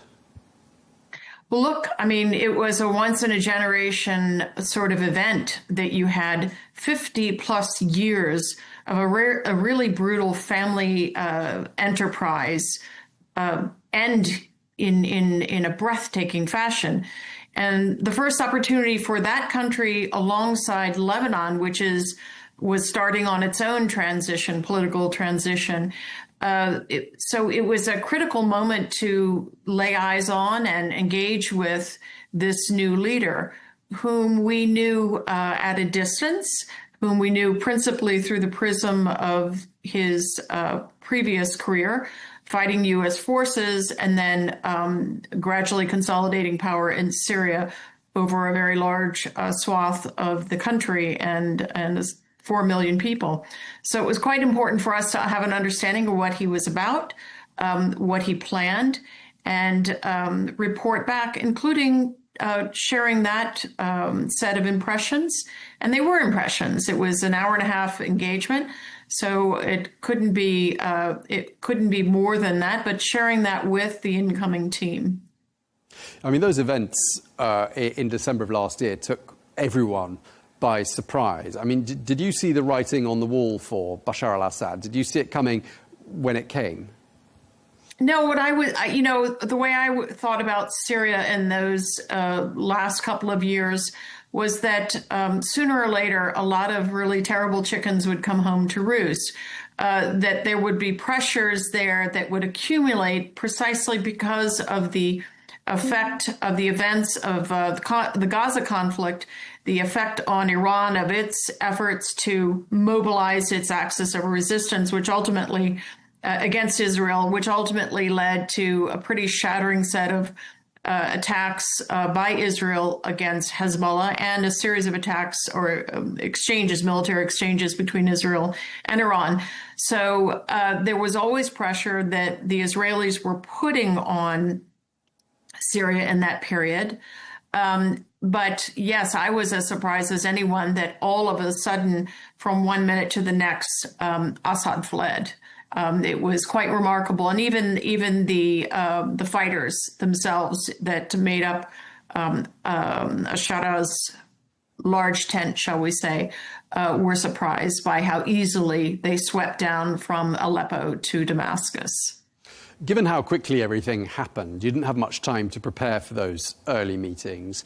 And probably the people on the other side of the table, by the sound of things, didn't have much time to prepare for those meetings either. But what was agreed on in those 1.5 hour long talks? What was committed to? So I had about a week to prepare. I was in Amman waiting for Washington to finalize its decision that I would go in, that I would meet with Ashara himself, that I would go in with Roger Carstens, our special envoy for hostage affairs. And so we had quite a bit of time to think through the discussion, and I had a set of messages to convey to him about sort of the primacy of certain things for us, which included, of course, the quest to find Austin, to find out what had occurred to him, to bring him home if at all possible, but also to look for other. To get the commitment of that government to assist us with other such quests, but also importantly, the counterterrorism piece to pick up the fight against ISIS and carry it forth. We discussed really everything possible, including governance issues. So commitments, I would say it was more of us laying down a set of messages, previewing that, of course, there was a new administration coming in that we could expect would have its own, of course, deliberations over how they would engage or not. But also for any U.S. government, this question of counterterrorism was going to be quite important. You mentioned how, there was an inevitability about how things were going to be difficult for Syria in transition, especially after its history, especially after 13, 14 years of civil war. And there are today some obvious issues in Syria, particularly violence involving minorities, whether they be religious minorities, former Assad loyalists. I mean, there is a degree, isn't there, though, of inevitability about all of this, isn't there? Look, I take I start from the perspective that as horrible and brutal as that 13, 14 years of war were, the war that Assad waged on his own people with the robust assistance of Russia and Iran and Hezbollah, there was a longer history, which also was always going to make the first transitional government's task enormous. And in fact, one could argue that history shows around the world that such transitions have a very high failure rate. And look at the issues. The Assad family, father and son, spent decades setting communities against one another, not just minority against majority, but minority communities against one another, and really working to deepen cleavages all through society. And it's a way of course, keeping everybody unsettled, weakened, coup-proofing the regime, etc. But what it left was a long, long residue of distrust. And of course, you have places in the country, in the Northeast and in Sweden, where you've had decades of sectarian conflict. And so you take away all the trappings of a police state and everything that keeps things contained and controlled. And yes, you can expect an explosion. You can expect these historic tensions to rise up. And then there's a whole question about how Syria, the new Syria and its citizenry, how they engage and how they look at Damascus, this new Damascus. So it was always going to be very difficult. And I think one of the key tests for Shara's success, and I said this to him at the time, would be the degree to which he brought people into governance and into consultations, so that it was not just, as one Syrian said, transplanting Idlib to Damascus and trying to run the city, the country, as he had Idlib.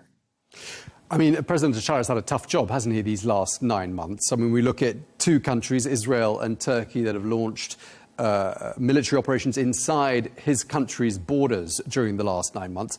And then, of course, we've got the Assad regime in exile. And, of course, they were masters in peddling fake information, fake news, conspiracy theories online, sowing the seeds of doubt in the minds of everyone covering Syria. I mean, have you got the impression that there have been, external forces like them trying to unsettle and really fan the flames in Syria? No question, and we saw that within the first days after Assad fled, and Ashara came with HTS to Damascus.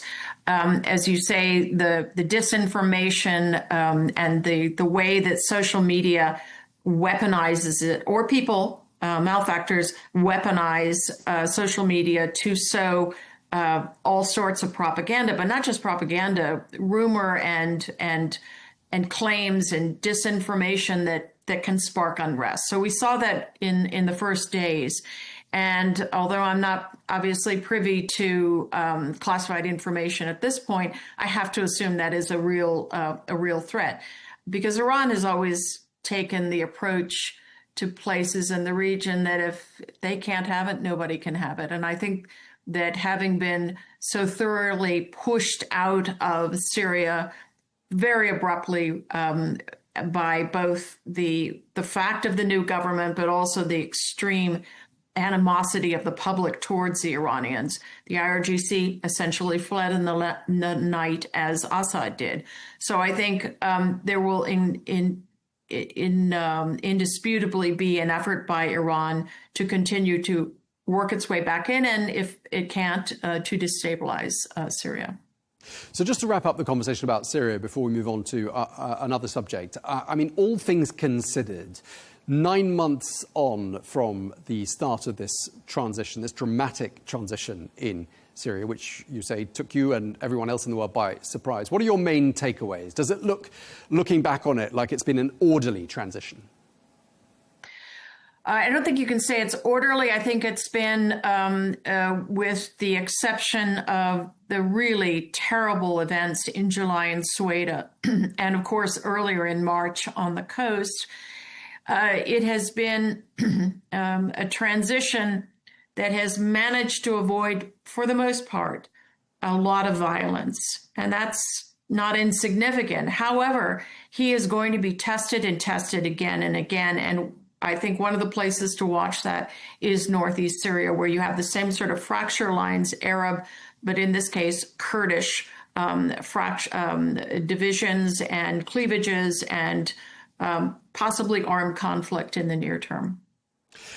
Ambassador, I'd like to turn our attention to what's been happening in Gaza. We're less than 3 months away from the 2-year anniversary of the 7th of October and the horrific events in Israel, but also the beginning of a horrific chapter for the people of Gaza. Why is it that peace in Gaza is proving to be so elusive? Look, I mean, there is no question, for me at least professionally, the Gaza conflict was the hardest thing I ever worked on in my 35 plus years of diplomatic life. And the longer it goes on, the harder it is to unwind. You saw remarkably huge numbers of Israelis come out in protest on Sunday in a sort of a national agony about the conflict and the desire, of course, to bring their loved ones home and also the remains of those who perished. And on the other side, you have just a terrible, terrible humanitarian situation that beggars description at this point. I think it's possible, for the first time in a while, it's possible that there will be a partial hostage deal. But the thing that remains unresolved is how to end this conflict and how to close the gap, as it were, or reconcile two really irreconcilable quests. The still unfinished war aimed to Israeli war aimed to totally destroy Hamas, which by every reckoning of every military professional I've spoken to, both American, European, Arab, but also many Israelis, can't be done by military terms alone. And on the other hand, Hamas is the only standard for victory is that it survives. Well, you've got 2 million people who are living in the midst of this terrible situation. So there needs to be a political resolution to it all. And I have long argued that Hamas should not be the one at the table that is the party to that negotiation, that it is unreasonable to exclude the Palestinian Authority as the partner. They are the natural partner. And then you will get the Arab community coming in behind that to help take Gaza to what it badly needs, which is out of the conflict and into a post-conflict recovery phase. And yet, peace is looking like it maybe even further into the distance, because Israel is now planning, we're told, to carry out a military offensive to, quote, conquer Gaza City. Israel's defense minister is calling up around 60,000 reservists. I mean, that's going to make an acute humanitarian crisis even worse. Do you get the impression that Israel continues to have Washington's full blessing when it says it's going to go ahead and do something like that? Well, I mean, the president spoke again this week and said, get on with it, destroy Hamas as fast as you can. I mean, with all due respect, that's easy to say. It's proven impossible to do. So destroy Hamas as a formal sort of terrorist army, as the Israelis have always called it, an organized military. Yes, that has been done. They are a disaggregated force. They are more of an insurgent force, which makes it all the harder to get at them in military terms, and certainly to get at them without crushing civilian casualties and damage.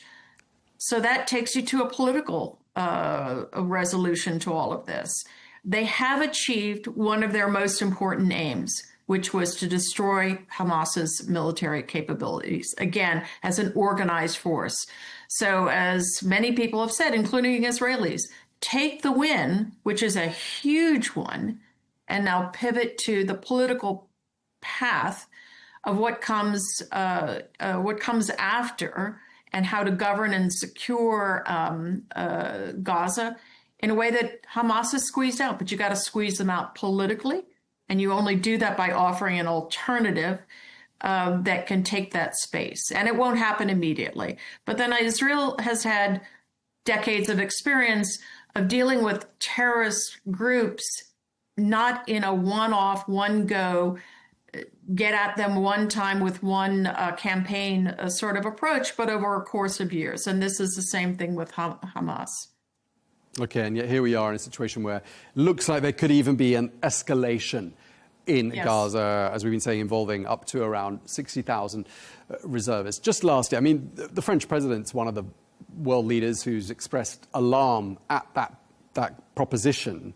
He says it risks dragging the entire region into a state of permanent war. Those are the words of President Emmanuel Macron today. Do you share that concern? Well, I don't know if I see it as permanent war, but certainly permanent insecurity that just spreads and spreads immutably in every direction. Permanent insecurity, permanent instability.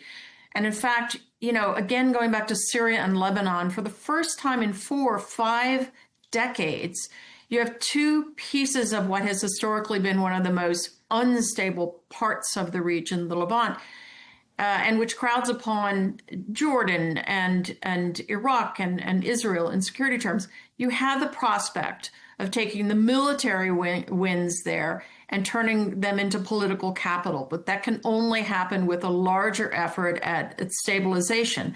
And Gaza is very much a part of that. It inflames the Arab public, and it is a seedbed for radicalization of a very dangerous kind for the future.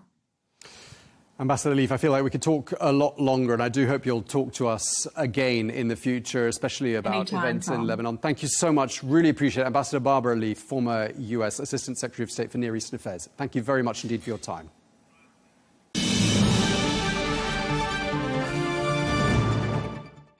Well, we're going to stay in the Middle East for our next story and continue focusing on Gaza, where the humanitarian crisis is worsening by the day.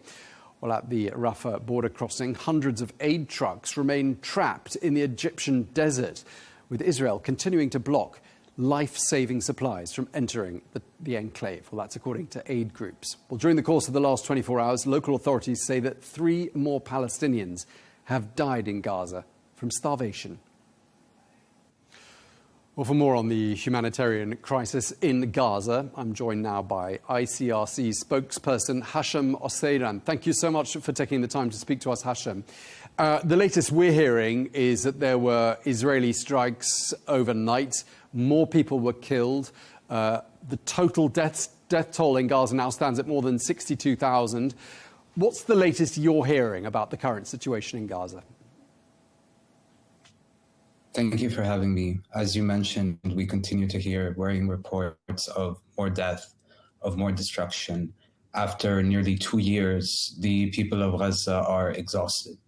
What we're hearing from our teams on the ground is there is more fear of more violence, of more displacement, and it is unacceptable that after all of this time, that the civilian population in Gaza still has to endure so much hostilities. Hashem, I know everyone is running out of words to describe the situation across the Gaza Strip, but what's left? I mean, how would you describe the situation as it stands right now? The situation in Gaza is nothing short of a nightmare. It's catastrophic and it keeps getting worse. And it's unacceptable right now that it's at risk of even getting the situation deteriorating even further. People are in need of everything. They need food, they need water, they need medicine, and more than anything, they need safety. I mean, food scarcity, nutrition, these have been issues for some months now. I mean, how can we categorize the situation now using the correct terminology? What are we looking at? A famine? I mean, the ICRC is not a food actor that's going to categorize in terminology. What we can say is what we see on the ground. And what we see on the ground is we operate a field hospital. And in the field hospital, we're seeing increasingly patients who are arriving malnourished.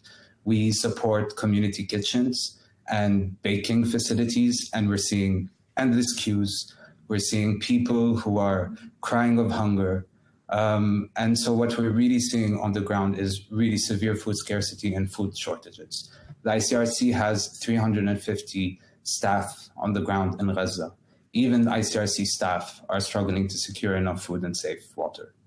And so the absolute scarcity of all essential items, not just food, but also water, but also medicine is appalling. Yeah, I mean, I want to ask you about one of the communiques that the ICRC has put out with regards to one of the field hospitals you operate, this one in Rafah, where it's been reported that 4,500 wounded patients have been treated, people who'd been shot at, we're told, whilst trying to get hold of food. I mean, just tell us about the sorts of injuries that were reported there and what explanation there is for them. So since the new food distribution sites were launched around May 27, our field hospital in Rafah has received an unprecedented wave of mass casualty incidents. We have received over 4,500 weapon wounded patients. We're seeing all kinds of injuries. They're mostly gunshot wounds, but we've also treated shrapnel injuries. And what this suggests to us is there's a very worrying security environment around the food distribution sites. Most of the people that were admitted to the field hospital said that they were injured while trying to get food for their families. And so this is very worrying for us. The field hospital was established in May 2024. We've never seen this number of patients. We've never seen this number of cases. And how are the doctors in those field hospitals able to cope with the volume of patients and give them the treatment they need? I mean, these must be extremely difficult circumstances for them to work in. Well, to give you context, the Red Cross Field Hospital has 60 beds. And there are mass casualty incidents in which we've received 130 patients, 170 patients. So we're talking about more than double the capacity of the hospital.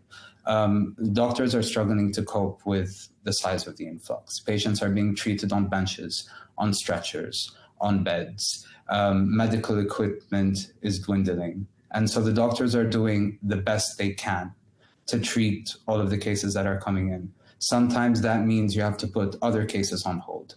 If you have maternity cases or if you have usual cases for follow-up, all of that is put onto the side and all of the attention is put into just treating the patients that are coming in huge numbers. What is the ICRC allowed to do in Gaza? Because we know that some aid groups face restrictions. I want to know what restrictions you face. Well, the ICRC has been in Gaza since before October 7, and we will continue to work in Gaza, and we plan to continue to work in Gaza. What we do is a whole range of activities. This includes the Red Cross Field Hospital in Rafah, which is the last fully functioning field hospital in Rafah. We also support community kitchens and common baking ovens, which provide people with sometimes the only meals that they will eat that day. We also try to facilitate access to essential infrastructure and essential services, including water and electricity. We're also supporting in building latrines and bathrooms in displacement camps where sanitation is becoming a major issue. And this is just a snapshot into the range of activities that the ICRC conducts in Gaza. In terms of the challenges we're facing very similar challenges to many other aid groups that are working on the ground. Primarily, Gaza is an active hostility zone. So security is a major issue. We have risk when it comes to movement. We have risks when it comes to access. More than 80% of Gaza's territory is impacted by evacuation orders, which also makes access very difficult for humanitarian workers. Roads are destroyed. They're filled with unexploded ordinances. And again, I stress the main problem is security. The ICRC has lost 6 of its staff members since October 7th. At least 2 of our premises have been hit. And so it's the challenges that exist on the ground are just immense. Yeah, I mean, clearly an extremely challenging, extremely dangerous place for humanitarian people to work, including, as you say, your colleagues from the ICRC.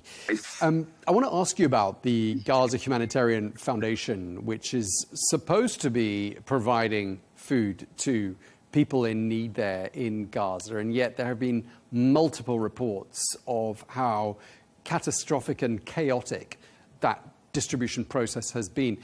Does the ICRC offer any assistance, any guidance, any advice to the GHF, or do you operate completely separately from them?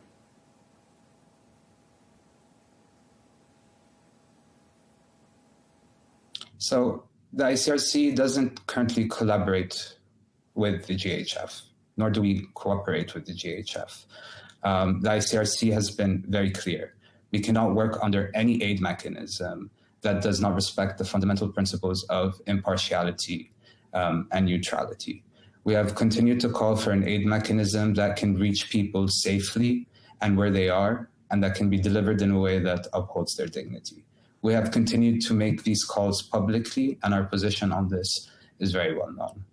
Now, in terms of engagement, the ICRC engages with all actors in relation to Gaza, and this includes the GHF. But that does not mean that we endorse the actions of any individual or group. Okay, and of course, part of your being neutral and an intermediary here means that you are in a position to, for example, visit the hostages on both sides. And I'm wondering whether you are willing to do that and whether that's likely to happen. The ICRC has been ready since day one. We have repeatedly demanded that all hostages be released. We have also repeatedly asked for continuous access to all of the hostages. But access is not automatic. Access needs to be granted. We do not know where the hostages are. We do not know how to access them. And in order for there to be access, there first needs to be an agreement between the parties, between Israel and Hamas. So this is key for us in order to be able to access all of the hostages. We need an agreement in place. And, you know, while there might be a lot of hope that the situation will improve, what we're hearing from Israel would suggest otherwise. Israel threatening to escalate its campaign in Gaza, calling up some 60,000 reservists, really planning to conquer, they say, Gaza City. Those are their words. What would such an escalation mean for the people of Gaza, do you think? For the people of Gaza, it means more desperation. It means more violence. It means more displacement. After 2 years, people are exhausted. What they need is relief, not more pressure. What they need is safety, not more displacement. And what we're hearing from our colleagues on the ground is that there are many people who will not leave, who will stay, because they are tired of moving time and time again at a time when nowhere in Gaza really feels safe. And this is why every minute without a ceasefire is costing lives. The ICRC has continuously called for a ceasefire to be reinstated. And that's essential for a civilian population that has really been driven to despair over nearly 2 years of hostilities. And just lastly, Hashim, and briefly, if you will, one thing the ICRC has communicated online in the last couple of days, they say the window for saving lives in Gaza is closing. The time to act is now. Just to wrap up this conversation, who needs to do what? First and foremost, the parties need to reach an agreement. We need a ceasefire agreement. And that is the responsibility of Israel and Hamas. Besides the parties to the conflict, states also have a role to play. States must ensure respect for the Geneva Conventions. They must ensure respect for international humanitarian law. And that includes by allowing the rapid and unimpeded entry of humanitarian assistance into Gaza. Okay, thank you very much. Really appreciate you taking the time to speak to us. ICRC spokesperson Hashim Osseidam, thank you very much for your time, sir.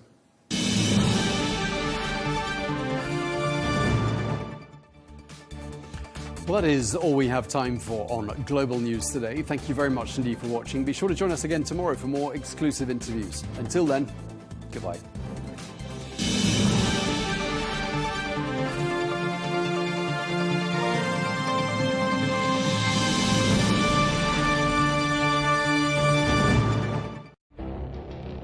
It feels like decades are passing by in a matter of weeks. Seismic shifts in the world order.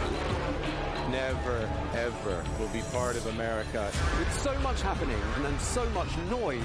Whether it's political upheaval, Canada has been ripping us off for years. Economic shifts or social movements.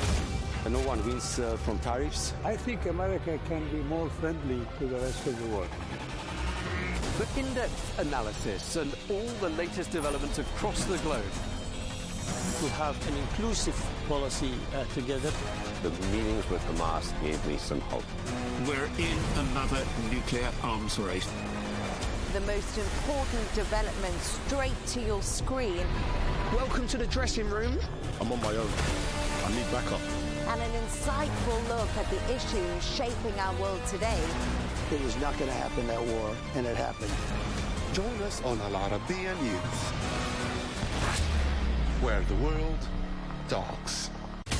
From the White House to Gaza, Kiev to Beijing, elections, economics and the environment compete with conflicts and other complex issues for our attention. In an age of fake news, deepfake and artificial intelligence, They've got to have a vote and a say. it's important to look beyond the loudest voice to understand the truth. From newsmakers to groundbreakers, My campaign is going very well. presidents, prime ministers, princes and peacemakers, and cultural tastemakers. As Arabs, as Middle Eastern, we're too emotional. Join me on the Riz Khan Show for empowering conversation. Our allies, in many cases, are worse than our enemies. Stay informed and connected with the latest international headlines. There obviously is a risk. From breaking news to in-depth analysis, It would appear that this war is coming to an end. who buys this stuff? Investors, pension funds. We deliver the most important developments straight to your screen. Iran always wanted to deal with militia. Join us for compelling, expert-driven conversations A curfew order has been established. and an insightful look at the issues shaping our world today. There are a lot of proposals about European architecture for security. I'm Leigh Ann Gerrans, and this is W News, We dealt with this when I was chief of staff in the first term. where you don't just hear the headlines, you get the full story.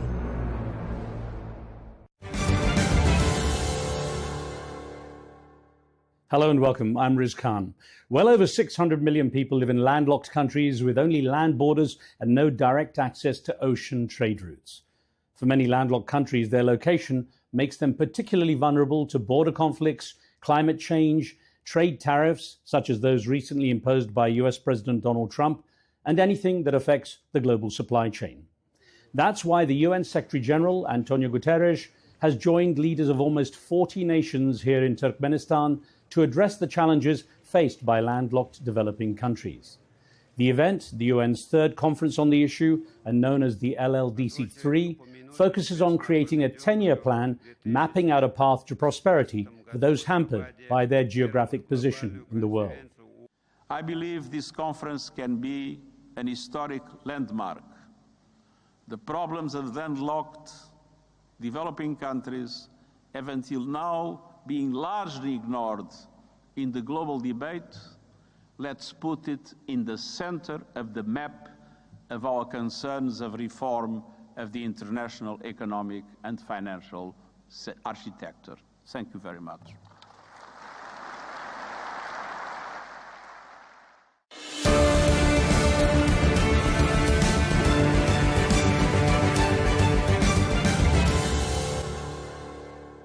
The four-day LLDC3 conference drew almost 6,000 participants from 103 countries as far afield as Australia and Canada.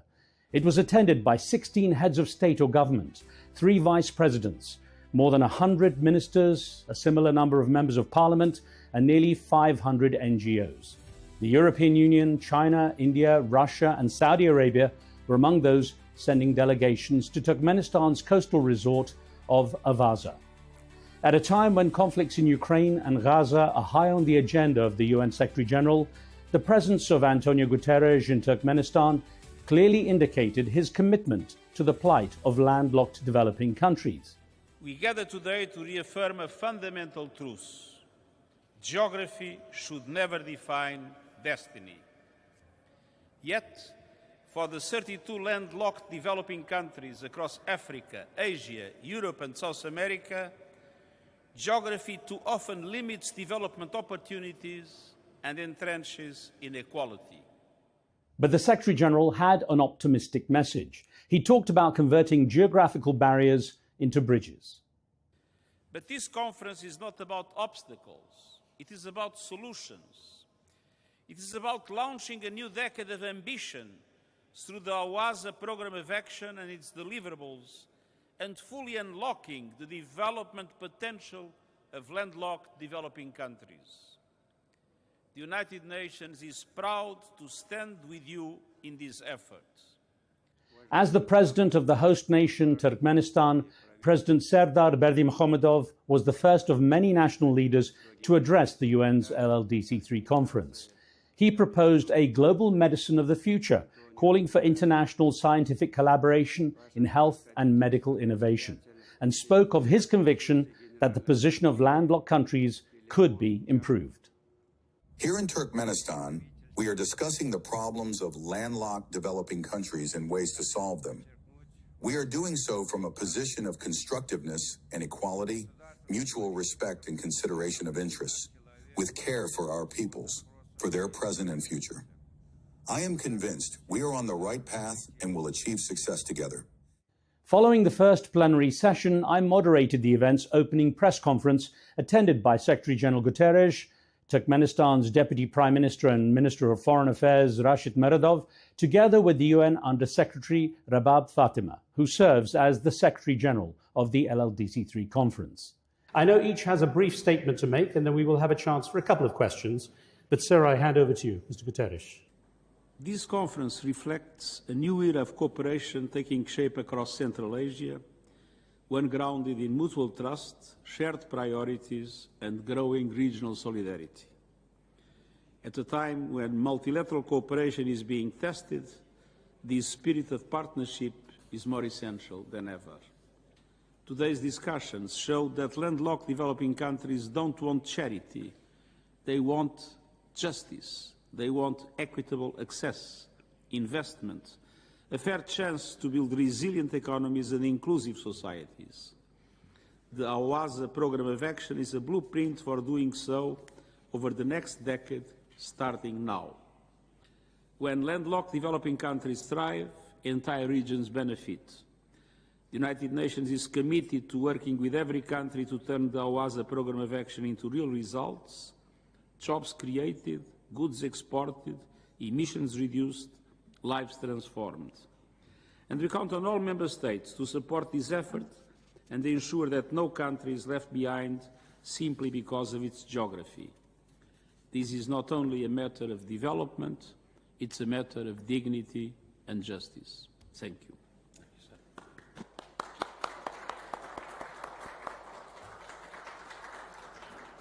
Of course, those of you coming to Turkmenistan for the first time will have experienced the wonderful hospitality of the Turkmen people. I've had the honor of meeting Minister Meredov before, so I hand over to you, please, for your comments.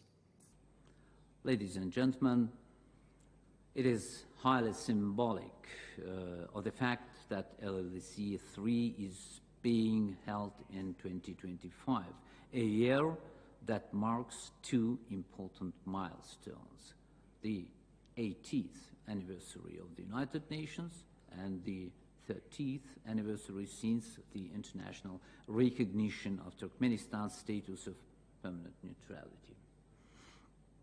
We believe these values, neutrality, peace, and mutual respect, are especially relevant as we explore collective solutions to global development challenges. We're only at the beginning of this important journey in Gaza, but the foundation has been laid for a successful and impactful conference. We thank all participants for their engagement, the United Nations for its partnership, and especially to the Secretary General for standing with us. Let us continue this work with purpose, solidarity, and vision. Thank you for your attention.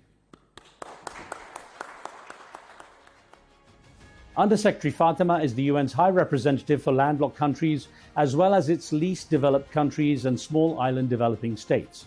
She joined me to discuss the most pressing problems that the conference would address. I guess one of the questions as a journalist for me is this is quite a new topic on the public agenda, the idea of landlocked countries. But it's not entirely new, is it? It's not entirely new, actually, but you're absolutely right. There's not much awareness about this group.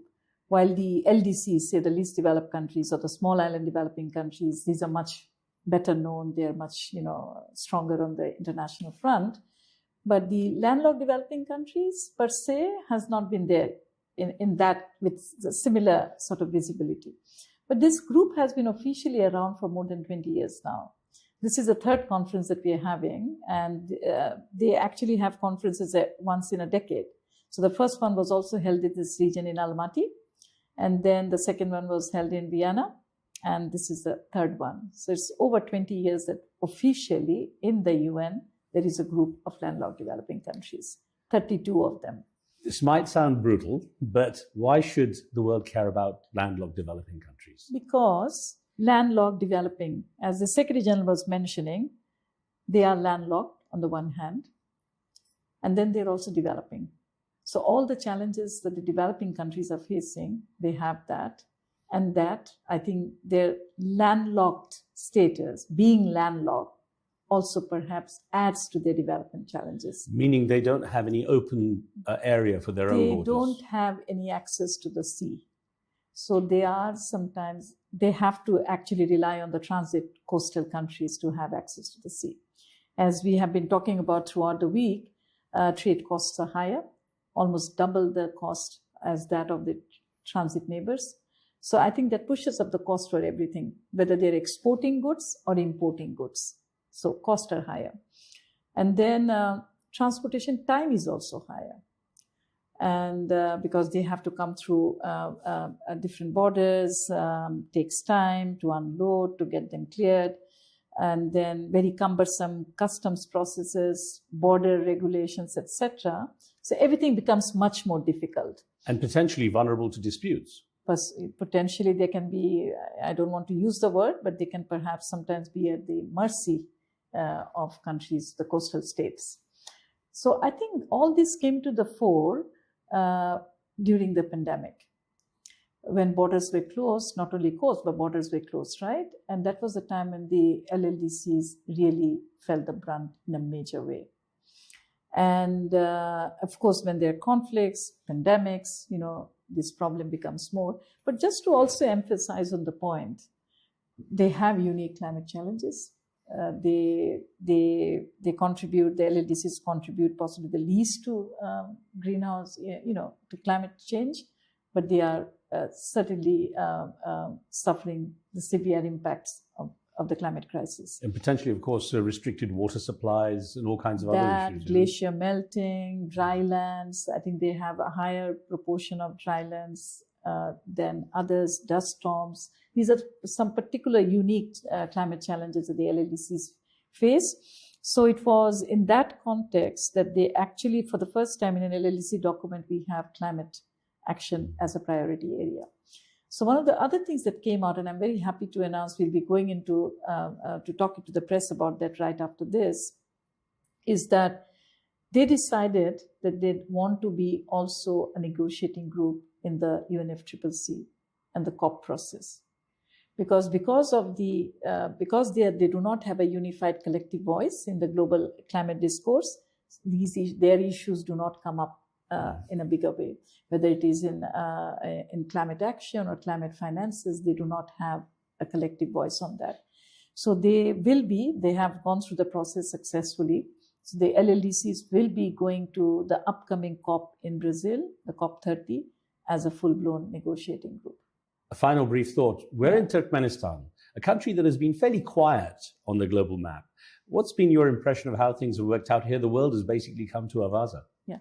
I was asked that question in New York before coming, and the ambassador of Turkmenistan was with me. And there was a question, I said, why not in Turkmenistan? Because I believe Turkmenistan have been quiet, but I think they have very quietly been doing a lot of work, especially in terms of regional connectivity and regional cooperation in the region. So I think that was one. Secondly, they also expressed an interest. And coming here, I can see the total commitment of the government to making this process work. And they have been able to mobilize enough support for the LLDCs, not only amongst the LLDCs themselves, but again, the partner and other countries, to actually bring them here together. So if you're looking around the rooms, the different meetings that are taking place, there's a lot of buzz, there's a lot of momentum that we can see. And I would like to give the credit, I would like to actually congratulate the government of Turkmenistan for having been able to galvanize global opinion and global support for the LLDCs and bring them all here together, along with their partner countries and transit countries. So I'm quite excited about the days ahead. Madam Secretary General, thank you so much for giving us the time. Thank you. Thank you very much. The Economic Cooperation Organization is a regional trade body whose members represent almost 500 million people. Member states include Turkey, Iran, Pakistan, and, as its Secretary General, Ambassador Dr. Asad Khan told me, 7 landlocked nations. One of the things you have is responsibility for an area that has a lot of landlocked countries. Yes. So, of course, this conference is of extreme relevance. What did you get so far out of the conference in terms of the progress being made? I think the most important thing, and you are absolutely right, of the 10 members that we have, 7 are landlocked countries. And I must also say that we are proud that of the 3 LLDC conferences held so far, 2 are held in countries that are our members. The first in Kazakhstan, and now second here in Turkmenistan. And what this conference has done actually is to bring visibility to an issue, I think, that has been there for decades, I would say. But this time around, I think, particularly when we are seeing also a growing desire to build stronger connections within the region, I think this conference has assumed even greater importance. So all the issues that affect the development trajectory of landlocked developing countries is something that has been brought to the front during this conference. Is the need to build stronger relationships in the region a result of the fact that many countries, especially in the West now, America being, of course, the USA being a big one, are becoming very introspective and becoming quite protectionist in their nature? I think the unpredictability and uncertainties and everyone adhering to the agreed norms and principles is something that brought a certain readiness to engage in multilateral work. Now, with the uncertainties that we are seeing, obviously countries would like to work more closely within the regions, within their neighbors, trying to find solutions that are local. But I'm not saying that this is essentially a kind of a mutually exclusive thing. We as much need multilateralism today as we needed it before. But a strong multilateralism is also a product of cooperative regionalism. And when countries are able to work with their neighbors, because all issues and conflicts are essentially regional, and their ability to resolve issues. And I must say that landlockedness is actually a factor of geography. And therefore, it is absolutely critical and essential that the solutions have to be found locally and regionally. And that's where I see some more hope now than before, that countries are now more keen to work regionally. But that doesn't necessarily mean, because the challenges that we are facing in the regions obviously are challenges that are not just transboundary challenges, but they involve the whole world.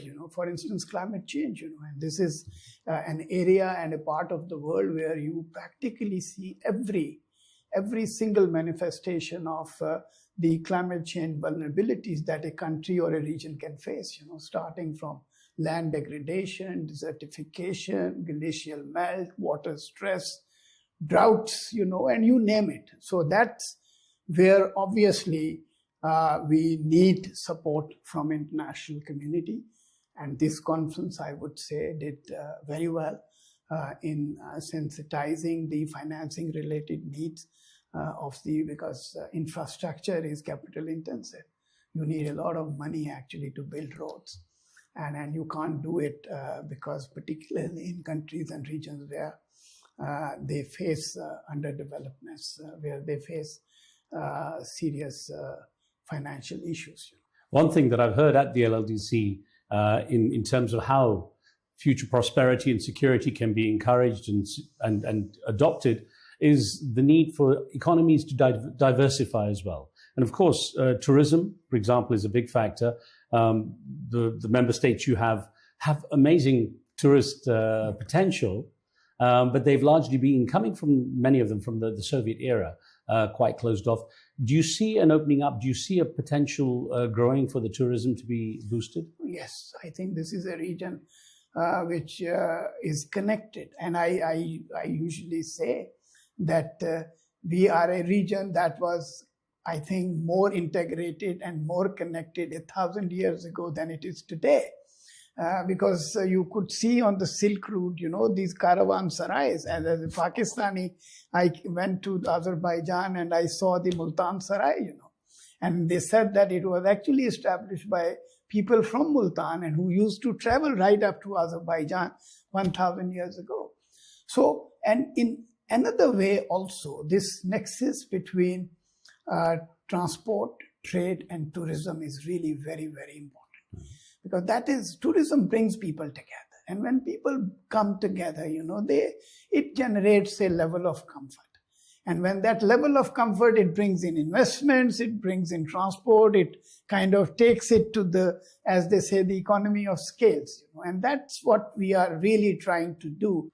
Well, since the start of this year, a certain small White House on the other side of the world has certainly put the cat among the pigeons when it comes to creating, let's say, uncertainty with trade costs through tariffs and so on. What impact do you see the current, perhaps, uncertainty being created by President Trump's tariffs on your member states in trying to find some way forward without having a negative impact overall? Well, I think we are, I would say, a diverse group of countries where some countries have pretty large and extensive trade with the Western countries, including the United States. And there are others that do not have as big trade as some of the other countries in the world have.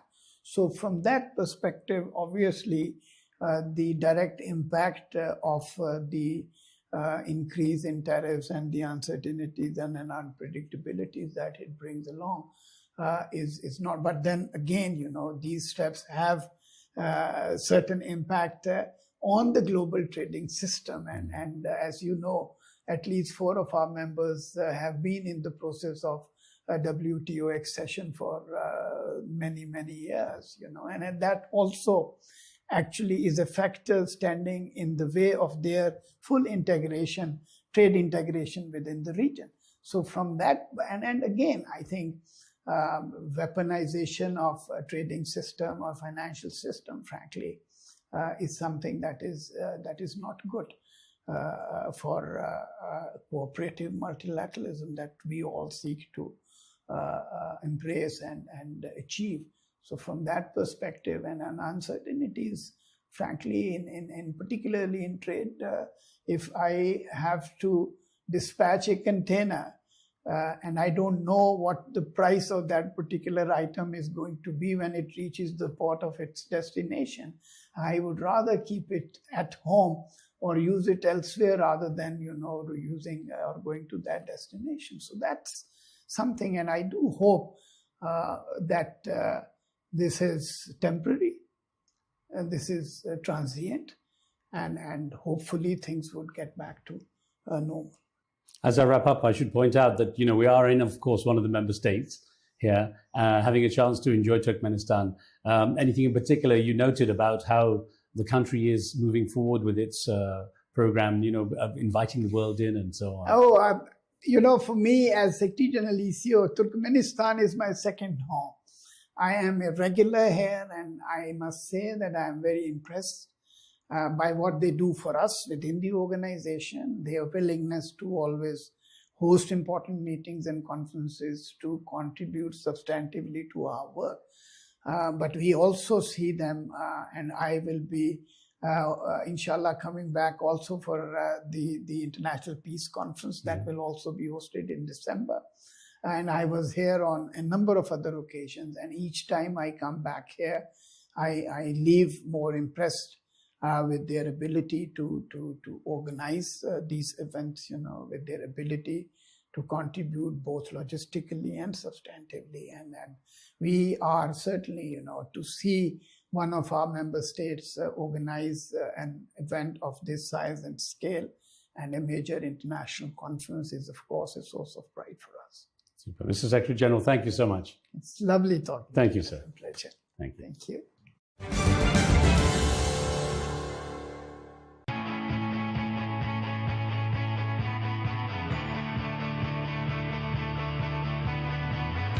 Welcome to the metropolis, the big city. This is where tech, trends, and culture meet. Meet the people. See the sights. Walk the city streets. And experience the lifestyle.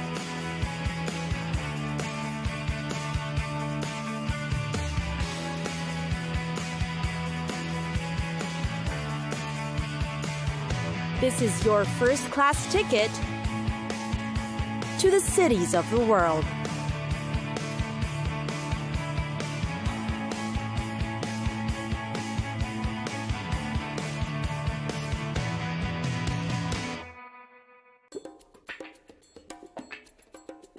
Buenos Aires.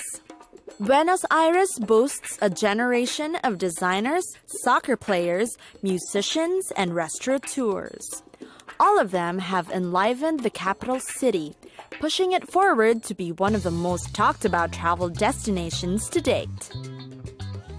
What it promises is a bittersweet charm, the combination of the old-fashioned sensibility and contemporary revolution. And both are an amazement to visitors and reminiscent too. First order of duty in the city, honor the dead. Yes, one of the popular spots in Buenos Aires is the Recoleta Cemetery. Its architectural style takes inspiration from Art Nouveau to Neo-Gothic. The result? A site with a maze of narrow passageways lined with a marble statuary and decorative mausoleums. And then, of course, there's the stained glass windows, the marble angels, cherubs in stone relief, and poetry etched in granite. You must know also that in Buenos Aires, football isn't just a game. It's a national pastime. So much that city streets are cleared and spectators are all glued to the game, huddled around TV screens if not in stadium crowds. You must definitely witness a match at the La Bombonera, the famed stadium of Club Atlético Boca Juniors. Next up is the true authentic experience of the city. Course through the quaint San Telmo, which exudes faded grandeur and bohemian spirit.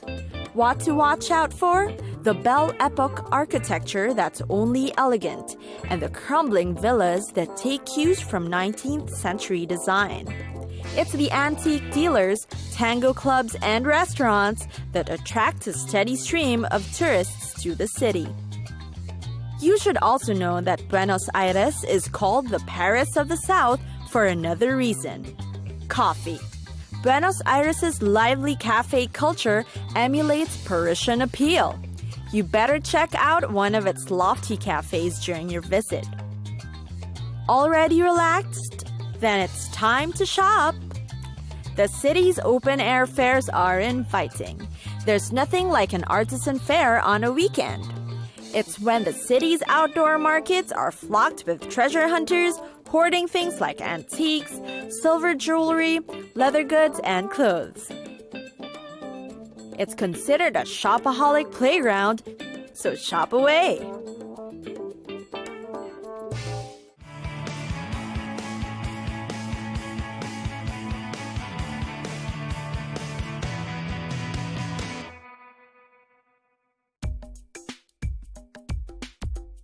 Macau. Macau is known as the city where Eastern and Western cultures meet. The city's charm rests in the contrast between old and new, antiques and fashion, traditional and modern. Macau also has a reputation for being Asia's largest destination for gambling. The city is also a major port for trade between the countries China, Japan, India, and Europe. One of the top destinations in Macau is the Museum of Macau, the biggest one in the region. It's got superb collections of its culture and history, dating back from the Neolithic period up to today.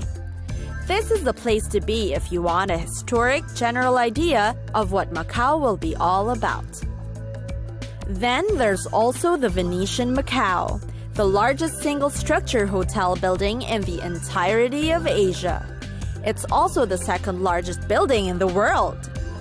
Located on the Cotai Strip, it is a 6-star hotel and casino resort that will remind you of the romantic Venice and the exciting Vegas. It has about 3,000 suites with exquisite attractions and amenities. With dining, performance, entertainment, shopping, and exhibition feats, you'll surely enjoy your time here. Imagine 35 stylish restaurants, 300 boutiques, and a mix of sports and leisure facilities. Next up is the Largo do Senado, or the Senado Square, known for the hip place for celebrations in Macau. What's attractive about this place is its design. It's got wave-pattern mosaic of colored stones and was also inscribed on UNESCO's World Heritage List as it forms part of the historic center of Macau. An example of the city's rich architectural tradition is St. Dominic's Church and the Leal Senado building.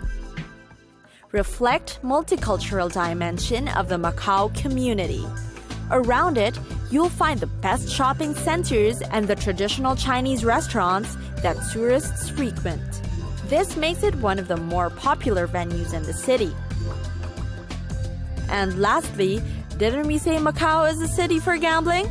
Bet on horses at the Macau Jockey Club in Taipa Island, which is home to about 1,000 horses and has a race course area that can seat up to 18,000 gamblers. You'll get to experience horse racing and gambling entertainment with tourists and the locals here.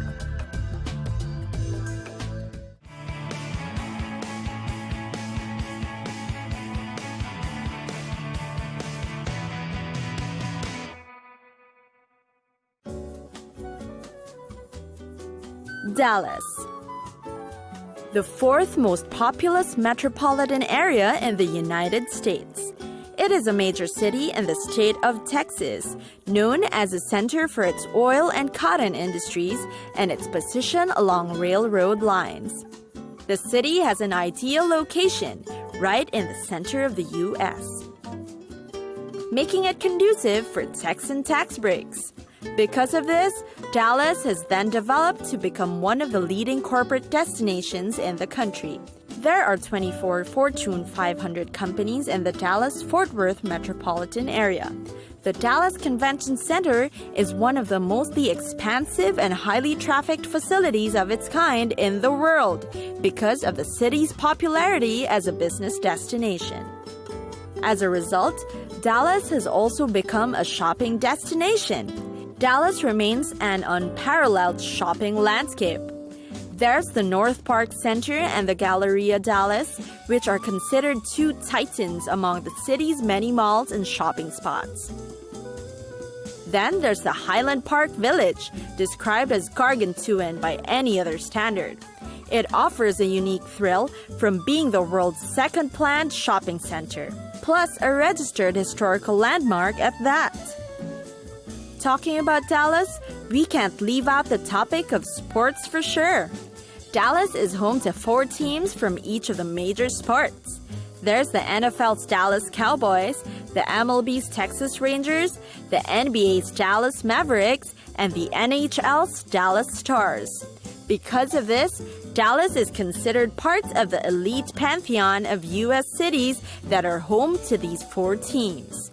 Dallas is also the only city in the U.S. to have hosted the Super Bowl, the World Series, and the NBA Finals all within the same year. Now beat that!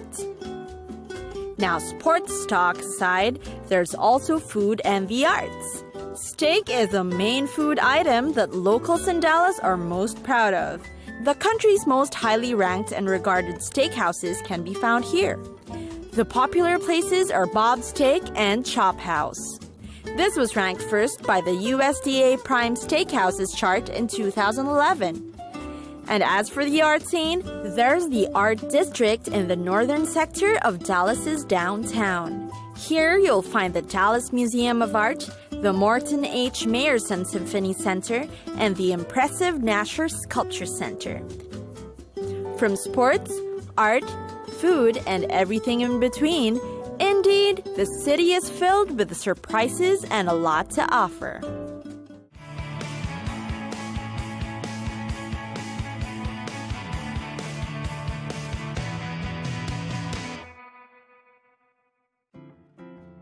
Florence. The capital city of the Italian region of Tuscany and the metropolitan city of Florence.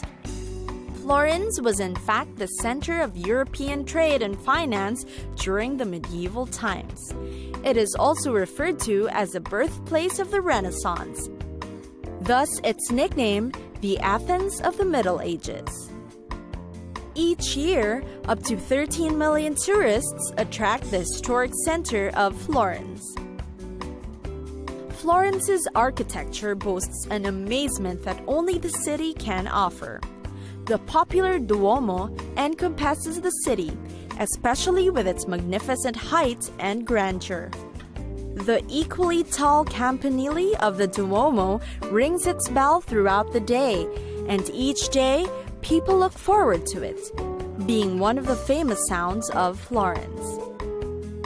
The palazzi, or the buildings that are frequented in the city, remain one of the must-sees of its yearly visitors.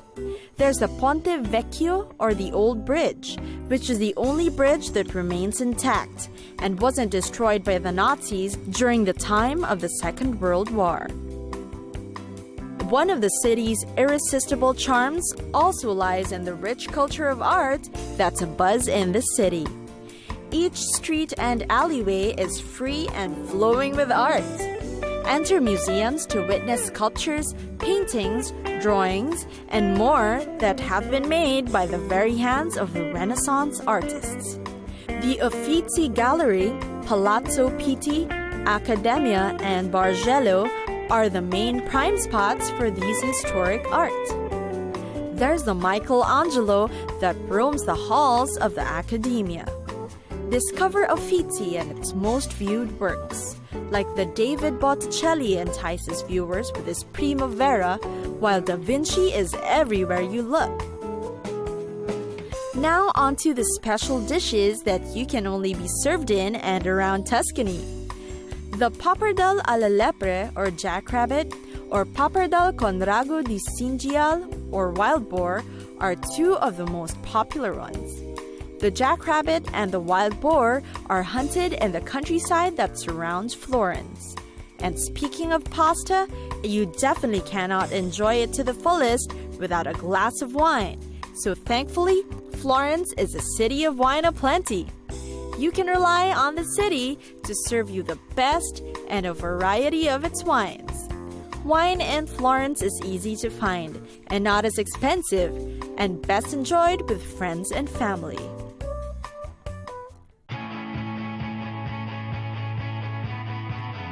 It's time for us to go! Pack your bags and get your tickets ready. And we'll see you on the next destination. Catch us again next time on Cities of the World.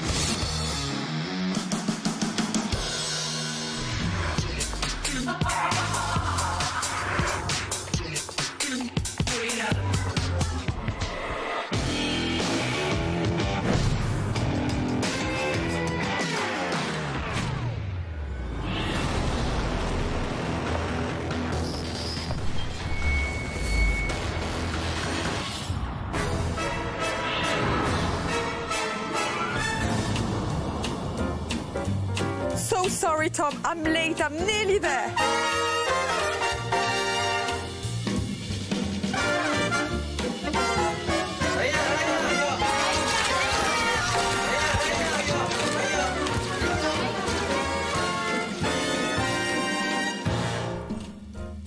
Talking about iconic locations, I know the film was shot in Abu Dhabi and also in Wadi Rum in Jordan. Where did you get to go and what did you think? We were in Wadi Rum together in Aqaba. It was just, you're pinching yourself too. Most importantly for the acting, it helps a lot that your environment is informing it. Which we were very much We were in it. in it. We were like getting the sand off. There's no light. He used natural light. Yeah, you're right. There was no, I don't think we shot one thing in Jordan that had any sort of artificial light. So that was it was thrilling. And then it was immersive. And then Abu Dhabi was incredible too because I just never been to a part of the world that's so hot consistently. And you leave your hotel room at 3 a.m. and it's 110 degrees. Right.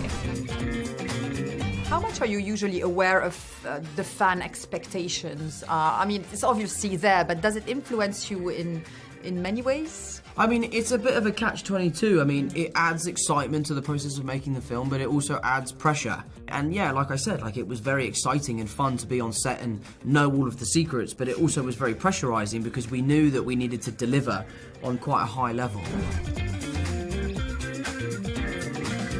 I think animation is pretty cool as well because it's very freeing. You're not self-conscious of the acting, you're just conscious of the voice acting. It's difficult, but it's also freeing. I find it freeing. Do you agree? Yeah, it's weird because I did a lot of it. I was pretty much by myself, I'm I was in a room in my home and everything was kind of virtual. So I didn't get to kind of see everybody in person and have that interaction that you would normally get. And there's always that awkward version where they have to do all the sounds, right? All the sounds that she makes. So it's if she's screaming because she just, did some crazy whatever, it's me alone in a room, just by myself, just going, which, although feels super awkward at first, then probably later it's I think I needed that, Ew, Dad. Ooh, Mommy like. Who's making this stuff? Not me. Whoa! Shrek 5.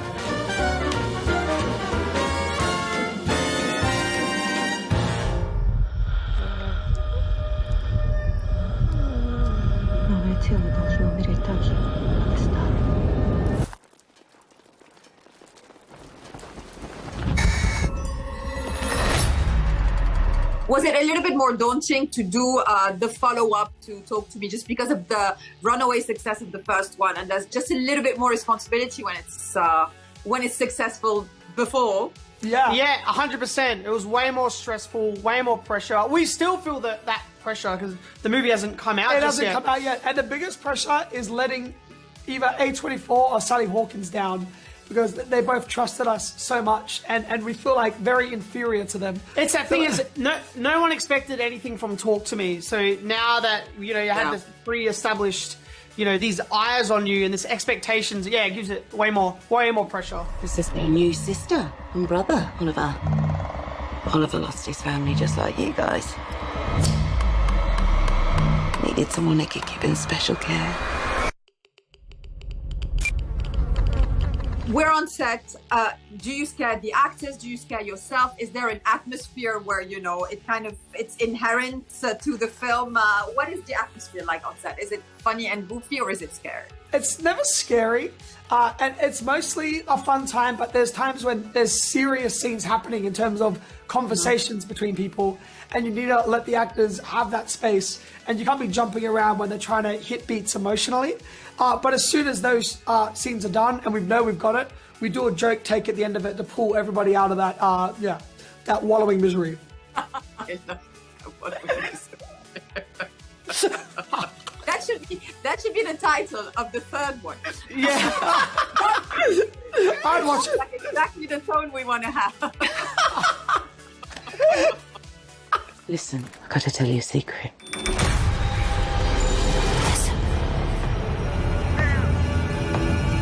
It's like a little angel. It's a beautiful angel. I do believe that even, you know, in the horror genre, even in the most, you know, fantasy elements of the horror genre, there's always like the human elements.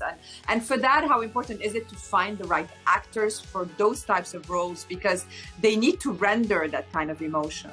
You just need to find people that you know are right. And like for the younger actors, you know from their audition tapes, when you see them, you know that they're that character. It hits straight away. And then there's performers like Sally Hawkins. You can just picture them embodying anything. And like once I start getting obsessed with an actor, or like looking at their filmography, I can't let the idea go of casting them. And the same with Miranda Otto with our last film, and more so with this film with Sally. It does beautiful things. Listen.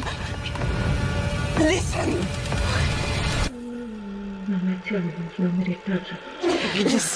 Listen.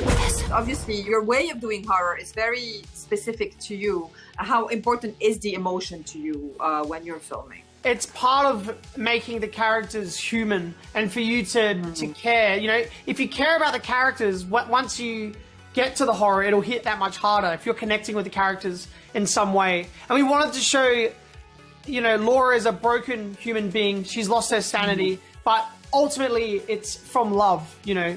She's lost her mind. Yeah, we want you to kind of connect with characters even if you don't agree with what they're doing. Some people believe the spirit stays in the body for months after death.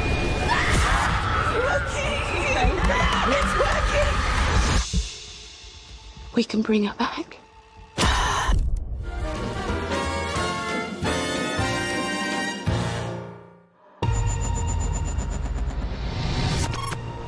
State your name. Ryland Grace, and I'm not an astronaut. Is it better to be in an iconic film or have an iconic role? I think film. You know, it's always better to be in a good movie.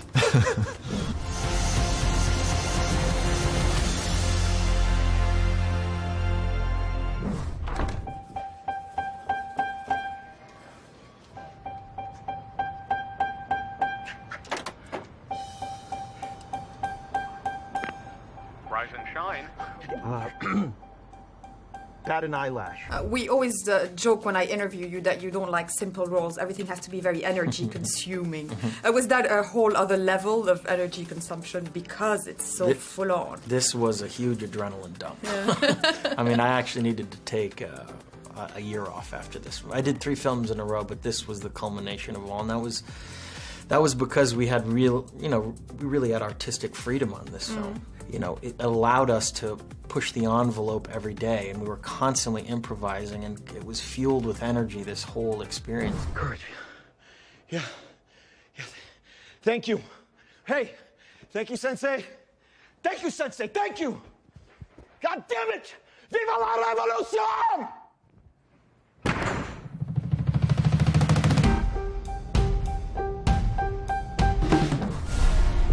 In the world of magic, everything that disappears reappears.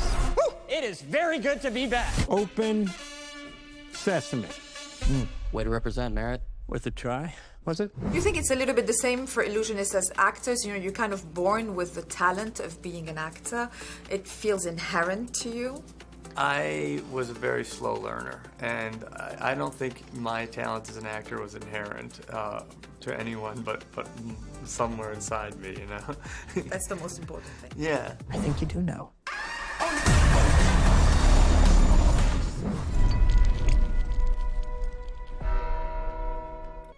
Together. People are afraid of people who know their worth and power because they want to control us. And if they can't, and if they know that we have a sense of self and that we have an awareness and also that we have love and empathy and friendship and strength. Yeah. It's scary. It's scary. Yeah, they get scared. Because the more we know ourselves, the more powerful we become.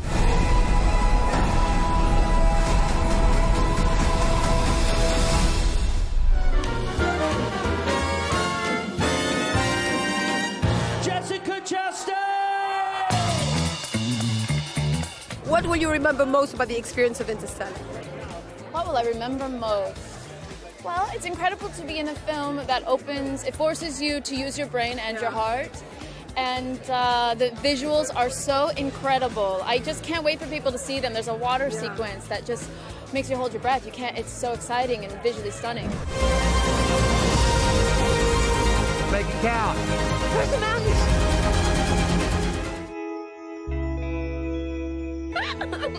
It's a movie about several points of views on grief, not only her or his. It's how the family is dealing with it. Does it make it like a big ensemble, like everybody being together? Oh, yeah. Those are my favorite kind of movies as an ensemble. And what I love so much about the film is, I think of all the female voices we have in it. We have Viola Davis, we have Isabelle Huppert, Jess Weixler, like these incredible actresses. And I just got to be in scenes and watch them. It was amazing because every day I showed up for work, it was with another pro, another great who really taught me a lot. And yeah. Everything seems so limitless. It still is. You're the star of my life story. Did celebrity change your life? Because obviously you've been a film actress for such a long time. You've been an actor for such a long time. How did celebrity change it? I mean, obviously more attention on you, but for you personally? To be honest, I know this is going to sound crazy. My life hasn't changed so much. The beautiful thing is now I have a lot of options for films, which is really exciting to me because I'm an actress, because I love films and I love directors and writers and all that. Those men that attacked you, they work for dangerous people.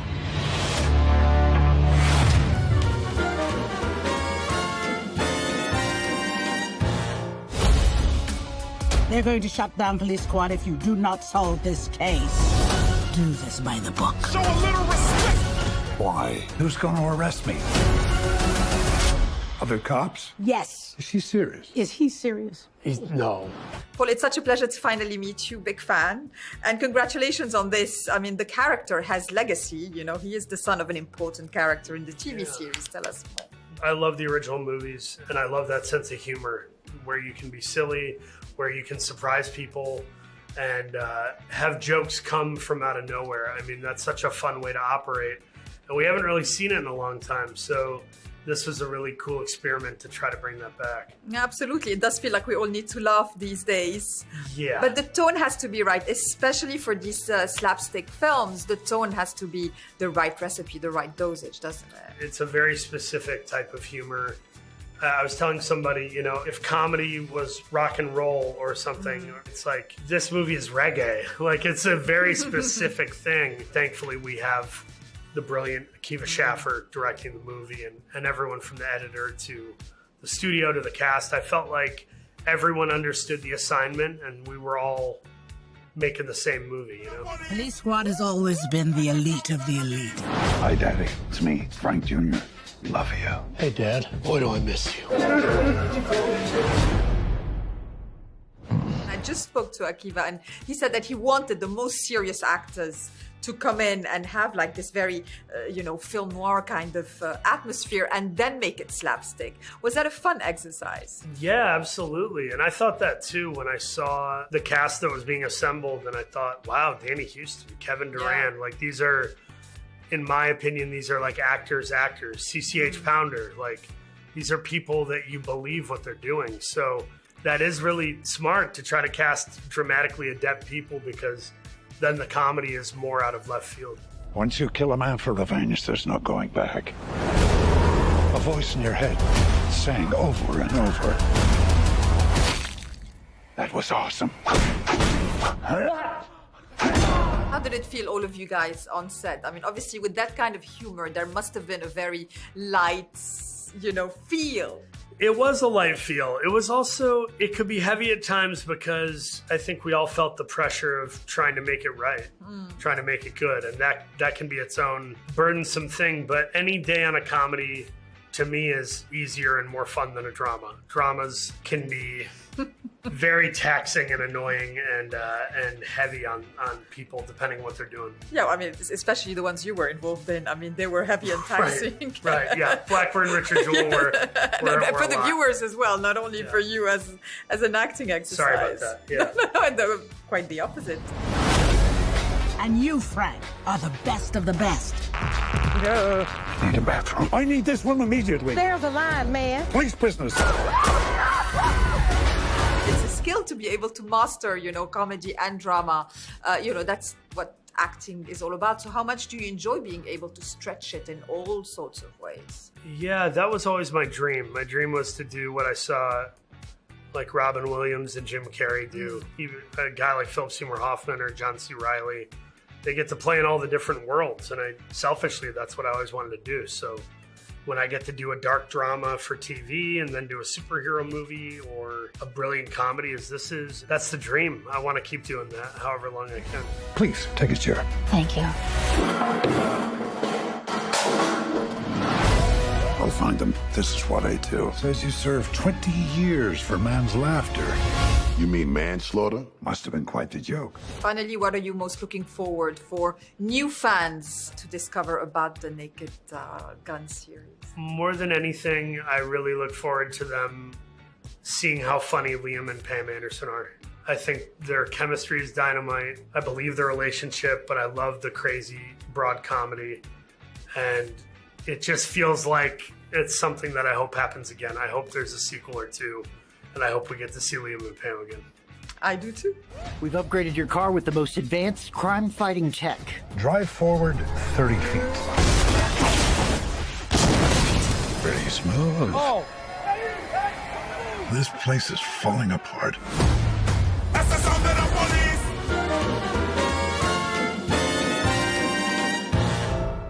Once you kill a man for revenge, there's no going back. A voice in your head saying over and over, that was awesome.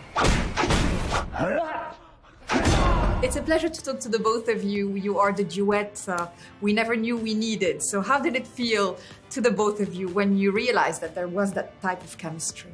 It was a lovely wake-up call for me. Not that I went into this thinking, okay, I'll do this, I'll do that. But it's just, I'd never met Pamela before.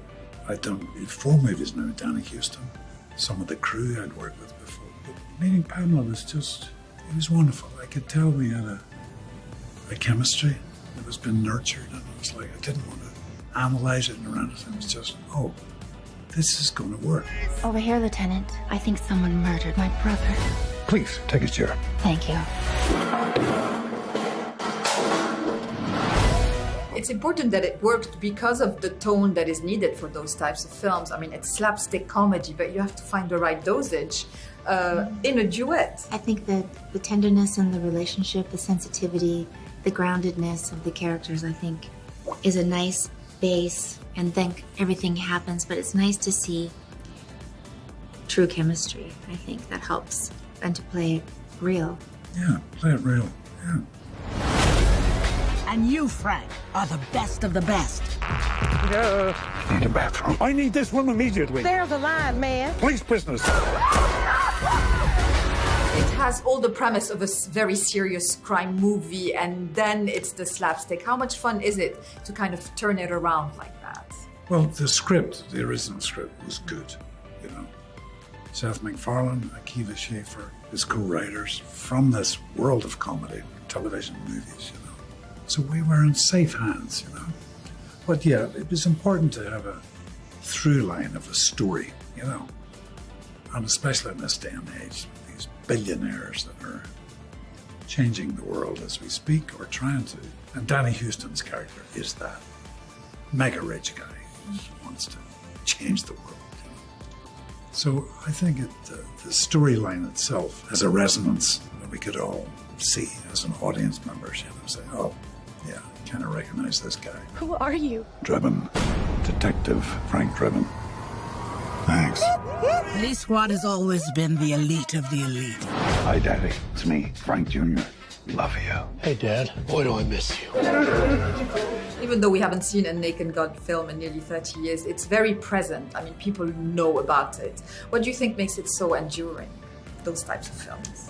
I think it's just laugh after laugh, belly laugh. You know, there's comedies and then there's these, you know, high comedies that are just so entertaining. Laughter is good medicine. Yeah, it is. We need it. Especially these days. Yeah. They're going to shut down Police Squad if you do not solve this case. Do this by the book. Show a little respect. Why? Who's going to arrest me? Other cops? Yes. How much is LA a character in those types of films? Because of the homage to the, you know, film noir. Again, although it's comedy, there's a lot of tributes to a lot of things. Sure. And we shot it in Atlanta, Georgia, you know. And we did...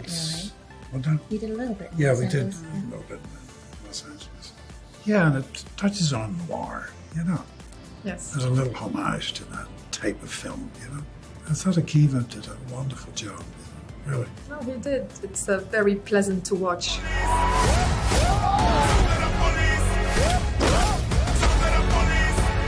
Rest assured, I won't stop until I've found justice.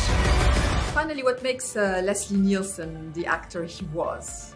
Well, he was a tremendous actor in so many movies, usually as a heavy and a very serious police inspector or whatever, you know. But when he was on that airplane, you know, unforgettable, eh? You know? Don't call me Shirley. This is straight face. It changed his life, professional life. I just love those films, and I'm not really familiar with Leslie Nielsen's earlier work, but I knew he came from a dramatic background, which sounds familiar. It's nice to surprise people. Yeah, and do a lot of things. That's what the acting exercise is all about.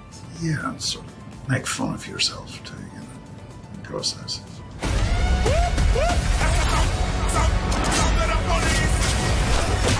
Nobody messes with Police Squad.